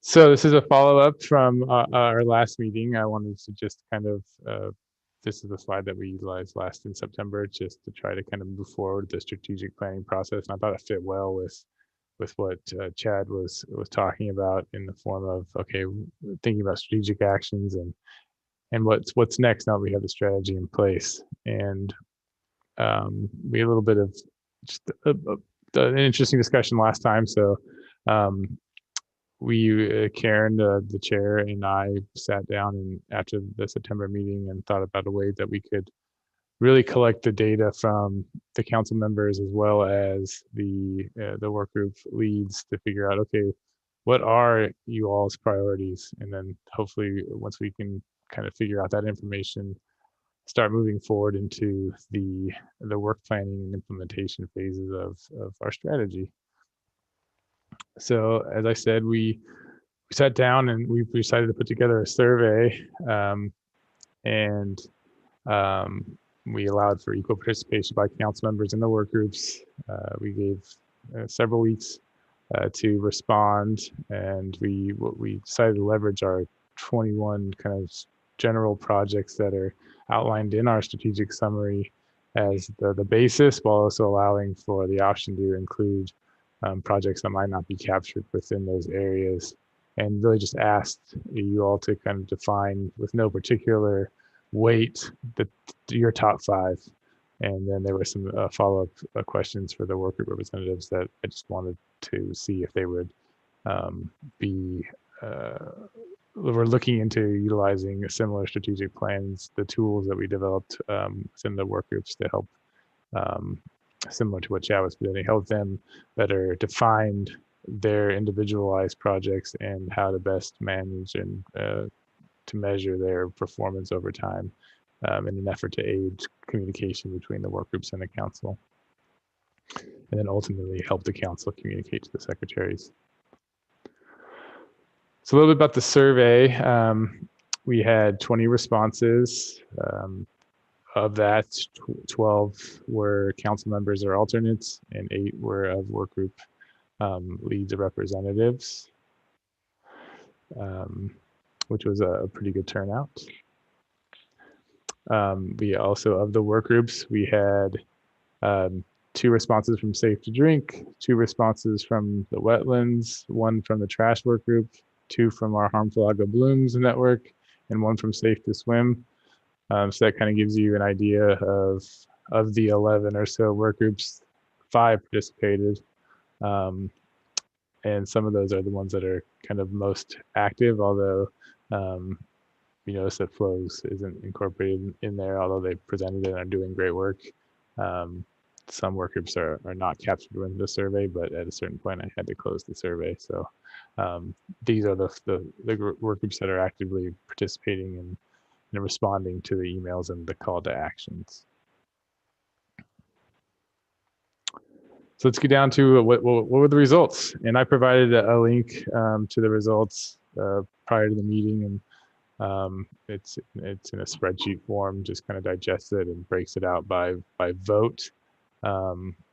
These are the top 6 just based on the votes. I would have done less, but there was 3-way ties and 2-way ties, as you can see.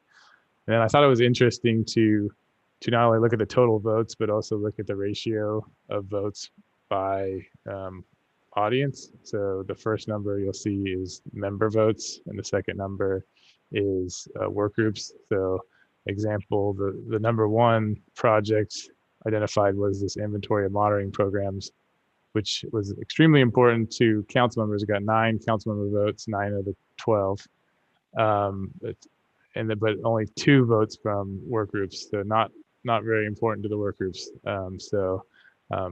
Just something to keep in mind as you look at some of these projects. And you can see that the 2 tied for second are pretty well diverse as well between the prioritized for the work groups and the council members, which is good to see. And then some differences down below with the tie for third, with some flip-flops of 5 to 1 and 1 to 5. So just something to keep in mind when looking at the ones that garnered the most votes. I thought it was important to as I mentioned, there was an opportunity for participants to include actions that they didn't feel were captured by the options there, and these are them, which is fine. This was a one that was following up on the presentation by the Environmental Lab Accreditation Program last in September, and the project that was presented there about helping with methods development process and navigating the process of developing a method and getting it accredited and validating it, and all of those steps in between, and how the council could potentially fit in there. Communication and coordination is a big topic, which is a little bit of captured by some of the discussion we had with the environmental flows framework, and communication is something that's been identified as a goal of the council to improve that. And I think that includes not only the internal communication between the council and its work groups and the council and the secretaries, but also, elevating and publicizing the work that the work groups are doing, and helping to increase participation from entities not already participating on those work groups. So that's an important project that's pretty much been ongoing, but maybe hasn't been completely captured in the actions already identified. And then developing new monitoring technologies. That's an interesting one because we're not necessarily developing anything as a council, but certainly keeping our collective ears to the ground on emerging technologies, I think, is definitely something that we are doing as a council, which is almost identified in the first bullet here about eDNA and some of these, the wastewater-based epidemiology and those things that are kind of up and coming, how we can get ahead of those before they start kind of veering off down their own pathways. So that was the step one, the priorities, and that's what the data was telling us. And Karen, you can feel free to jump in at any time. I think the next step now is, okay, we've identified these priorities. How do we get to the next big step of action and work planning, and how to implement some of these actions and what it takes to get things moving forward. And in our discussions, we felt that it's important that these priorities need a champion to help move them into the planning phase. And that's really requires you all as council members to pick out the ones that you're willing to dedicate time and resources to work planning and building maybe smaller groups to really start the work planning process and get these things moving. They don't necessarily have to be from the 6 that were outlined from the survey results, but they need to be ones that are passionate, and that's something that you guys are willing to really work towards outside of these meetings, but in between meetings and in the short and long term of it. I can certainly help with the organization and the administrative pieces, but it's going to take some real effort and combined resources from work groups and council members, more importantly, to kind of get these things going. It's important to note that some of these actions would probably be sequential. So, for example, some of the actions like the inventory would need to come before maybe assessing monitoring programs. Like you need to identify the monitoring programs that exist before you start analyzing the effectiveness of monitoring programs, that sort of thing. So that was something that was captured in the survey responses as well. But with that, I think that we're at the point where we've identified the priorities as you all see it, And now we need to identify champions to move them forward. Karen, is there anything? Yeah, and I'll just, yeah, I was just going to add, we were trying to think, okay, so we got our strategy, hoorah, and we've got some things that we said we wanted to do as part of it. Wanted to figure out the best way, obviously we don't have a dedicated resources that we can put to these things. So it seems to be wise for us to start by scoping out each of these tasks in a detailed work plan, because then ultimately we can identify what resources it will take to do that, and from there identify the resources to do it, if we can cobble together, interest and funds or people resources to get them done. So that's where we kind of landed. Hopefully it makes sense. Certainly happy to hear any criticisms or things that we could do differently to move forward, but thoughts, what do the council members think? So here's a thought. Nick, I'm going to give you a piece of advice. I'm also an executive director who reports to a board, and I would never ask the question you just asked of a board that has seen these slides for about a minute and has thought about it for about a minute, because you're going to get random suggestions that come to us in a minute. I think you'd be smarter to identify the things that you think we should do, because we can give you feedback on that. But if you ask us that open-ended question, we give you ideas, it kind of, we're not going to own them, and you're going to get squeezed on them. So I'd rather reverse it. I'd rather hear what you'd like to do and what you think we can be most successful at. And maybe from some of the side conversations I suspect you've had with individuals, which you think you could probably talk people into doing. Well, I think that was the point of the survey, Steve. The point of the survey was to get that short list of, these are the things that the council and the work groups think are important. So that's the list. If you want to go back to that previous slide, Nick. Yeah, I would like to see that. So these are the things. These are the things that the council and the work groups identified as the highest priority items that we put in our strategy. And we've heard a number of times from a number of work group members that the inventory of monitoring programs is particularly important to them. And sure enough, it has risen to the top of the priority list. So here are the 6 items. And at this point, if this is truly the priorities for moving forward, then we need help to flesh these out. These are one-liners. I don't know what is the scope of an inventory of a monitoring program. That could mean a lot of different things, and will mean something different depending on the resources we have to put to it. So I like that, Karen, because now it's a different conversation. It's not a, what do you want to do? It's, okay, this is how you all voted. I'm prepared to support you, speaking as Nick, to help implement those, but I need a clearer idea of exactly what this is.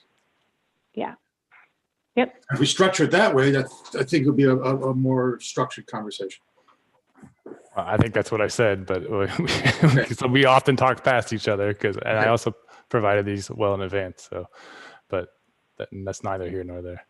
So I want to thank Nick for mobilizing the survey so quickly. Steve, your comment was what I commented in September, that I didn't think we were ready to throw out our priorities because we needed that feedback. So Nick and Karen quickly mobilized with the survey and put all that together, and I think it's very useful. So thank you for the work to do that. And just a couple of comments. I think the difference between the work group and the council on the top priority number 1 was what Karen was talking about. You can't look at the survey and know the nuance of this item, but if we've been involved in this, we kind of know there is actually more description in some of our documents for some of these priorities, and that can help guide. But we need to make sure that we spend our council meetings listening to presentations, updates on the work groups, and a lot of those presentations fit into these priorities. So we need to see where the existing work that's already being done fits, and then leverage that as part of what we're doing, and also identify the gaps and what's possible steps with whether it's the work group or working with external groups or what have you. So I just wanted to throw that out there, that I think we're making good progress, and we definitely need to work closely with the work groups, because they will be a lot of the boots on the ground.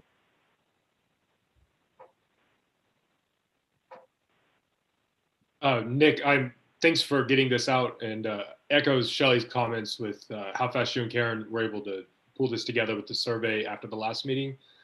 Just one idea for moving forward would be perhaps kind of like you do now with the action items, having this recurring check-in each meeting. I can imagine these being the types of things that we'd want to begin to track.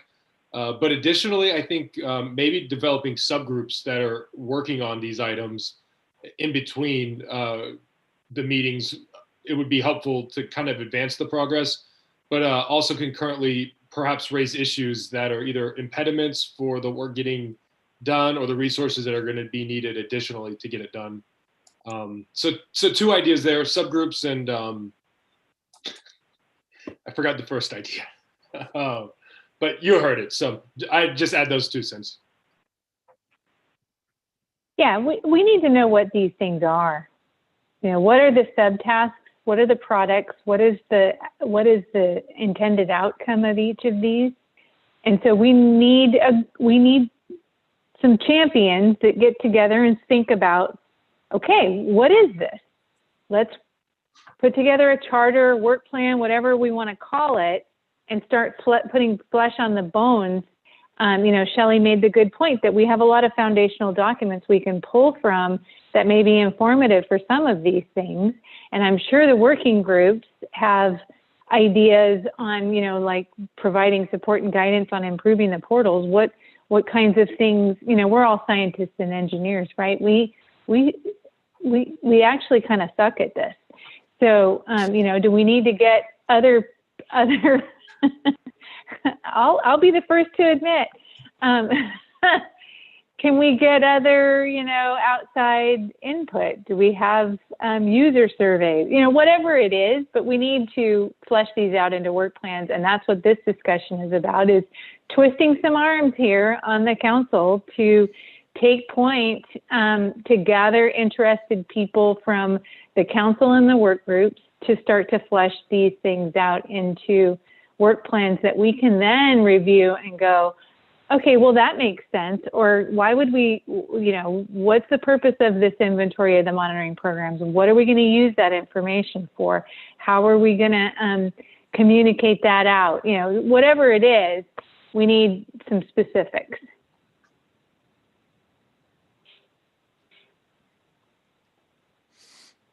We can go back to the votes and identify which ones of you voted for these things, and we can tag you separately.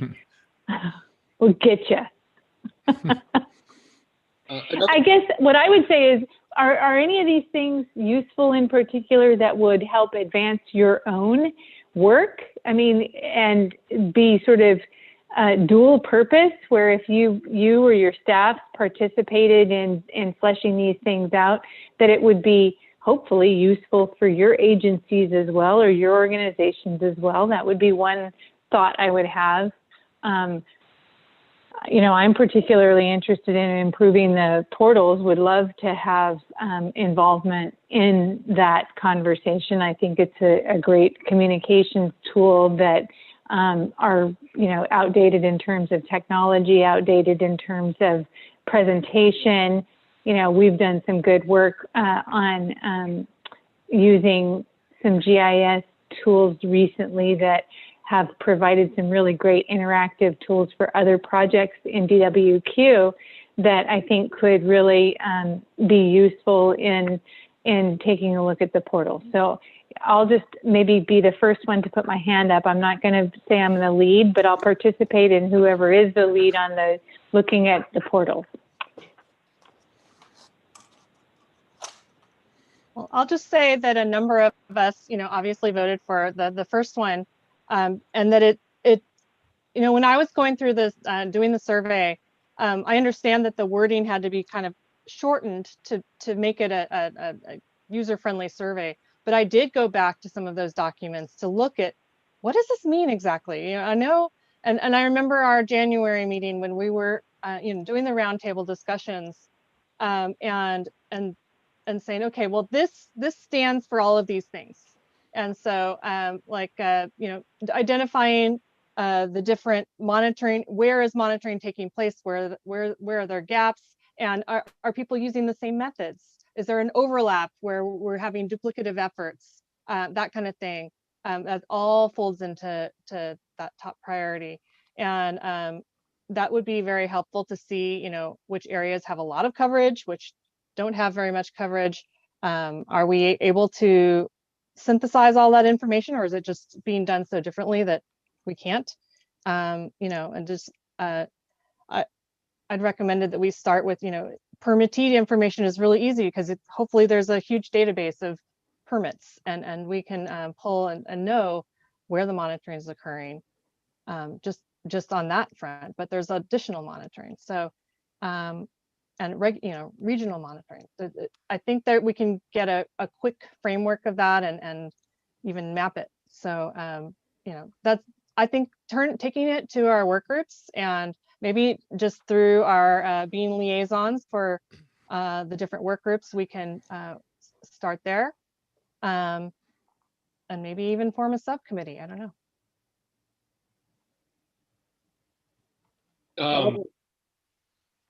Sorry, this is Jay. I have a sort of high-level comment relating to the first priority and the disparity between the voting by council members and the work group representatives, and wondering if that bears some more discussion.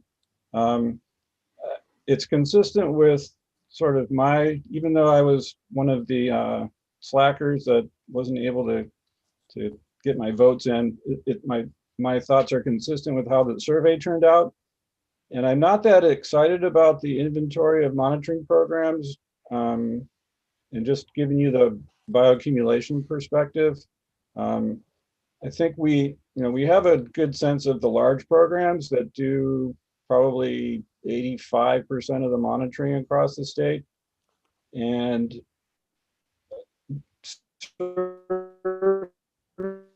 trying to survey all the programs in the state would be very time intensive, and the returns start diminishing pretty quickly when you get down to smaller programs. And there could be a big benefit to small, Friends of a Creek, monitoring efforts across the state. They could learn a lot, but from a statewide perspective, those small studies aren't really adding a lot to the overall picture of bioaccumulation across the state. So I'm not sure, if it's, I would think it's probably sort of similar across the work groups, and that's why the work group representatives were not that excited about that. So that might be something that we talk about now and affects the ranking, or it might be something that we work through as part of the work plan, and just how much effort we want to put into that priority. Jay, that's exactly what I was trying to say before, that I think the council members benefited from these discussions during the council meetings that maybe the work groups weren't privy to. And so we know all of the information that's folded into that first item. And if you just read it, like, oh, inventory, okay, now why is that? Why did they vote for that? You can't see it, but there is a lot of information packed into that. It's a very dense. So I'm trying to actually pull that stuff up right now and just see if I can elaborate. Evelyn, you have your hand up. Yeah, thank you. First of all, I just want to say what a great meeting you've hosted, Nick. and it's always a pleasure working with you. So, but I wanted to just make a suggestion that, and just looking at this, the results of the survey, it seems like 2 and the last number on 3, the Elevate Needs Assessment to state agencies, there seems to be like a relationship there. And just speaking from being a work group co-chair, trying to be effective, you know, maybe there's an opportunity to ask all the working groups what their goals, you know, how they see things going in the future for communication, for, you know, just projects, and, you know, how they kind of outline what their work groups really should stay focused on. Of course, with everyone's collaboration and input, but maybe that would be a good survey, is just to send out like a request to the work groups about how they see maybe the portal developing in the next few years, and what communication needs they have, and how, you know, they, meaning we all can be more effective in, you know, working together. Because I feel like there's a little bit of a, like, I'm so intrigued by the trash working group. I'm sorry I missed the meeting, but I try to stay in tune with what, you know, with their follow-up emails, but I feel like there's such a huge overlap with Safe to Drink, especially with the microplastics reporting requirements coming up soon. So anyways, those are just some of my thoughts. Thanks, Evelyn. Just to give a little bit more feedback on the item number 1, it's worded as the inventory of monitoring programs, but the actual goal is to assess performance of water quality and ecosystem monitoring programs. So if you read those 2 things, you might think that they're very different. And then the assessing performance, part of it is the inventory. That's the inventory is one element, but it was something that was highly valued, but there's even more packed into that. I just wanted to throw that out there. Yeah, I'm partially thinking about the relationship between, I thought Nick made a good point. Some of these are sequential and some of these are, you know, could be concurrent. But it would seem like the work out of number 1 could perhaps provide towards number 2 in the portals, either additional portals or refined data that goes into those portals. And I think that it might make sense to start with the number 1 and really set that as the goal for at least the year, if not sooner. It sounded like from some conversations, it would really take a long time to get an exhaustive list. But from other conversations, and maybe what Jay just mentioned, that you could at least get, you know, the predominant mix of monitoring programs relatively easy, and you would just miss out on some of the very small opportunities. But that very segment's the segment that probably would be benefited from number 2 and number 3 with the way the work groups voted, which I don't think it bears to the value of doing the first one. I just think there are intended audiences for those results. But I going back to the first one, the inventory, I think it's notable that in the statutory code, this very inventory is called for right on the heels of the chartering of the council with the MOU. And with this new MOU coming up, it maybe would, you know, have a little bit more of a historical sense to kind of do an updated inventory of the monitoring programs and tie that into the work that's going to be done with the MOU. Not so much that they're in lockstep or contingent on each other, just that these developments are the types of things you would undertake at such junctions in time with the other events. So a couple more thoughts there. I'd also say that in terms of visibility as a council and getting recognition for the work that we're doing, I attend a lot of meetings, and there are so many people on the federal level or in academia who have no idea the amount of water quality monitoring that's going on in our state, and that they have this treasure trove of information that they just have not tapped. And I think that this would be very valuable in kind of elevating the work that we're doing and just getting the word out there that there is a lot of water quality data available. Shelley, that reminded me of Cal Data, which I guess was a new initiative announced last month, but it's the idea of open access for data sets that are being used by state agencies. But that might be a repository. I don't know how it's organized. I've only clicked through a couple of the pages, but if it had an index listing all sorts of data sets and you could winnow into some of this monitoring stuff, it could be one way to build out number one. And would CEDN help inform that? I'm wondering if CEDN would help. There's a big data push right now to get stuff into CEDN in time for the next integrative report, and maybe once you have that, you can have a little bit more reliable sense of where stuff is happening and what and how. Greg, you got your hand up? Yeah, thanks. I just wanted to point out Cal Data is a initiative, but the open data website for the state of California has been around for 5 years or so. We publish a lot of water board data at data.ca.gov, and you can find it there, including CEDN data sets that are updated on, I think, a daily basis. So those resources are there now. The catalog, quote unquote, has been there for a bit.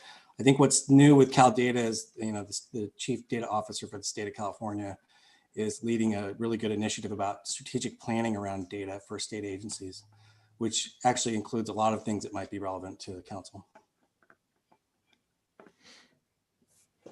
Thanks for clarifying that, Greg. That's good to learn. Just on a related note, I was trying to extract data from CEDN. I know that one of the BITE programs, we had put our trawl data into it. I think it was BITE 08. And I was there. I was with the swamp folks. We designed the data to be uploaded into CEDN, and I could not find it. I was like, I think we put it in the tissue, and I couldn't find it. And so, just having worked on that, being on the information management committee, and still not able to find it, I didn't know what to. It was just really frustrating. And so, part of this inventory is making it user friendly, making it that anyone can find the inventory, whether they're a data expert, scientist, member of the public who wants to know what's been done or the status. Yeah, there's a lot of work that needs to be done on that. There's two elements there. One is there are sometimes rabbit holes down which data falls into in databases, and it's hard to get it back out. The other kind of unpacking the issue there, the other element that I hear is the need to improve discoverability and accessibility of data using sort of plain language and approaches, interfaces that most humans want to use. And so there's actually an ongoing effort. Those of you who are tracking 1755, there is a direction to the department to develop protocols and standards. And one of those drivers behind it is federation. And so we're trying to work on a definition and a white paper, so to speak, around federating the data that allows discoverability and accessibility to not just be a computer skill that is going to, be the web services kind of a world, but also the human skills of what you just described, Shelley, of can people actually find what they think they want to find? But the separate issue is sometimes things do fall into tables that they weren't intended. And so then even if you think you know where to look for it, it may not actually be there. That's a slightly different issue, and I'll be happy to try to work with you on that.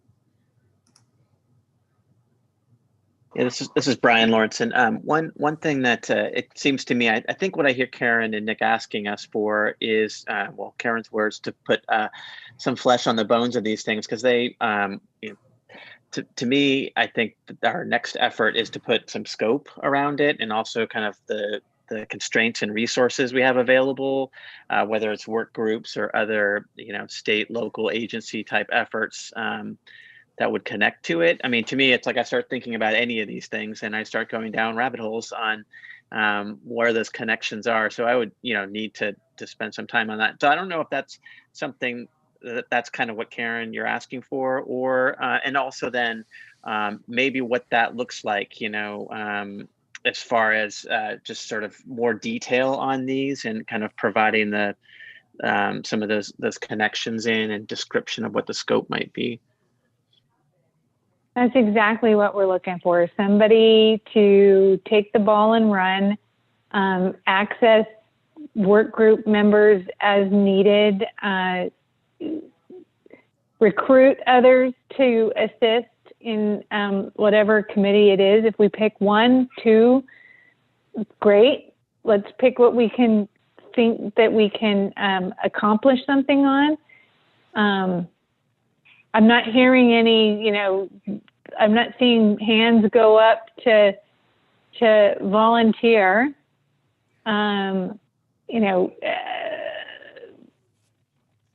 We have this strategy. We need to move forward on these things. And Nick's just one person, and he's coordinating all that's going on already in the council, let alone these initiatives that advance our strategy objectives. So we need help. That's what we're asking for, help. Let's pick one. Yeah, well, and one idea also, Karen, might be just to take a baby step on them, right, and have a conversation with this group, and just to keep things moving, right, and not necessarily do all of that scoping, but what's the next step on kind of what's the problem we need to solve on this one? What just some initial steps I think would be helpful, and I can pick up one of them. For some reason, all the threes are the ones that resonate with me a bit, not knowing exactly what the intent is on all of them, especially the needs assessment. Yeah, so the needs assessment is, as we, the idea would be that as the work groups are moving towards their goals, they're identifying obstacles and elevating those to the council. Okay, we've gotten this far, but we need participation from X agency, or we're missing this data set, or we need more data to fill this gap, and then elevating those to the agency secretaries or to the appropriate agency that's maybe not filling that gap. And these are, I can always point to where these are more thoroughly described. They are described a little bit in the summary document, but in past documents as well. But you don't have to necessarily hold yourselves to these ones that are identified here. These are just the ones that rose to based on votes. So it doesn't have to necessarily be one of these. Like I mentioned, it could be something that's just more in line with your interests and or direct line of work or otherwise. I think the inventory of monitoring programs has been a topic for the council for a long time, because it's kind of a holy grail, like who's monitoring for what, where, and when, is great. And that's something that even our own internal SWAMP program just finally is like rolling out in a beta version. And that's because we've finally got some data scientists that are working within OEMA to help visualize that for our own. That's just one program, albeit that's the largest from the State Water Board, but that's just one program, and that's something that they've been working on for years. So it's not something that's necessarily easy, and would have to probably be started off on a case-by-case basis or a work group by work group basis, and then try to bring those together. And that would be super valuable, because that does then lead to identification of gaps and overlaps. And then once you have a list of who's monitoring, you can start looking into, okay, are they monitoring effectively, which was one of the number threes, or is the data being collected comparable? It's another one of the other priorities. So there are some that are foundational, but again, it's, as Jay mentioned for his work group, fish tissue is maybe more of a selective set of monitoring programs, where the bite, the bog or the swamp protocols and some other regional programs are the bulk of the monitoring, but that's not the same for chemistry or sediment. That's much more widely sampled from permittees and citizen and our community monitoring groups, as well as other agencies. So there is a lot. Yeah. Nick, I was looking at the strategic plan summary, and it seems like most of these that rose to the top, even in number 3, are under goal 1. Yep. So, I mean, it would be interesting to see all of the goals and the sub items, and then how they, you know, because I think if you bolded the ones that rose to the top and maybe, you know, put these rankings on there, it would really show us, you know, what these mean. So, you know, goal 1 is assessing the performance of water quality and ecosystem monitoring programs, and the translation of item 1 in the top priorities is providing an inventory of known monitoring programs within the specific work group themes to help inform where data gaps and overlaps exist. And then it also addresses, the next one is to address monitoring questions. Are the programs designed to answer those questions, which is, you know, important. And then, you know, comparing them to other areas, and then find out where there are, maybe there's monitoring going on, but the data aren't being submitted, so they're not usable. So that's all kind of, you know, and that goes into seed and structure and accessibility, that kind of thing. So I would say all of goal 1 is really, really key, and all of these kind of go up into goal 1.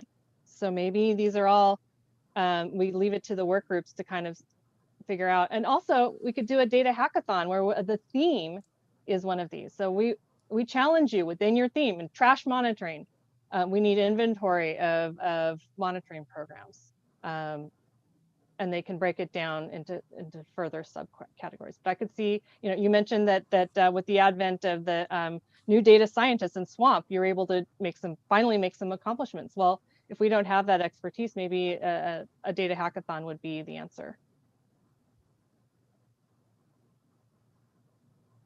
To redirect a little bit back to the question at hand, but first with a question myself, as a point of information, what would the limit be for council members serving in some kind of subcommittee without triggering a quorum, just so we don't run afoul of that aspect of multiple people meeting? Because if I'm trying to figure out, you know, like an elephant, you take multiple bites, who would you want at the table to help, you know, eat? And I think running that metaphor out, you're going to want probably our sector in there. You're going to want the stormwater sector in there. You're going to want the drinking water sector in there. You're going to want the work groups. I think Greg's, you know, grasp on the state's data, you're going to want that in there. And maybe if you just have all these kind of representatives chipping away at it for 3 to 6 months, I don't know what a realistic timeline is, and bandwidth notwithstanding for everyone else, maybe you could get number 1 done by June, if not sooner, and then move on to the rest to try to wrap it up. So maybe year 1 of this new strategic plan would be knocking out goal 1. Perhaps would be a way to kind of set a timetable to this, and then it's really incumbent upon us as council members to, you know, do what we do to provide the services we can to the council to help these efforts get launched. And so to that end, I mean, I would be happy to be that kind of conduit for the POTW community for number 1, so to say. And, you know, you could sign me up there if that's where you want to go. Yeah. So are you suggesting sector by sector? I guess I want to understand, because I disagree that the small group that's fleshing these out has to represent everybody, because it's going to have to come back for vetting to the council and to the working groups that involve all of the sectors, or, you know, not all of the working groups involve all the sectors, but certainly the council does. And so to my mind, it seems that we could make more progress with a small group getting together and coming up with a proposal and bringing it back to the council for review and comment and fleshing out more and providing direction, sort of an iterative process on the work plan, and then moving forward with implementing it. The actual priority is actually already stratified by work group themes. So wouldn't we take, for priority 1, wouldn't we go to the work groups and see what they can do with the inventory with their specific theme in mind? And if that's the case, we would use the liaisons as council members, we would be liaisons to make sure that's happening and to help with support. Well, I don't know that we're at where we know what we're asking for. That's what I'm struggling with. We need to be specific. What exactly are we looking for? What's the outcome? What's the product? And what are we going to use it for before we go to the working groups who aren't interested in helping us with this based on the votes?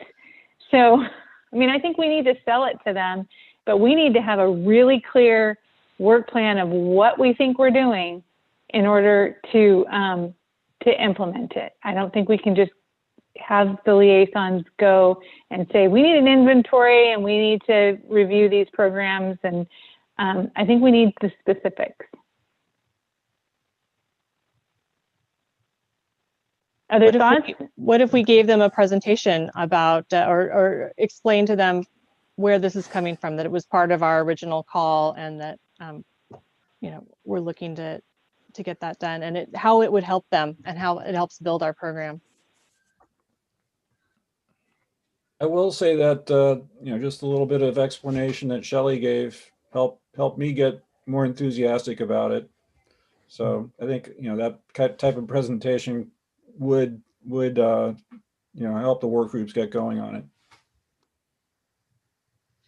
Yeah, no, I will raise my hand and volunteer to help out with priority 1. I do agree with your comments, Karen. I think we need. I think first thing is to build the case for this and flesh it out a little bit before we can go and sell the work groups on assisting with this.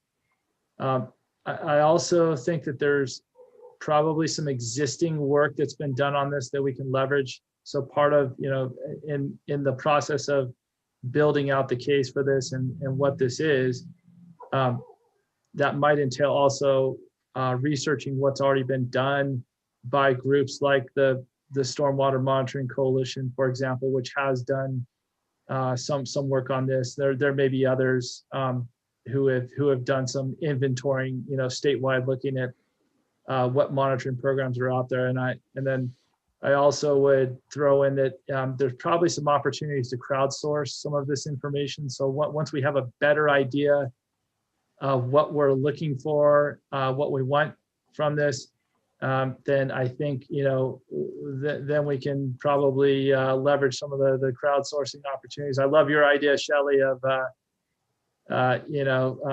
leveraging the data symposiums or hackathons and resources like that. But I think Karen's right. We have to start with, developing a plan, a work plan for this, and fleshing out what it is that we're wanting to do here. I'm all for that. And if I was able to convince Jay just a little bit today, I think, we can build on that and actually describe what we mean by that and why it's important. And I would love to be part of that.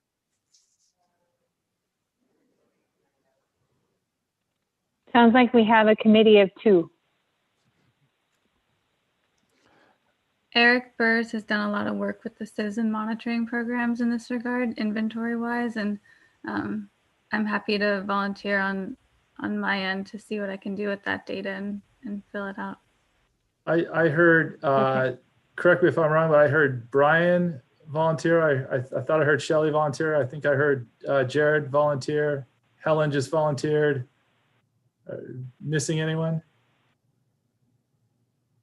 I think Brian volunteered for something else, but he wasn't sure yet. Oh, right. Brian, don't let me force you into it if you didn't volunteer for this. No, I think on the number 3s, I'd be willing to take a baby step on those, at least to get those going and kind of flesh out some ideas and bring it back to this group anyway. And maybe work with Nick a bit on how to do that. I'd love to see someone added that has swamp and or sedent expertise. If only we had someone with that expertise. Greg doesn't have much bandwidth. I know. Yeah. I can do that. Well, maybe there's someone in your staff Well, I Greg, was going to that say, could, yeah, maybe Jarma or someone who some of the database administrators could probably help out. Yeah, I think you can count on, like, you could list me and I can bring resources to the table. Thank you, Greg. So a report back at the next council meeting that we need to schedule?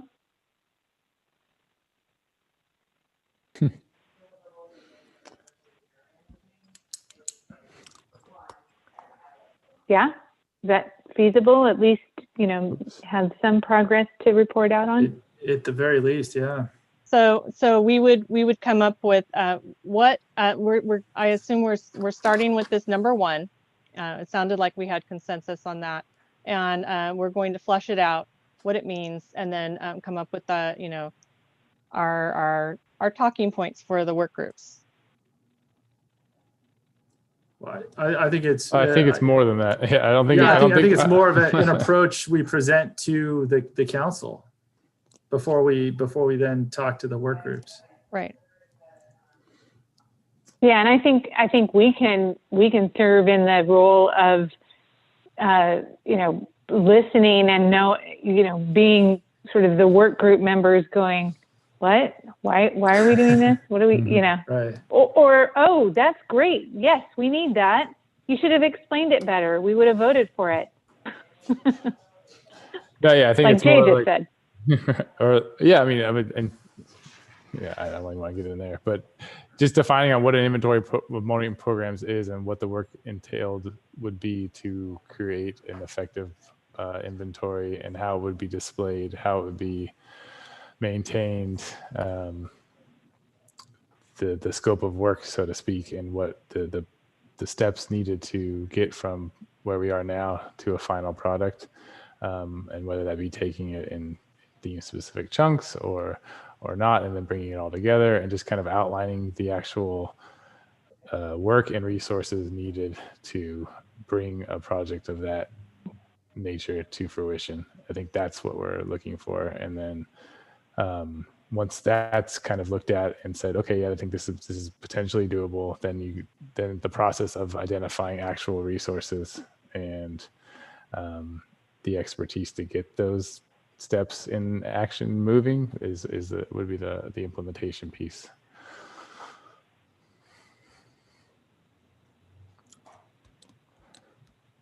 And Brian, are you willing, like you said, take a few baby steps on the threes just to get the conversation started, and maybe we drum up a little bit more interest at the next council meeting in participating? Yeah, that sounds great. Awesome. Thanks. Nick, do you already have something that takes those top priorities and fits them into the overall goal, all the 6 goals and the pieces? The strategic summary? Yeah. Yeah, it's called the strategic summary. No, that integrates the survey results as a visualization, kind of how they ranked. I'm just curious. It was linked in, yeah, it's linked in the agenda, and it's available in the meeting invite, but I can send it again. No. I think I'm looking for something a little different. I'll talk to you offline. Thanks. How did I lose this?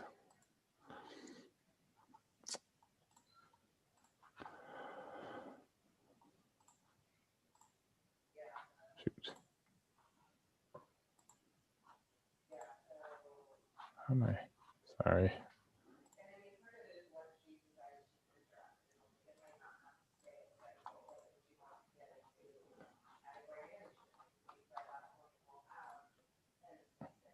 Did I lose something? I think I'm out. I'm trying to. Lost my Zoom's gone wonky. Oh. Okay, I think I've got it back.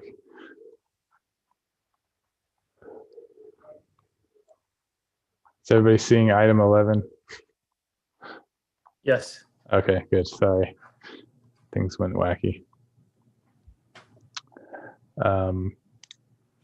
Okay, great. So thanks for that. The final item is you talking about next year. So that's obviously the last meeting of 2020. And just looking towards the future and what months and dates make the most sense for the council. And then once we get that figured out, we can start. We've got some agenda items already identified as a result of the last item and some of the previous items. But if there's any others that we want to pursue as well. So we've been kind of doing this March, June, September, December type of schedule. Is that something we want to maintain? Do you want to switch it up to a different type of quarterly schedule that maybe works better for others? Are people agnostic? Normally at this time, Karen likes to pull out her calendar and just start picking the dates, which has worked in the past. Just looking to see if people wanted to change it up at all. Recognizing this is Peter. I would actually vote for like the February, May, August timeframe, just because I sit on several boards and they all like meet within a week of each other every quarter. Yeah. So I have the same problem. Yeah, so I wouldn't mind kind of offsetting these ones by a month or something. Yeah, I don't blame you. That's Yeah, kind of where I like the February. Yeah, I like the February, May, August. Okay. That's 2 votes for that one. And one's still the single chair at this moment in time. Well, that's a good point. We probably should vet with Mark Gold as well. Why don't we make some suggested dates for that February, May, August, November schedule, and then send it around and see if there's any like red flags for any of the dates. Okay. Are Thursdays still I would suggest a good day? Oh, go ahead. Thursday, fine with me. Thursdays are fine with me.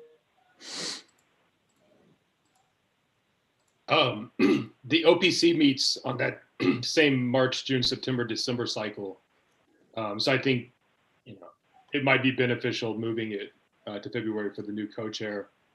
And I think it's nice having it that first Thursday of the month. It seems to work for us now. I don't know if that's a function of the month it falls in or that's just a good time of the month. So let's pick the first Thursdays of each of those February, May, August, November, send that around to the council and see if there's any big red flags and go from there. I suggest, Karen, you send more than one date.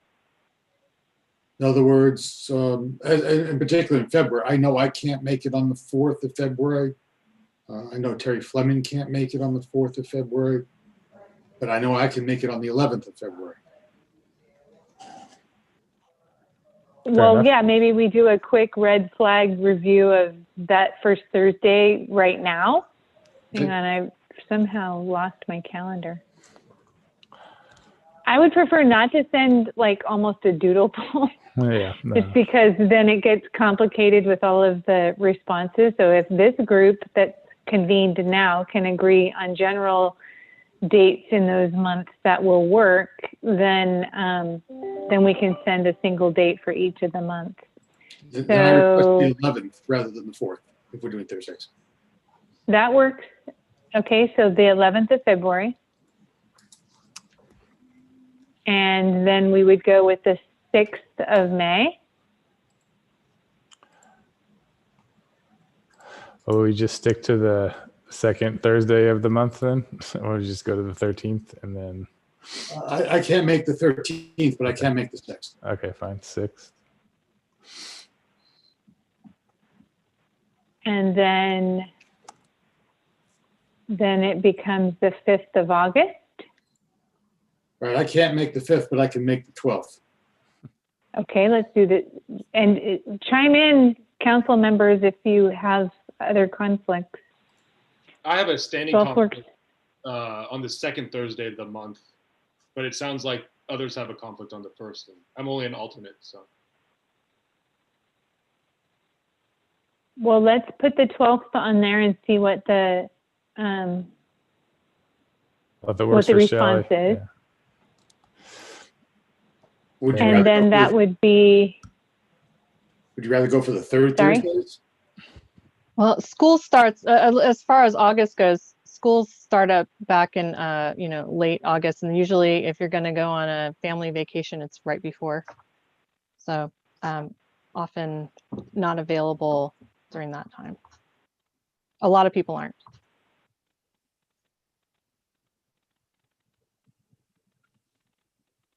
I'd rather have it earlier August, I guess, than late August.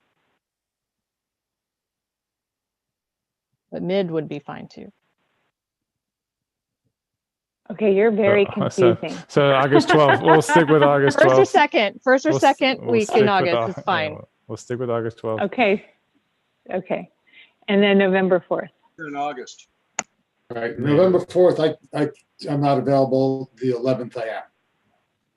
11th is Veterans Day. Okay. The problem there is that CTAG meets either the first or second Thursday of those same months. And that's why Gotcha. they've already picked their dates. Gotcha.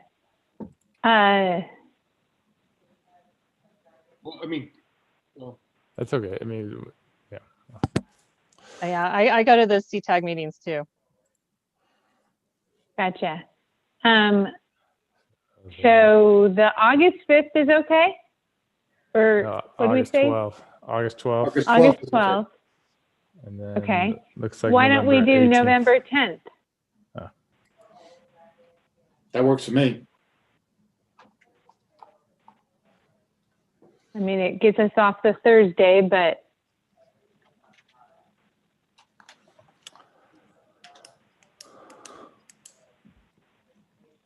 did you get those, Nick? I got February 11th, May 6th, August 12th, and November 10th. Yeah. And at least the first two will definitely be virtual. We'll see what happens with the second two. But I'll pretend like they're all virtual for now.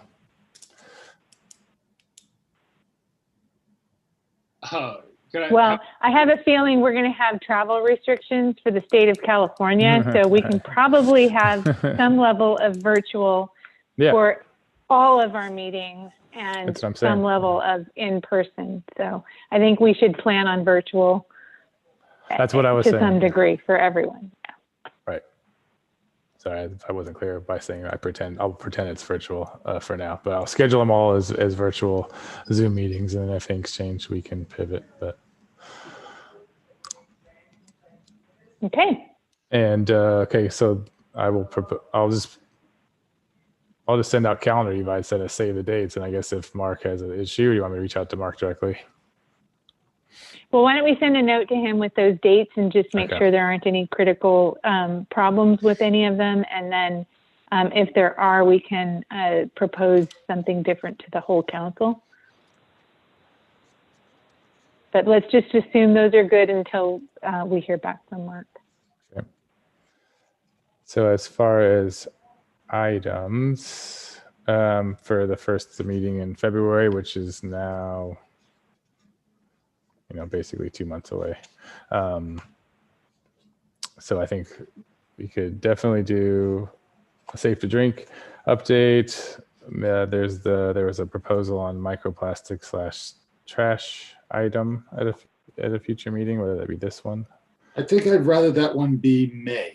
Okay. Because I think we could really make a whole theme about that entire afternoon. I think there are 3 or 4 things that can be reported out. If you did it in February, it'd be close. You'd have 1 or 2, but I think it could be more holistic if we did it in May. I think it'd be timely to have an update on the WBE. Yeah. You're thinking for February, Shelley, right? Yeah. I agree, because I think you've charged a committee of us to come back with a recommendation in February. Recommendation on a series of webinars, right? Yeah, or whatever it is, but yes. Okay. And what about the Jedi? Wouldn't that also? that group is going to have to get together and discuss how they want to, move forward, whether that be training at a smaller level or have standing items with trainings at each meeting. But both of those subcommittees will have to meet, and we'll figure out how that wants to fit in. But February could be a report back. Yeah, and also I thought we had consensus to do the mini series, the 45-minute mini series that Greg was offering. I don't know if that was decided, but I think that was definitely going to be just discussed by all the people that signed up with their hands raised. But if Greg's available, then that's what the group wants to do, then maybe there's be a 45-minute follow-up training.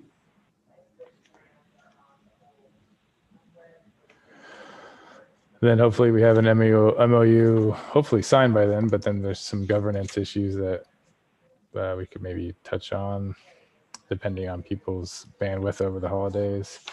And then a follow-up on the inventory and other strategic priorities that's being looked at by Brian.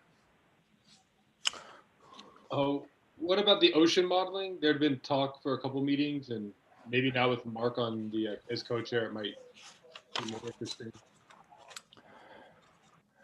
Yeah, I don't know. Mark would find that of interest. But I think I prefer if we do that, we do it in May. Because if you did it in February, what you're going to get is a bunch of platitudes. But there's a presentation that we'll be making to the SCORP Commission in March that will be essentially the next round of information. And I don't think it'll be ready the second week in February, or at least I don't think I'd want my people to be putting it out to this group before they put it out to my commission.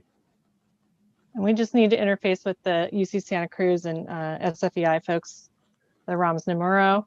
Yep. And then Nick, you mentioned a third model, and I wasn't sure what that was. It was the three contacts that were brought up at the last meeting that were identified. It was Dave Sen. I'm only aware of as far as state, regional OAH, just the two. Okay, there were three names when I went back to the recording that were brought up, and that I reached out to you about when trying to schedule this item. So those are the three names that were identified in the discussion last meeting. But if there's only two, then there's only two. Well, I think maybe three people, but two models. Again, I don't know. Okay, well, that is a lot of a meeting. So we will got a lot of good items. I think that wraps it up. Go ahead. Can I just say something before we wrap up? I just want to say your guys' endurance is impressive. Thank you for your engagement today on Zoom all day long. I know that my legs want to move around really badly. So thanks everyone for your engagement all day, and good agenda items, good meeting. Really appreciate it. I'm super excited for all that I think we have before us in the upcoming year. So I know that I will see many of you before the end of the year, but if I don't, Happy New Year, Happy Holidays, all of that stuff, and stay well, stay home, wear a mask, and we'll see you in the new year. Great last thoughts, Karen. Thanks. Thanks, everyone. Thanks, everyone. Thanks. Thanks, everyone. Take care. Thank you.